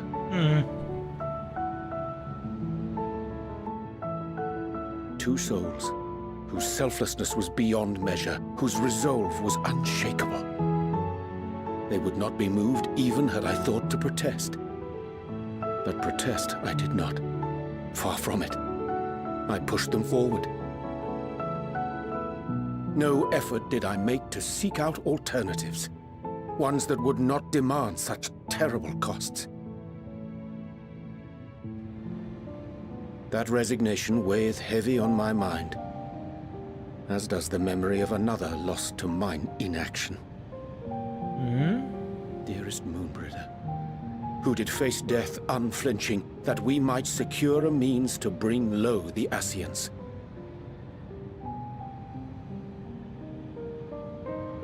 In her hour of need, I did naught. Dutiful disciple of Louisoix, ever looking to the greater good. Had I shut mine eyes and bid her live instead, mayhap she would be with us today.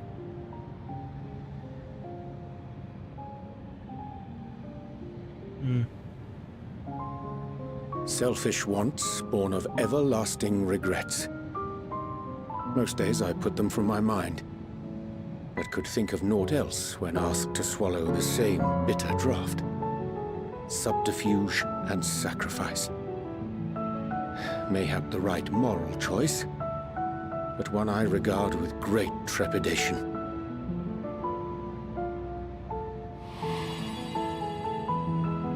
The calamity of Amarot was a tragedy beyond reckoning, one which must never again come to pass.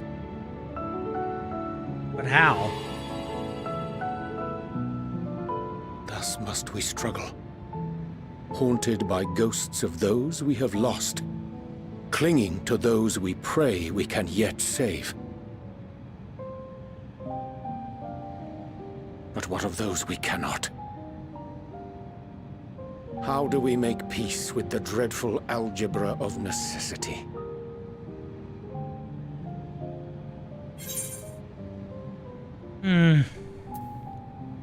Have faith in yourself and your decisions. Take heart and protect well those you can. Sage counsel indeed.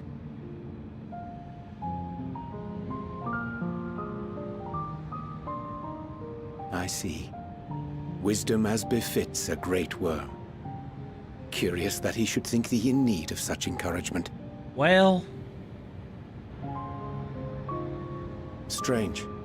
Scarcely can I remember when last we spoke alone, and so candidly.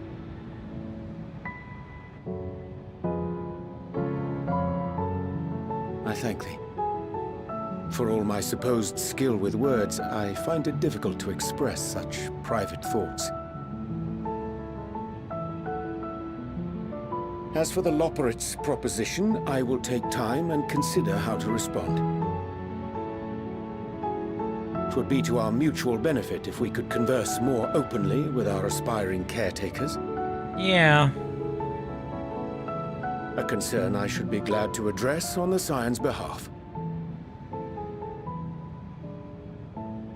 To dispense with all pretense and bare one's heart to another is a frightening thing indeed. But we cannot move forward ere we take that bold first step. A lesson I have learned many times before. And today.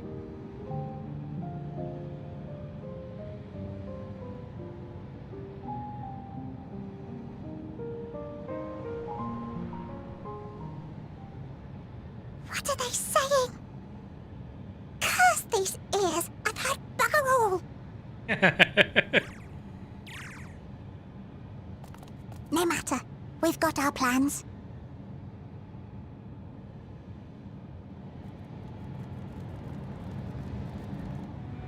I mean, okay, what?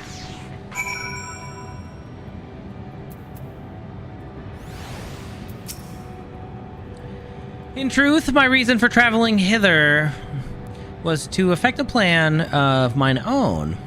A plan which may pave a way forward for us all. May, I say, for there is no guarantee of success. 'Tis the reason I set out alone. That failure, should it come, would be mine to bear.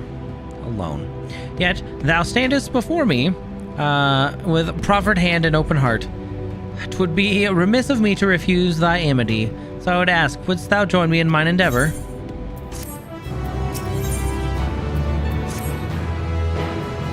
I thank thee for accompanying me. 'Tis a simple plan in truth. We shall not be long away from Bestway Burrows.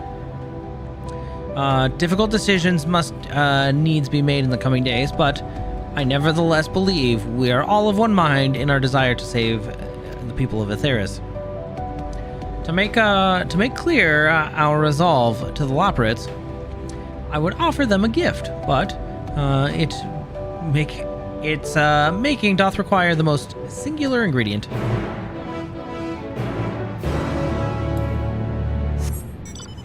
Okay.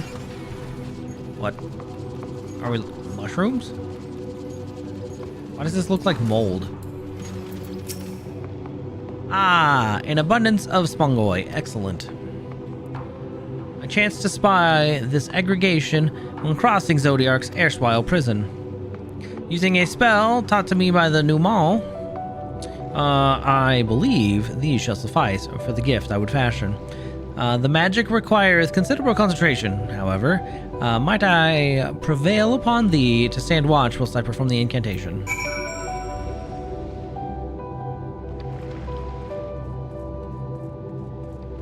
Sure.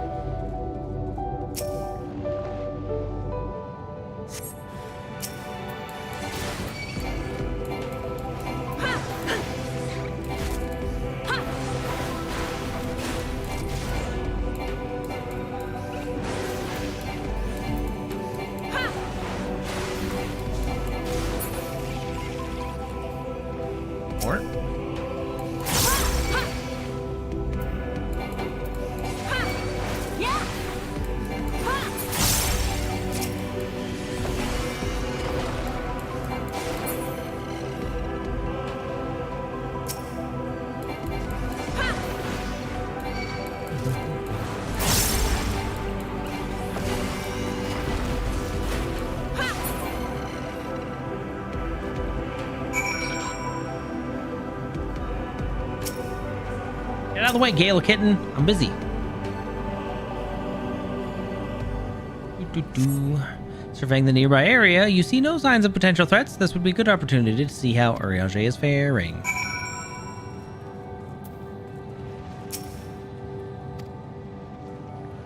He remains fixed on his work. What you making there, buddy? What you got?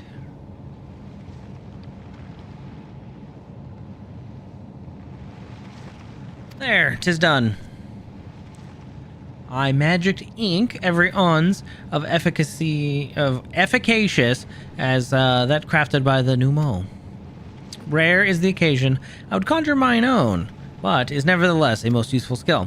The resulting product is admittedly possessed of no preternatural properties, but its hue is one of mine own choosing. I pray the Loporits will appreciate it. Ibi Urianger, oh thank goodness. I thought you have been eaten or has fallen in the crater. Living way.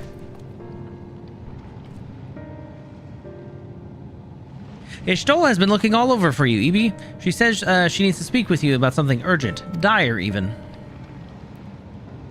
She was also quite clear that she wishes to speak with Ibi alone, which means I'm afraid you must stay behind, Urianger. But worry not, it just so happens that we need your help with an errand, delivering a package from the Watcher's Palace to Bestway's Burrow. It's quite large and heavy, perhaps even too heavy for we poor Loporits, and we would be ever so grateful if you could lend us a hand. That's convenient, suspiciously convenient. Are you insinuating I would betray the trust of Heidelin's Chosen, or worse, do anything to risk getting on Y'shtola's bad side? She's clearly not one to be crossed. Nor made to wait. Now off with you. Worry not, Ibi. I shan't be long. Wow.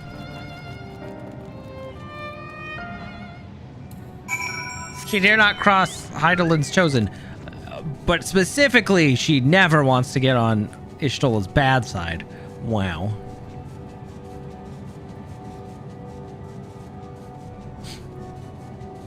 Rat lady, good old Jane Doe. Nice. Well, I'm glad you have a power character now.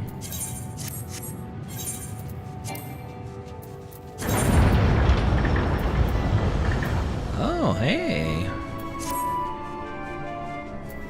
I guess I upgraded my earrings out of what I had.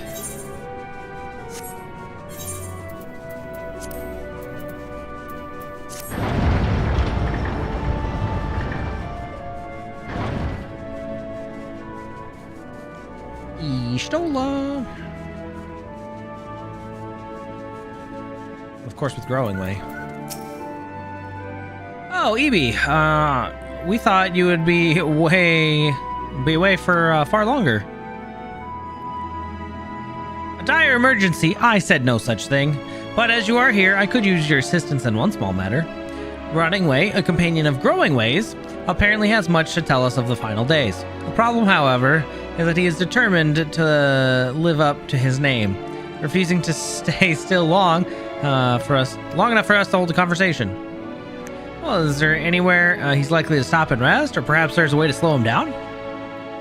What's the rush? I was thinking we should wait here, maybe enjoy a cold mug of carrot juice, and no?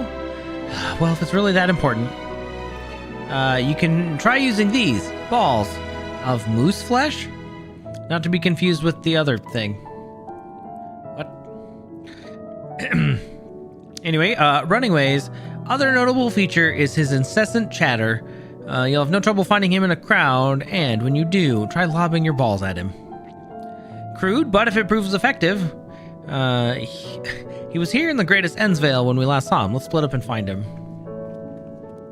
Oh, jeez.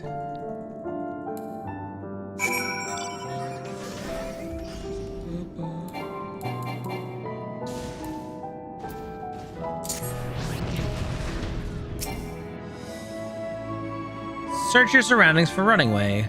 You may move the camera, run and zoom out. Okay.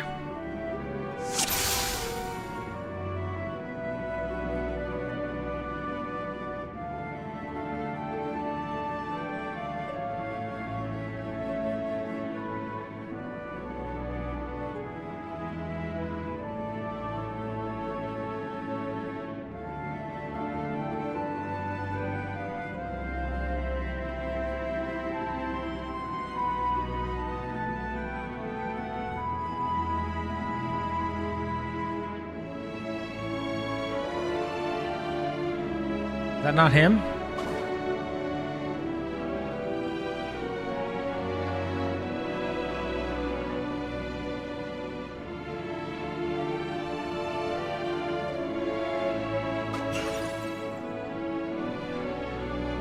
Ow, that's smart.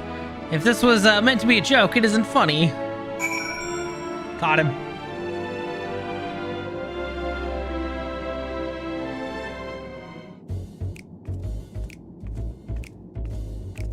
All right, there, running away. Yes, I'm running away. Do you mind explaining why you hit me in the face with your balls of moose flesh? We needed to stop and talk to you. You just kept going.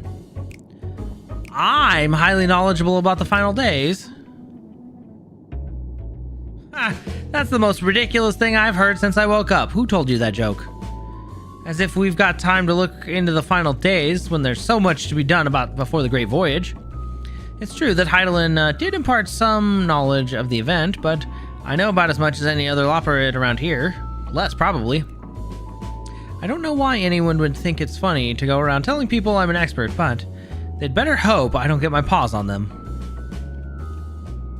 Well, it was growing way. Sorry I couldn't be of more help, but if there's nothing else, I've work to do. And I'm off.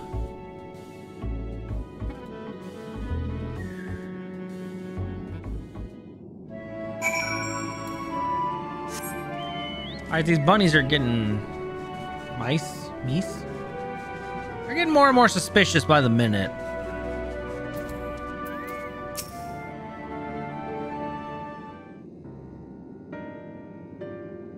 I couldn't find neither hide nor hair of him. How did you fare? I found him.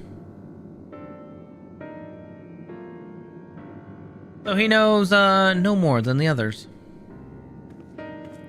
Care to explain yourself, growing way?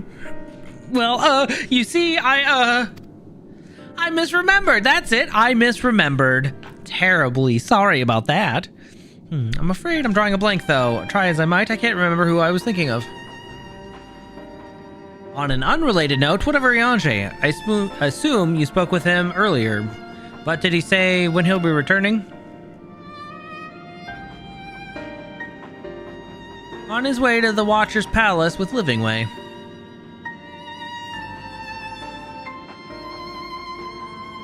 Between Growingway's sudden lapse of memory and our lack of other leads, maybe our time would be better spent lending Urianger a hand.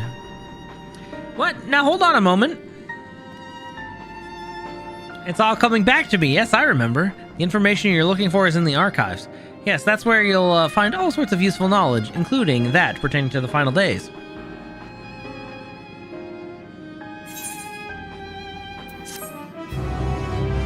Oh, really? Is that... Goodness. Oh, what to do? I promised Livingway I would help, but... No, I promised I'd help, and that's what I'll do. The archives are on the second floor of the main plaza on the eastern wing. Follow me. Are you actually helping? I suspect the Loperates are up to something, but if there's aught to be learned of the final days, I think it's best we play along. For now, at least.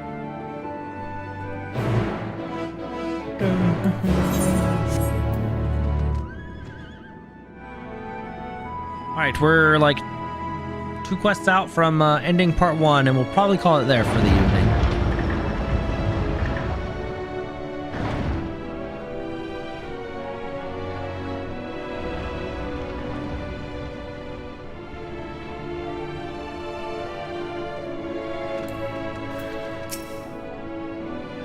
Alright, Growing Way, let us in.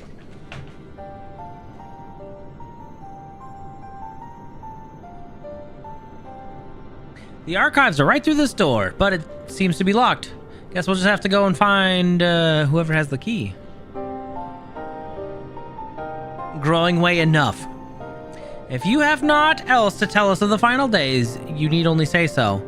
We can ill afford to be wasting time here, as you well know. Did you yourselves not tell us we must act quickly? Yes, we did, but... The moon was to be a perfect paradise for the people of Aetheris. And we're running out of time to make everything ready for their arrival. We'd hoped you'd see the wonders we have to offer, but you found nothing but faults and flaws in our work. Only one of you saw our potential, so the others must be kept here. Ah, so that's Livingway's game. Run us about in circles, and failing that, lock us away, so we can't put the plan at risk. Everyone except Urianger. He understands what is at stake, what must be done. Well, I fear you've misjudged us, Growingway. We have never decried the notion of using the moon as a means of escape. That said, my heart breaks at the thought of abandoning Aetheris and her reflections to their doom. If there is a way to avert the final days, I wish to find it. We all do. We may fail, but our efforts would never be at the expense of your plans. But why would you take that risk? There's no room for ifs and maybes now. The people of Aetheris will escape here to the moon. They'll be safe, and we'll finally get to see all their happy, smiling faces. I'm sorry, but we can't let you leave. We just can't. Oh, you want to fight? Do what you must, but try not to hurt them. I'll be back a moment. Don't do anything rash while I'm gone. Game on, boys. If we dally, they'll overwhelm us with sheer numbers. I say we knock these ones out, split up, and make our way to the exit. Agreed. Let us convene where Argos is outside.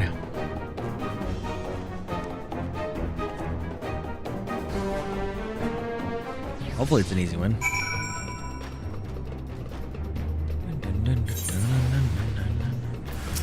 Let me at him.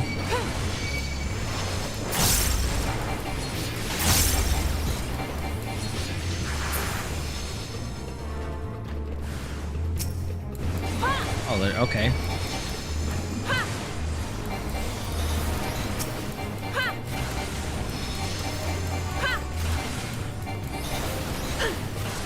I was ready for my cool new move.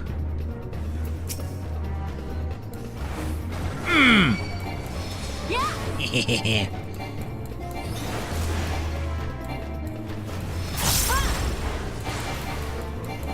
I'm sorry, Growing Way. Can't be like this.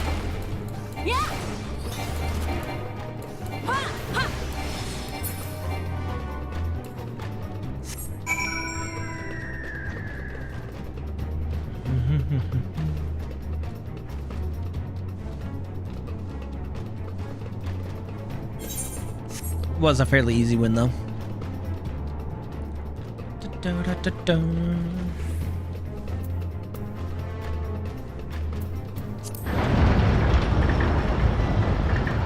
Alright, we've made it out. Argos, we need out here ASAP. Good, you're here. We must hurry to the Watcher's Palace and find Urianger.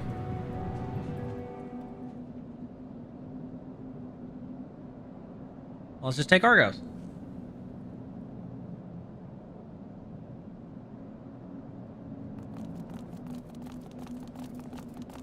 And what, pray tell, do we seek at the Watcher's Palace?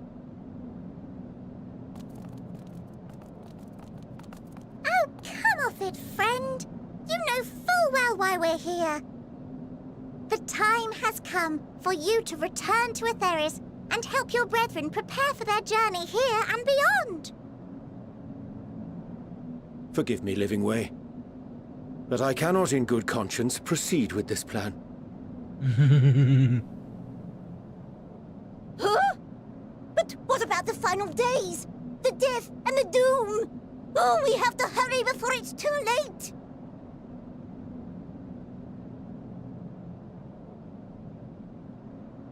Your unflagging commitment to your duty is endearing, to say the least. Surprise! Oh, bugger!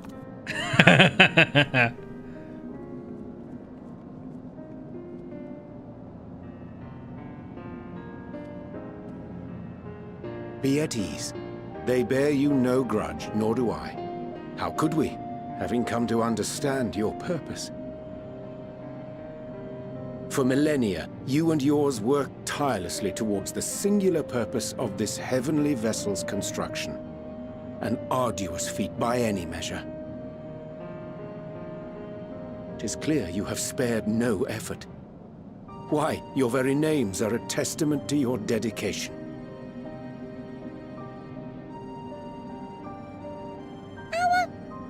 Our names? I'm not sure I understand what you're getting at.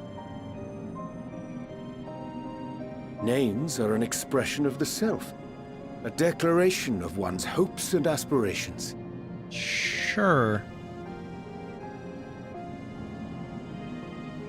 Your use of contemporary, uncomplicated nomenclature doth ensure clarity of purpose. There can be no doubt that your love for the people of Aetheris is boundless and pure. True. Yes! Yes! A most mellifluous phrasing! What? We Loperids were born of Hydaelyn's love for Aetheris. That shining, shimmering blue jewel, brightest star in the sky, brimming with life and possibilities. For as long as I can remember, I've toiled in anticipation of the day when this vessel might be needed. All I've ever wanted was to meet those she cherished so dearly, to serve and serve well. That goes for all of us, don't you see? So help us help them. Lead them here where we can keep them safe. If there's anything wrong with what we've built, we'll fix it. We'll make it right.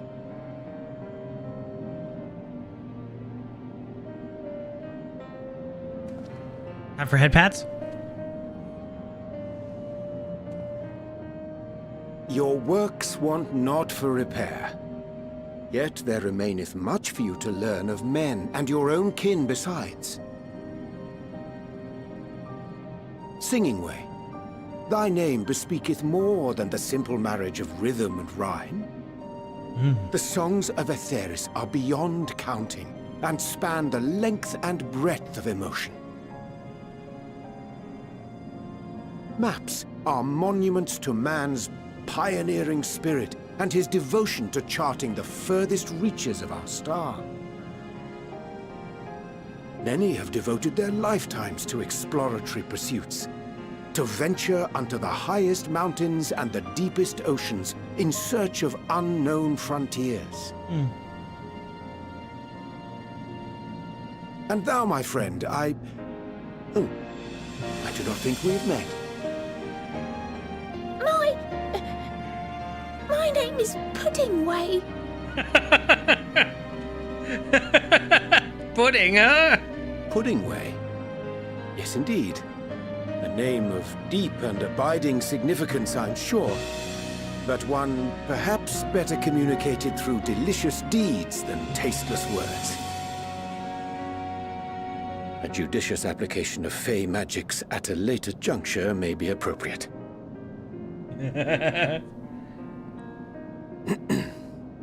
And Living Way. 'Tis no easy feat to convey the significance of thy moniker. When I was a bookish boy, a dear friend of mine was fond of peppering me with questions as I read, to my occasional annoyance. One day, I posed to her a question of mine own. What doth it mean to live?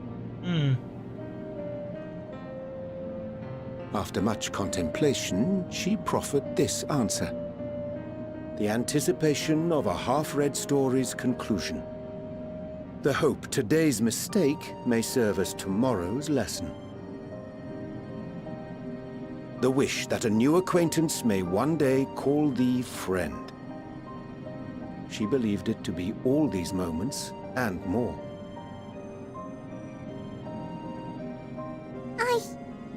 I want to understand, but... I, too, still labor to find mine own answer. 'Twould be my pleasure to assist you and yours in embarking on a journey of self-discovery and enlightenment.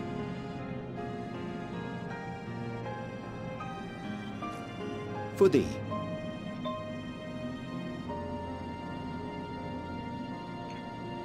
Wait, is that a Fantasia potion? Ink as blue as the waters of Oh, right, that's ink. Made in haste, though I assure thee, the quality has not suffered for it.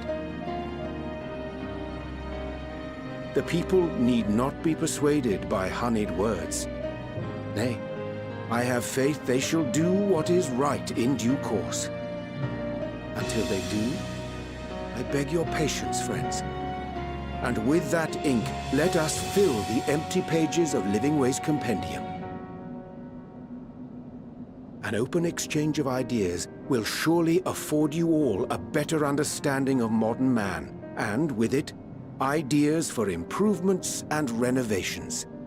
True. But more importantly, it shall empower us to together find a way forward.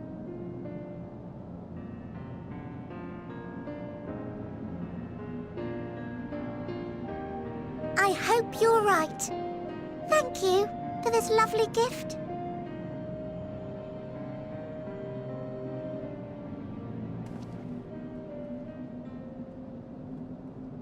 There you have it. I shall remain with the Loporrits to ensure that all is in order. Though we must needs prepare for every eventuality, you would all agree that the evacuation of our star is a last resort. Play the song! To accept failure is to accept the demise not only of our star, but that of Reen's, of all reflections, and the souls that call them home. Which is why I have every faith that you shall fight to the last, that such drastic measures may prove unnecessary. Let's hope so. Should the worst come to the worst, and I pray deeply that it won't, I'll take comfort in knowing preparations were made under your watchful eye. Aye, thou mayest be assured that if calamity cometh, not a soul will be left behind, if being the operative term. Oh. Orange. That flower. How came it into your possession? Eidolon picked it for me. How very like her.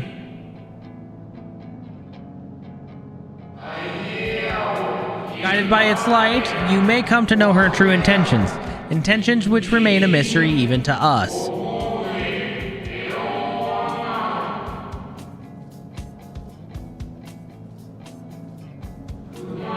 In our time, we called it Elpis. You would do well to remember the name.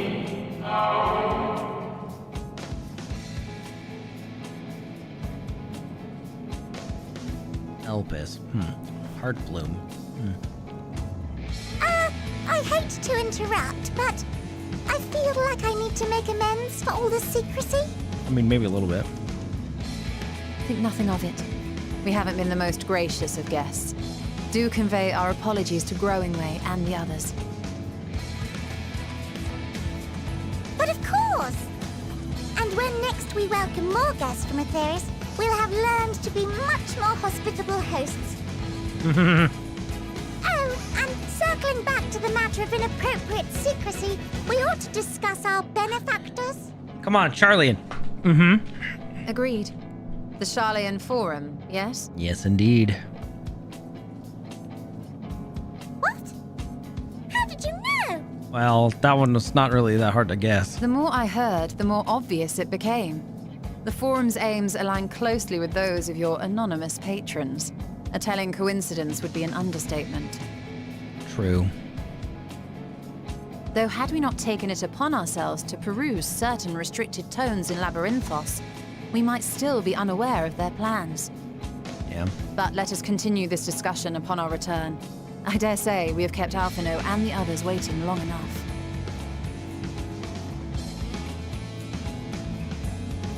True. true indeed.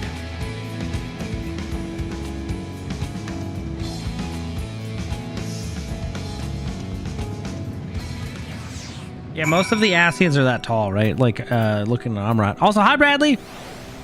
I hope you had fun at your autumn equinox ritual thing. We're, just cruising through part 1.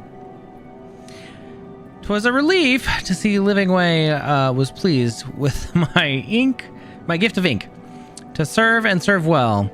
Though their knowledge may be lacking, their boundless love is a blessing without peer. It will be no easy task to prepare them for what must be done, but gladly do I embrace this duty, even if doth necessitate that we part ways for a time. Forgive me my absence, but I have the utmost faith in you and all our fellow scions. When I next return to Aetheris, I pray I find you all in good health and good spirits.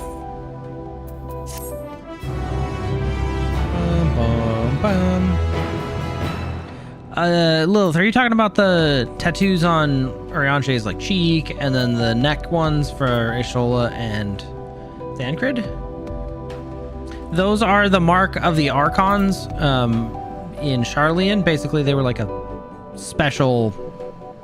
It's basically a special like designation for them. I think Graha also has one. Alright. With the Loporrates in Urianche's capable hands, we needn't worry about affairs here in our absence. Knowing the face of their earthly collaborators, there is much to discuss with Alphino and the others.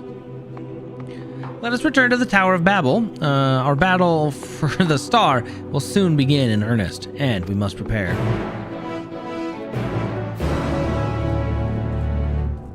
Yeah, essentially a special rank for the scholars.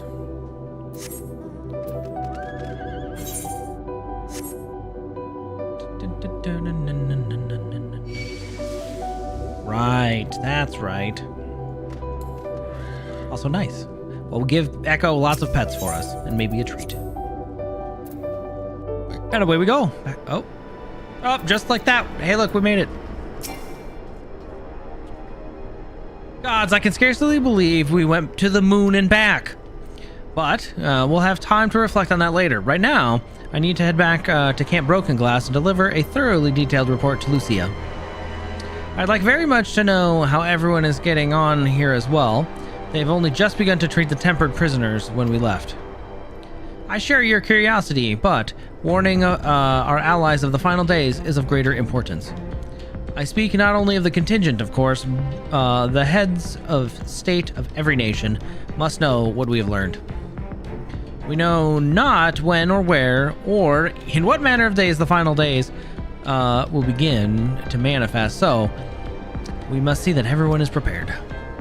Agreed, though we may wish to stress the importance of discretion, lest the public be sent into a panic. Not that anyone in a position of responsibility should need to be told as much, but it bears repeating. Anyway, first things first, to Camp Broken Glass. Bum, bum, bum, bum, bum, bum.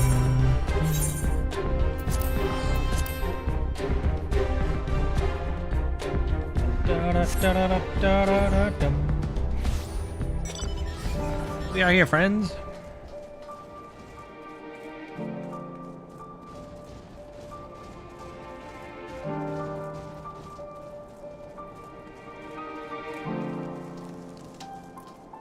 Telt escaped a leader. Oh, Lucia. It's good to see you all again. No worse for your lunar adventure, I hope.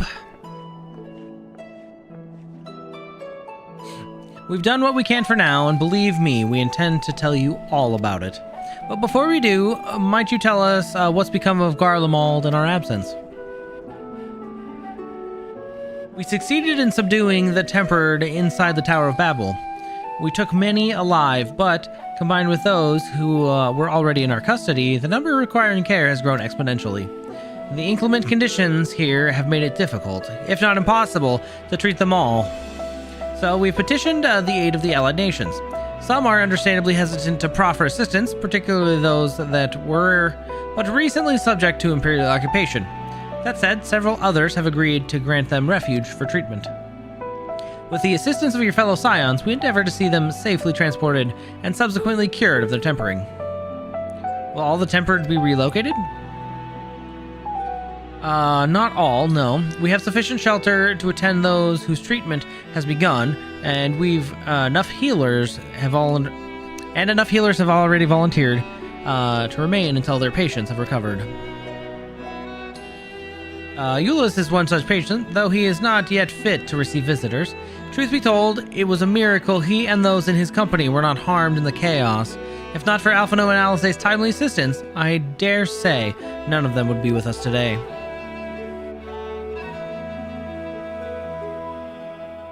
Well, in light of recent developments, have the Alliance leaders come to any decision regarding Garlemald? Given the tremendous ramifications of what has happened here, it will take time to determine what must be done. In the meantime, they intend to work with the Eastern Alliance to keep a close watch over the provinces. We have other news to share. Shortly after Anima was defeated, we received reports that each and every tower has vanished. For a mercy, the process was apparently not quite as violent as you thought in Thavnair. For those who were trapped within them have been rescued and are receiving treatment. To hasten this endeavor, the beast tribes have received instruction in the magics needing to cure tempering. Master Matoya is no doubt thrilled. The Mother Porksy affords her so many visitors. Yes, we are grateful for her ongoing efforts, as well as those of her comrades near and far. As for the contingent, several of our members have been granted leave to return to their homelands after the transfer of a temperate has been completed. Lucia and I will remain here, along with a small force to continue offering aid to those here in Garlemald. The Empire may be no more, but there are those who yet call these lands home. I believe that accounts for the recent events here, so what of the moon and the Talaferoi? Well, it's all about to come crashing down.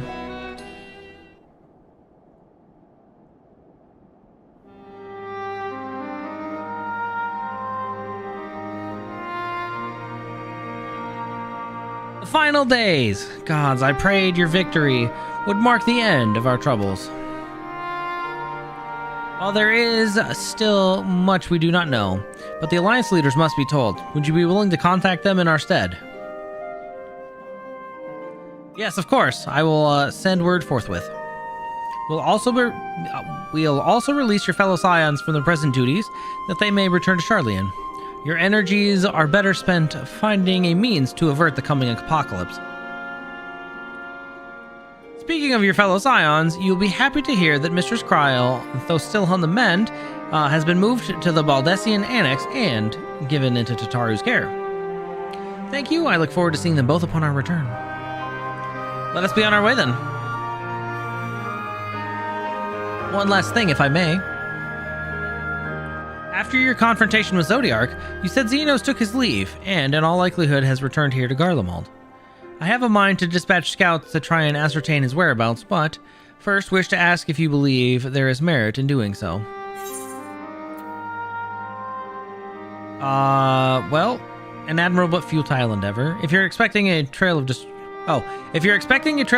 to follow, you won't find one. If they found him, they would likely not live to tell the tale.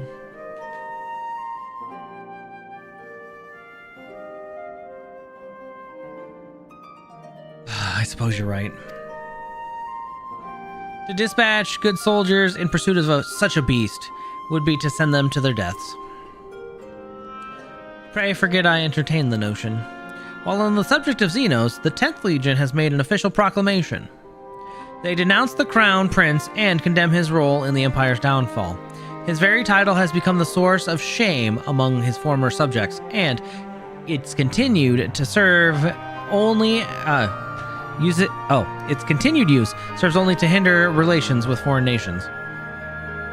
For this reason, he has been declared Zenos Viator-Galvis, outcast and enemy of Garlemald. Interesting.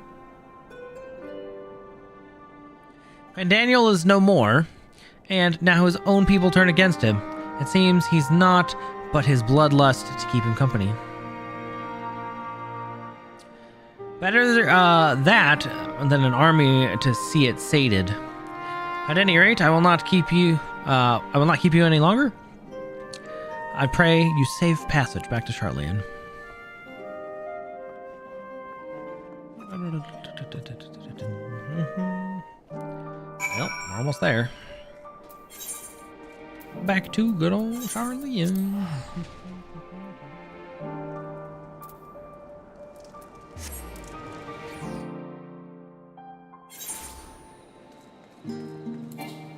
Right.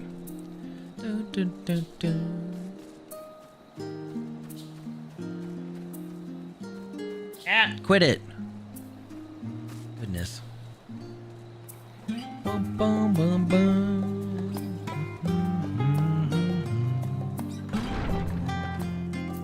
Hello, Kryl. Good to see you up. Welcome back, EB. We were so terribly worried about you. Though it is plain I have caused my own fair share of worry, and for that I apologize. Hydaelyn called to me that day when you entered the Tower of Babel. Her pleas were faint but desperate, and I knew at once she required a vessel to carry out her will. What came after feels like a dream barely remembered, my body flowing through the life stream toward Garlemald. When I regained consciousness, I was all aches and frostbite, exhausted of ether. So exhausted, in fact, I could only laugh, for it was at that moment I understood Raha's weariness from the Tower of Zant. Would that I could laugh at a time like this. Though we prevented Zodiark from being unleashed upon the world, I am curious to know what else took place on the moon. Perhaps we should wait for the others to join us before you give your account. Let us reconvene in the main hall once they arrive.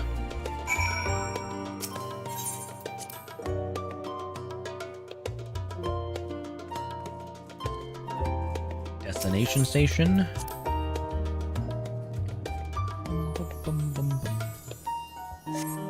All right, here we go.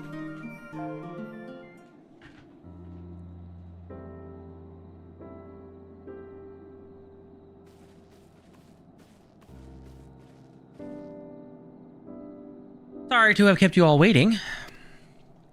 Not at all. We understand you've been quite busy. Will Urianger be joining us? Not at this juncture. Duty keeps him away, I'm afraid, though EB can explain why better than I.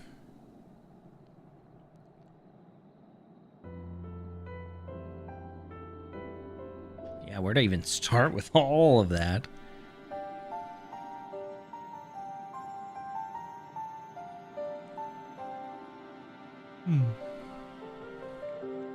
The final days, as befell Amarat. And we are to escape via the moon? What of the source and its reflections? Shattered upon destruction. I've no intention of standing by while the world falls to ruin. So, how do we stop this? Unfortunately, we have no answers at present. If the celestial currents have grown stagnant, as was the case in the time of Amarat, the solution would be to alter the flow of ether throughout the entirety of the star.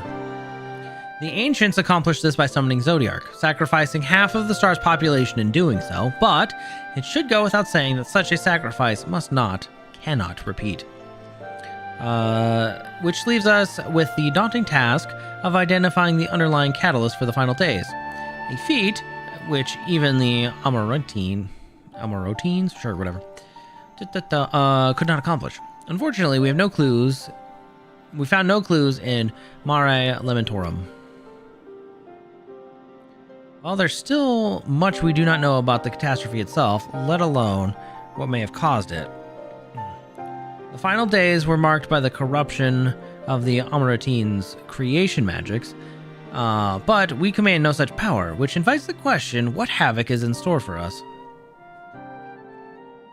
If we knew that much, perhaps we could draw some parallel with the events of the past, and thereby form some semblance of a plan. Perhaps we should start with the Forum then, having worked with the Loperates. In secret all this time, there is surely more they can tell us. Hi, Tataru. Forgive the interruption, but I have urgent news. The Forum is holding a public assembly outside of the plaza. Some sort of announcement. What is Father up to now? Well, there's only one way to find out. This can't be good.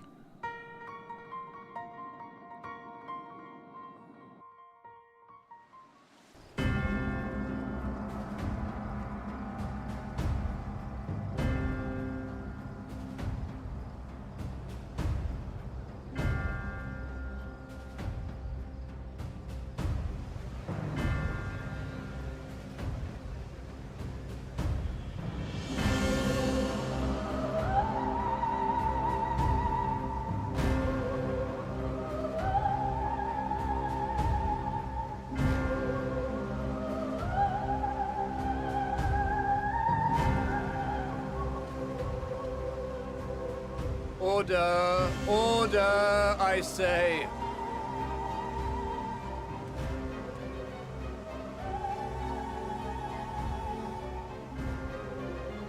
I thank you all for gathering here on such short notice.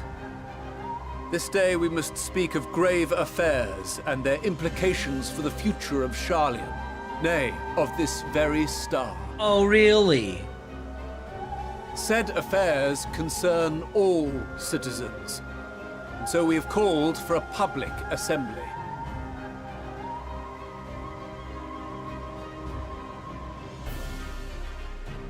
You may have heard rumors of the Telophoroi and the havoc these madmen wreak abroad.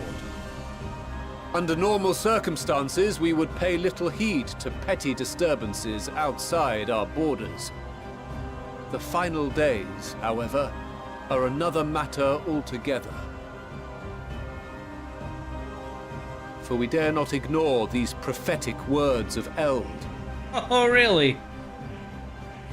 The Endbearers will come, ushering chaos and calamity. The final days descend and devour the very star. Wait, he's not going to pin it on us, is he? I've never heard this prophecy. Yeah, what the hell, man? Is it true? Will all that really happen? It's possible. Calm yourselves. The time has come to speak of the Forum's most sacred duties. But first...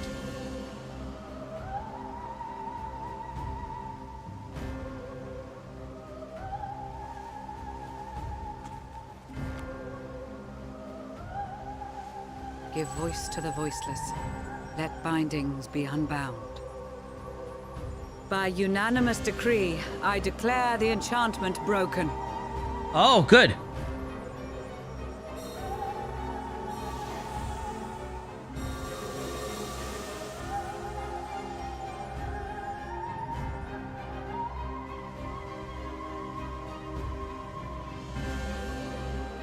Master Leveilleur, if you would. Very well.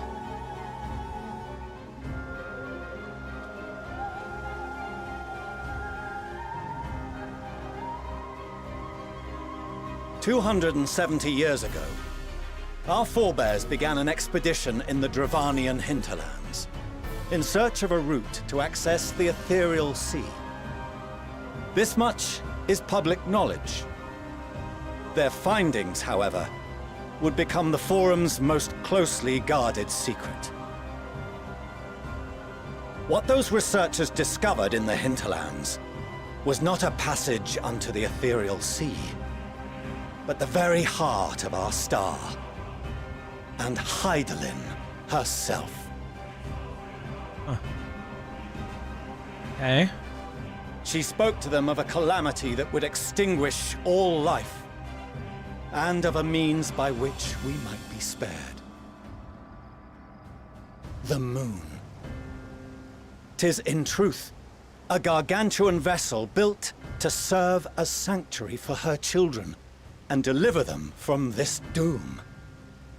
Much like Njunkref's hope in ages past, it will bear the people of a world in the throes of death to a new home. Needless to say, this will be no small undertaking. To facilitate the great work, the Forum has maintained close contact with the servants of Hydaelyn, who presently reside on the moon. Goodness. Convinced that the foretold end was all but inevitable, we began amassing a wealth of knowledge. Not merely for the betterment of our nation, but in preparation for the journey to come. You reveal this to us now? By the gods, how long do we have? Good question. While we cannot say with certainty, we believe the hour to be nigh. We received a transmission from the moon suggesting as much not long ago. Which is why we must in earnest begin preparations for the great exodus. For his impressive contributions and the leadership he demonstrated during our withdrawal from Dravania, we have elected Master Leveilleur to oversee this initiative. Of course.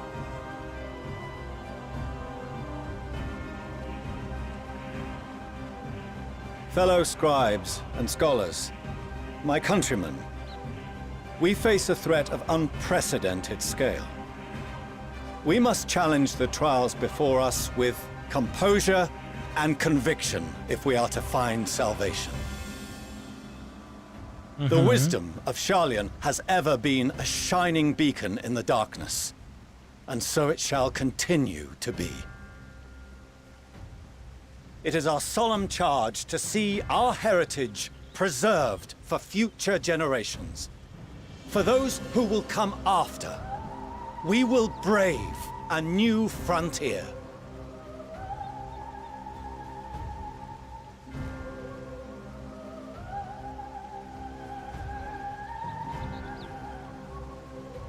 Administrative edicts will be relayed to all major institutions ere long. In the meantime, carry on with your duties.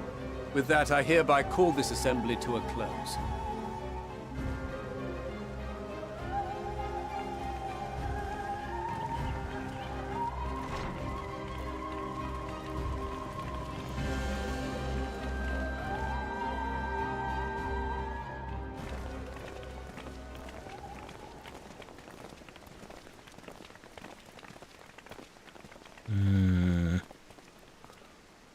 Do you remember what Mother told us when we visited home? That it wasn't until after we were born that Father seemed to lose himself in his work. If that great work of his was the evacuation of this star, then... Yes. It wasn't for his benefit. That doesn't make it any less selfish. Would you mind waiting here a moment? I wish to speak with Father before we leave. Okay. Keep it civil, eh? I may look daggers at him, but I will neither speak nor draw them. If it's all the same to you, I have a few choice words to share with Father as well.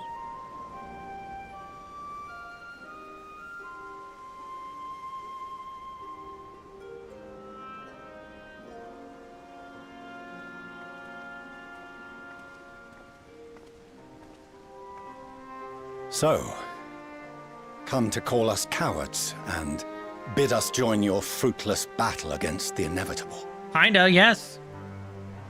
Nay, we do not object to the Forum's proposal. On the contrary, those who wish to flee have every right to do so. Urianger is cooperating with your associates on the moon to ensure that all is ready should evacuation be our only recourse. Then whatever your business, I suggest you be brief. What? Rude, dude. Though we cannot boast the boundless wisdom of Sharlayan, we have first-hand knowledge of foreign cultures, and have conversed with no small number of peoples. These experiences have taught us fundamental truths that cannot be recorded in any tome, nor charted on any map. The beating heart of this planet is its people, many of whom would give anything, even their lives, to protect the lands they love. Many may choose to join you in the end. But what of those unwilling or unable, for whom escape will never be an option? What would you have them do? To ignore the plight of those one might conceivably save is not wisdom, Father. It is indolence. This is why we choose to fight. We'll not ask for your understanding, Father. Only that you don't turn a blind eye to the good we have done. That we can still do. Yeah, there you go. We're not children in need of protection. Hold fast to your principles and let the world burn if it please. But we believe there is still another way. And if there is, we will find it. You see if we don't.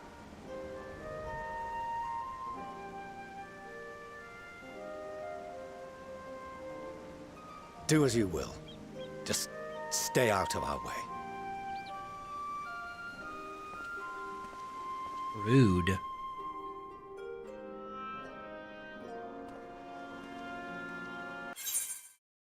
Are you joking?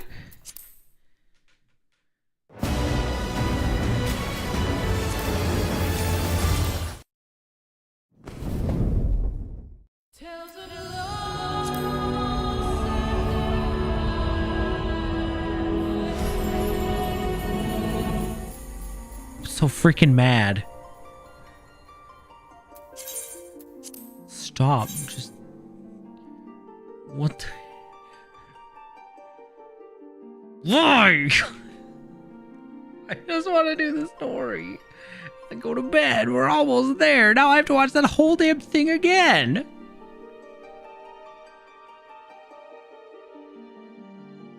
Oh, dude.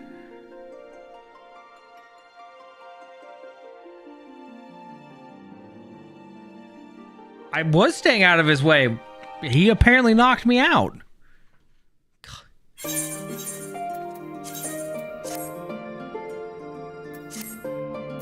Freaking ridiculous.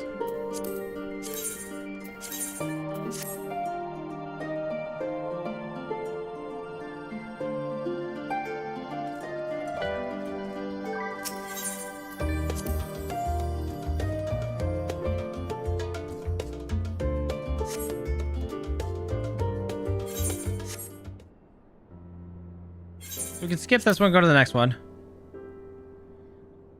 I've never had this many disconnects either, so I don't understand. We already watched most of this. I don't want to just skip it. Now we have to wait for that whole thing again? Oh, God.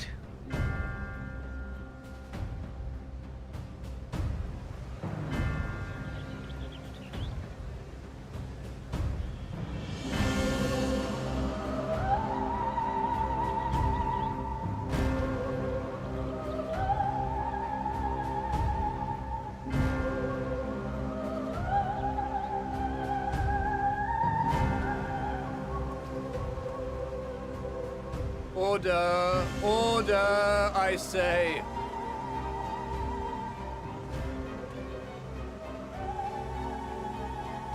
Looking up to see if this, if I can, if there's anything we really missed. Gathering here on such short notice. This day we must speak of grave affairs and their implications for the future of Sharlayan, nay, of this very star. Said affairs concern all citizens, and so we have called for a public assembly.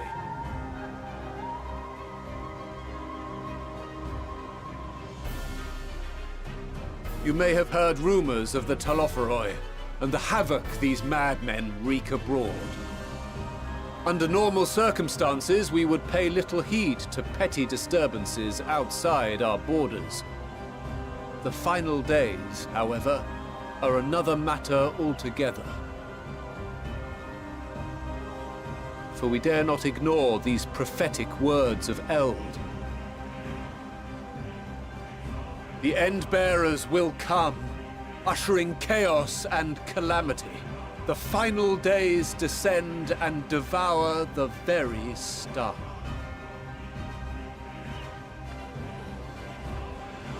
I've never heard this prophecy.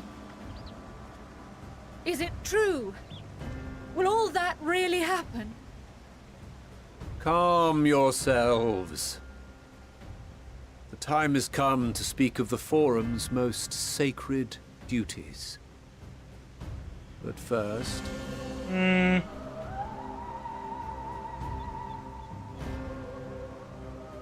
This is so hard to find a freaking video on just this.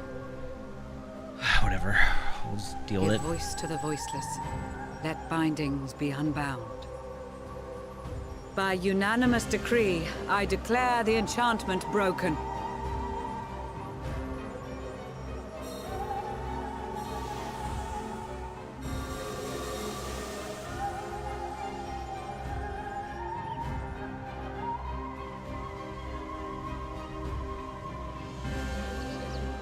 Master Leveilleur, if you would. Very well.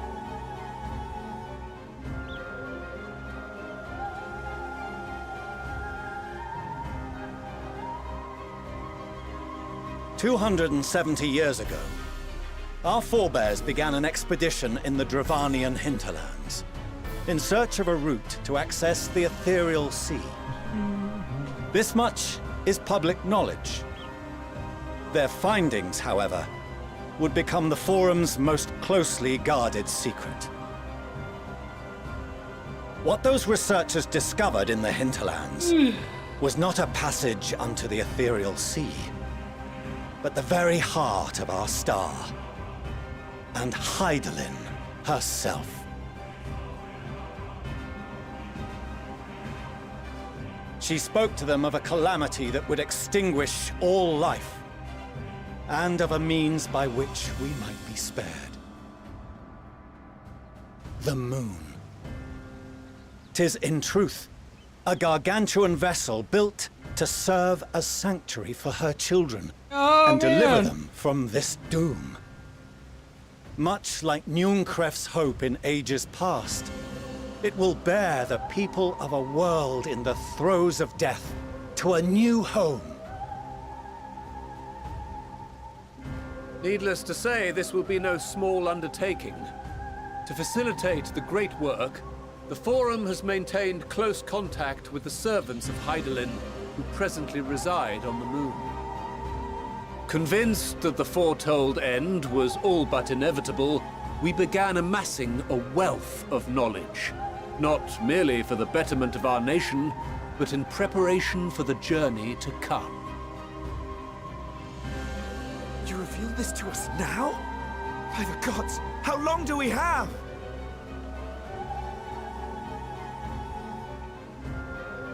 While we cannot say with certainty, we believe the hour to be nigh. We received a transmission from the moon suggesting as much not long ago. Well, since we just watched most of this until we get to the Which is living why part. we must in earnest begin preparations for the Wow, it's great kind of tempting right now. This is ridiculous. Twice. We've been disconnected twice in one For his night. impressive contributions and the leadership he demonstrated during our withdrawal from Dravania, we have elected Master Leveilleur to oversee this initiative. No.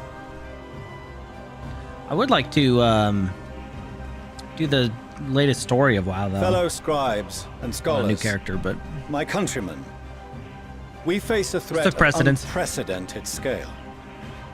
We must challenge the trials before us with composure and conviction if we are to find salvation. The wisdom of Sharlayan has ever been a shining beacon in the darkness, and so it shall continue to be. It is our solemn charge to see our heritage preserved for future generations. For those who will come after, we will brave a new frontier.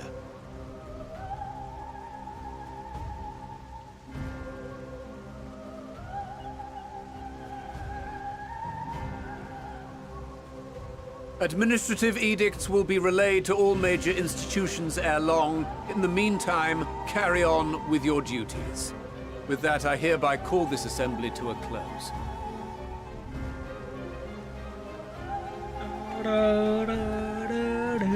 I think FF14 servers have been under a DDoS for a couple of days now, but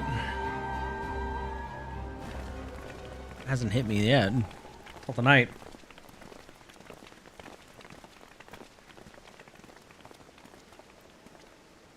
Do you remember what Mother told us when we visited home? That it wasn't until after we were born that Father seemed to lose himself in his work. If that great work of his was the evacuation of this star, then... Yes. It wasn't for his benefit. Well...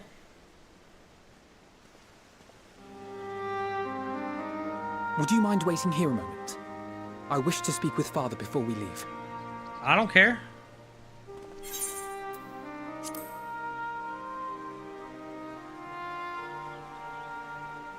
I may look daggers at him, but I will neither speak nor draw them.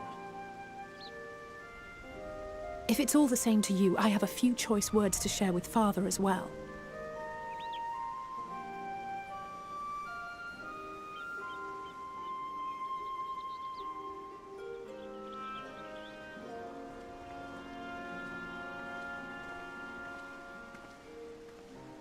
So, come to call us cowards and bid us join your fruitless battle against the inevitable. It's not fruitless, you dick! Nay, we do not object to the Forum's proposal. On the contrary, those who wish to flee have every right to do so. Urianger is cooperating with your associates on the moon to ensure that all is ready should evacuation be our only recourse. Should. Then whatever your business, I suggest you be brief.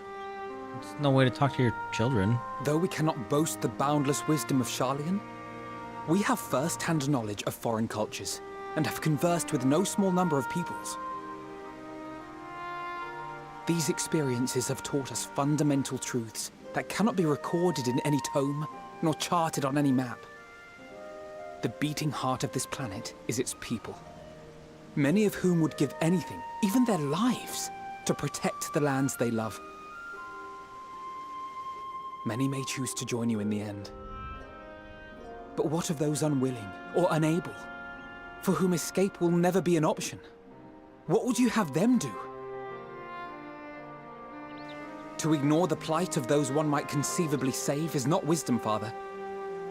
It is indolence. This is why we choose to fight. We'll not ask for your understanding, Father. Only that you don't turn a blind eye to the good we have done.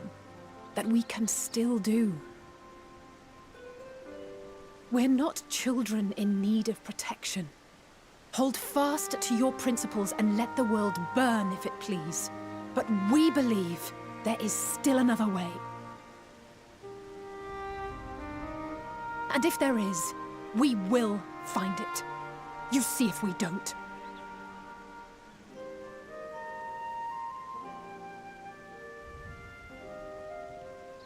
Do as you will. Just stay out of our way.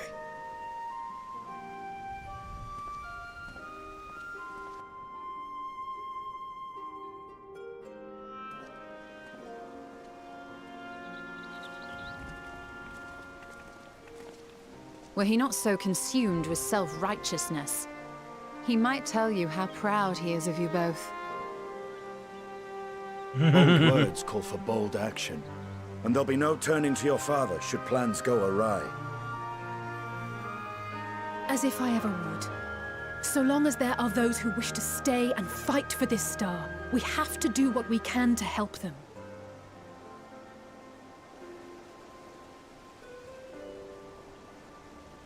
And if we're to do that, we'll need to be well rested. Wouldn't you agree? And having triumphed over what we once thought to be the source of all evil, I can think of no one in greater need of at least a dozen winks. That's fair.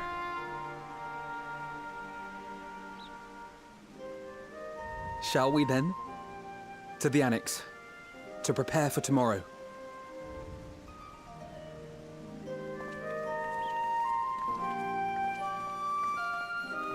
Okay.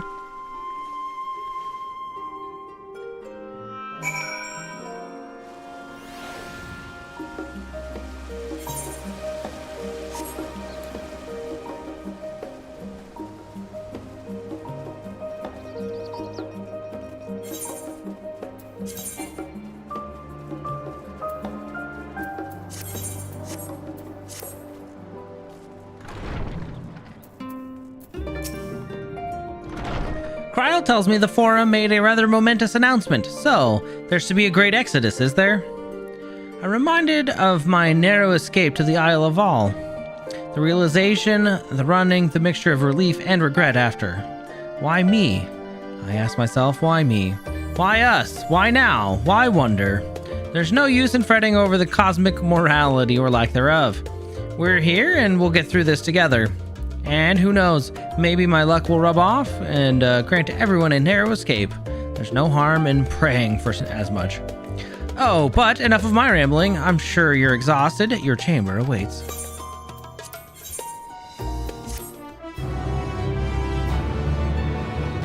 Nah, I think it's bedtime. After more cutscenes. As long as we don't get disconnected.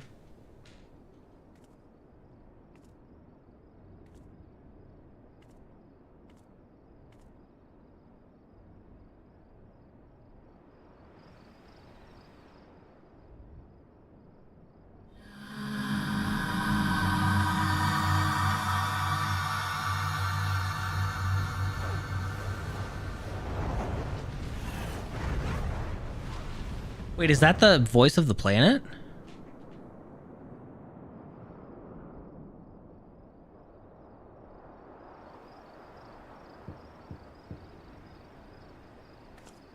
Hello? A visitor has come knocking at your door. Whoever could it be?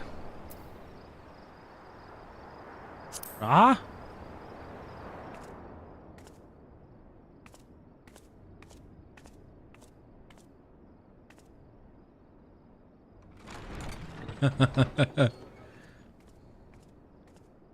Oh, apologies. I didn't mean to.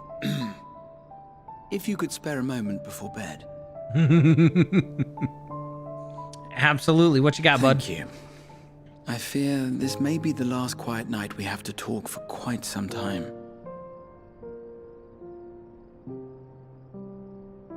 Oh, you don't want to come in? Okay. I am troubled of late. Unwarranted concerns, perhaps. I hope. Nevertheless, I feel compelled to share them with you. Though you have bested your enemies thus far, Zenos and even Zodiac, your victories have come at a considerable cost to yourself. No one is without their limits, and you are no exception. I worry the added weight of the final days will prove more than you can bear. It is surely too much for any one woman. But you needn't bear it alone. Let me share your burden. What? My, carrying capacity pales in comparison to yours, but I could still help. Shoulder the occasional satchel from your ever-growing mountain of, baggage. Wow.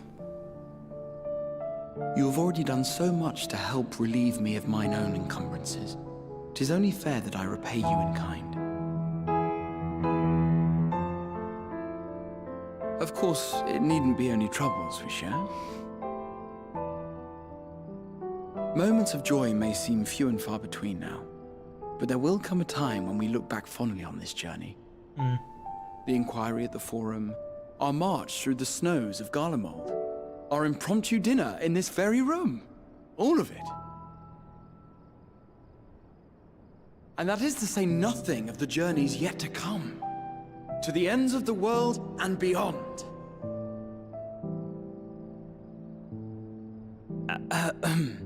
But tomorrow will be no less busy than today, and I've kept you from your rest long enough.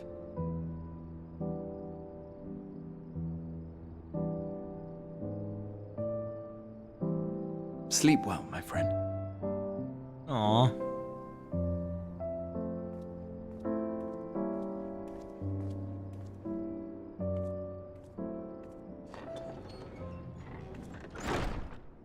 That was sweet.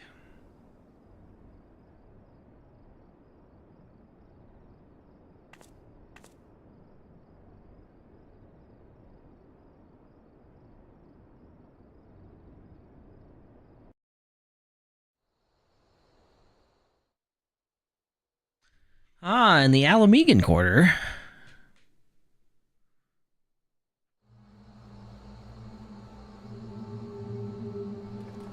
Uh-oh.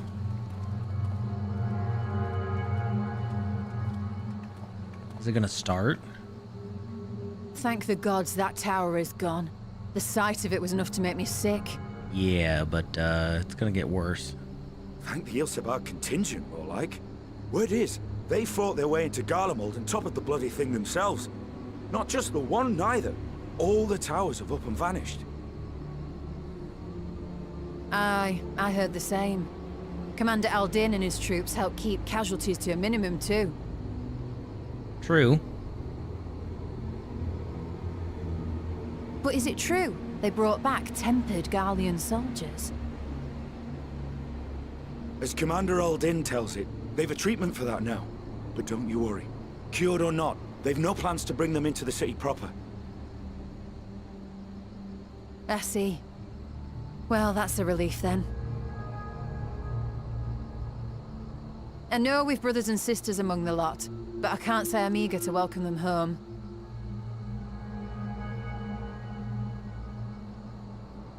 Wanted to think about it for a while yet. But to be looked after in Alagana for the time being.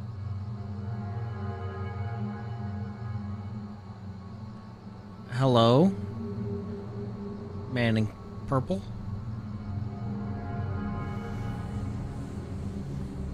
What the? What? Meanwhile in Ishgard...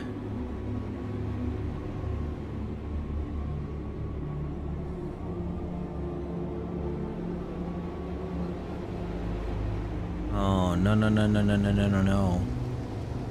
Oh, no, no, no, no, no, no, no, no, no, no.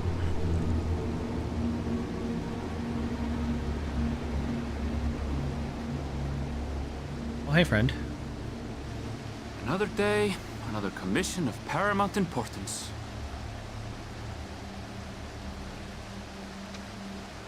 Well, what have we here?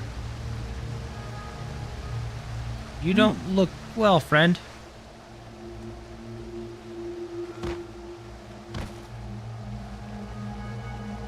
Hey, are you all right?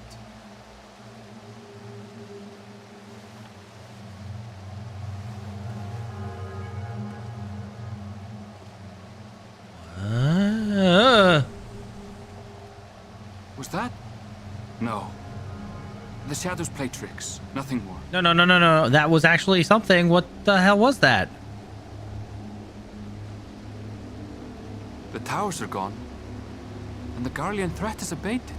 Yet, why does it feel as though it's about to get much, much worse? It is.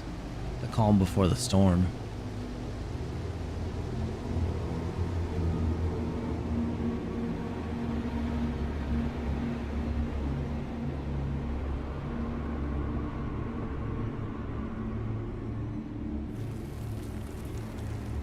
Oh. Oh, nope. Nope, nope, nope, nope, nope, nope, nope. Not my dragon friend! Well, on that note, we will leave you with a cliffhanger, I guess. Okay.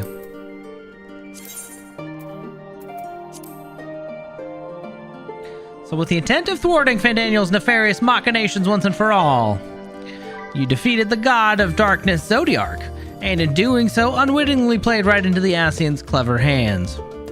The coming end is now inevitable. As skies bleed and meteors rain, what hope can be found in the chaos?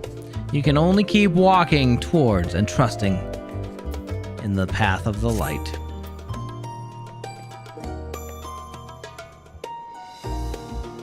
Oh, the end is nigh? I think it's just N-I-G-H. If that's what you're...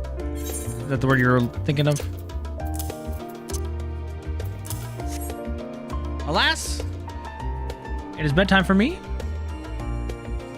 We will continue this journey next week. And it will be grand and glorious as we continue Endwalker. So now we're about halfway. Can I have Volgled? Have fun with WoW? So let me look real quick. I don't know how many quests we technically just did. We did a lot. But there are a couple more level ranges. There's 20 quests here. 1, 2.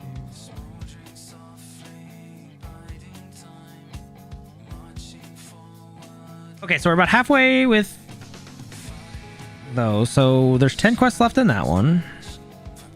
20, 26. So 56 quests roughly. Not terrible.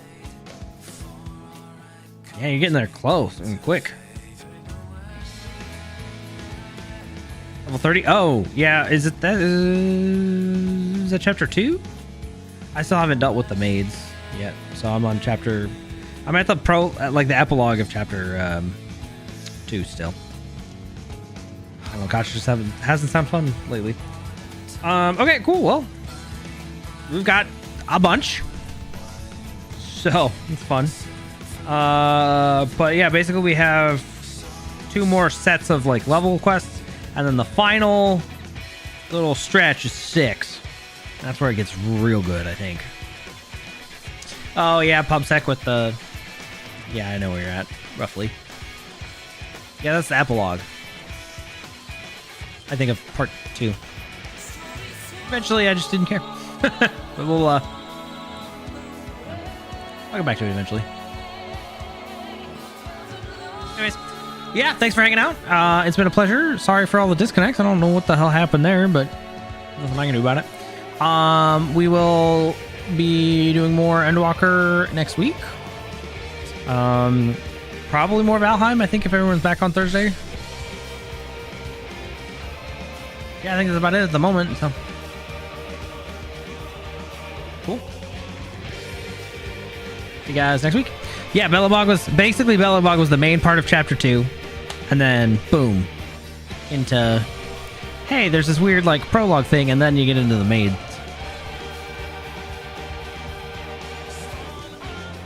Oh. Well, with 3 games going simultaneously like that, you basically have a patch almost every other week. That's crazy.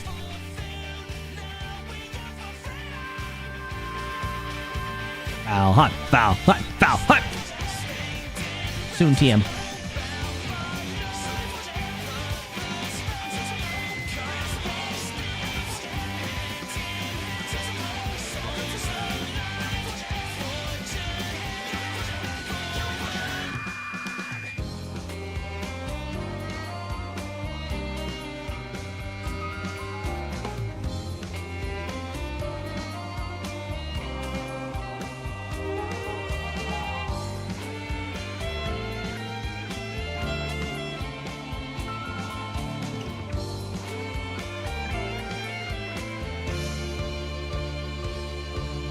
Dang.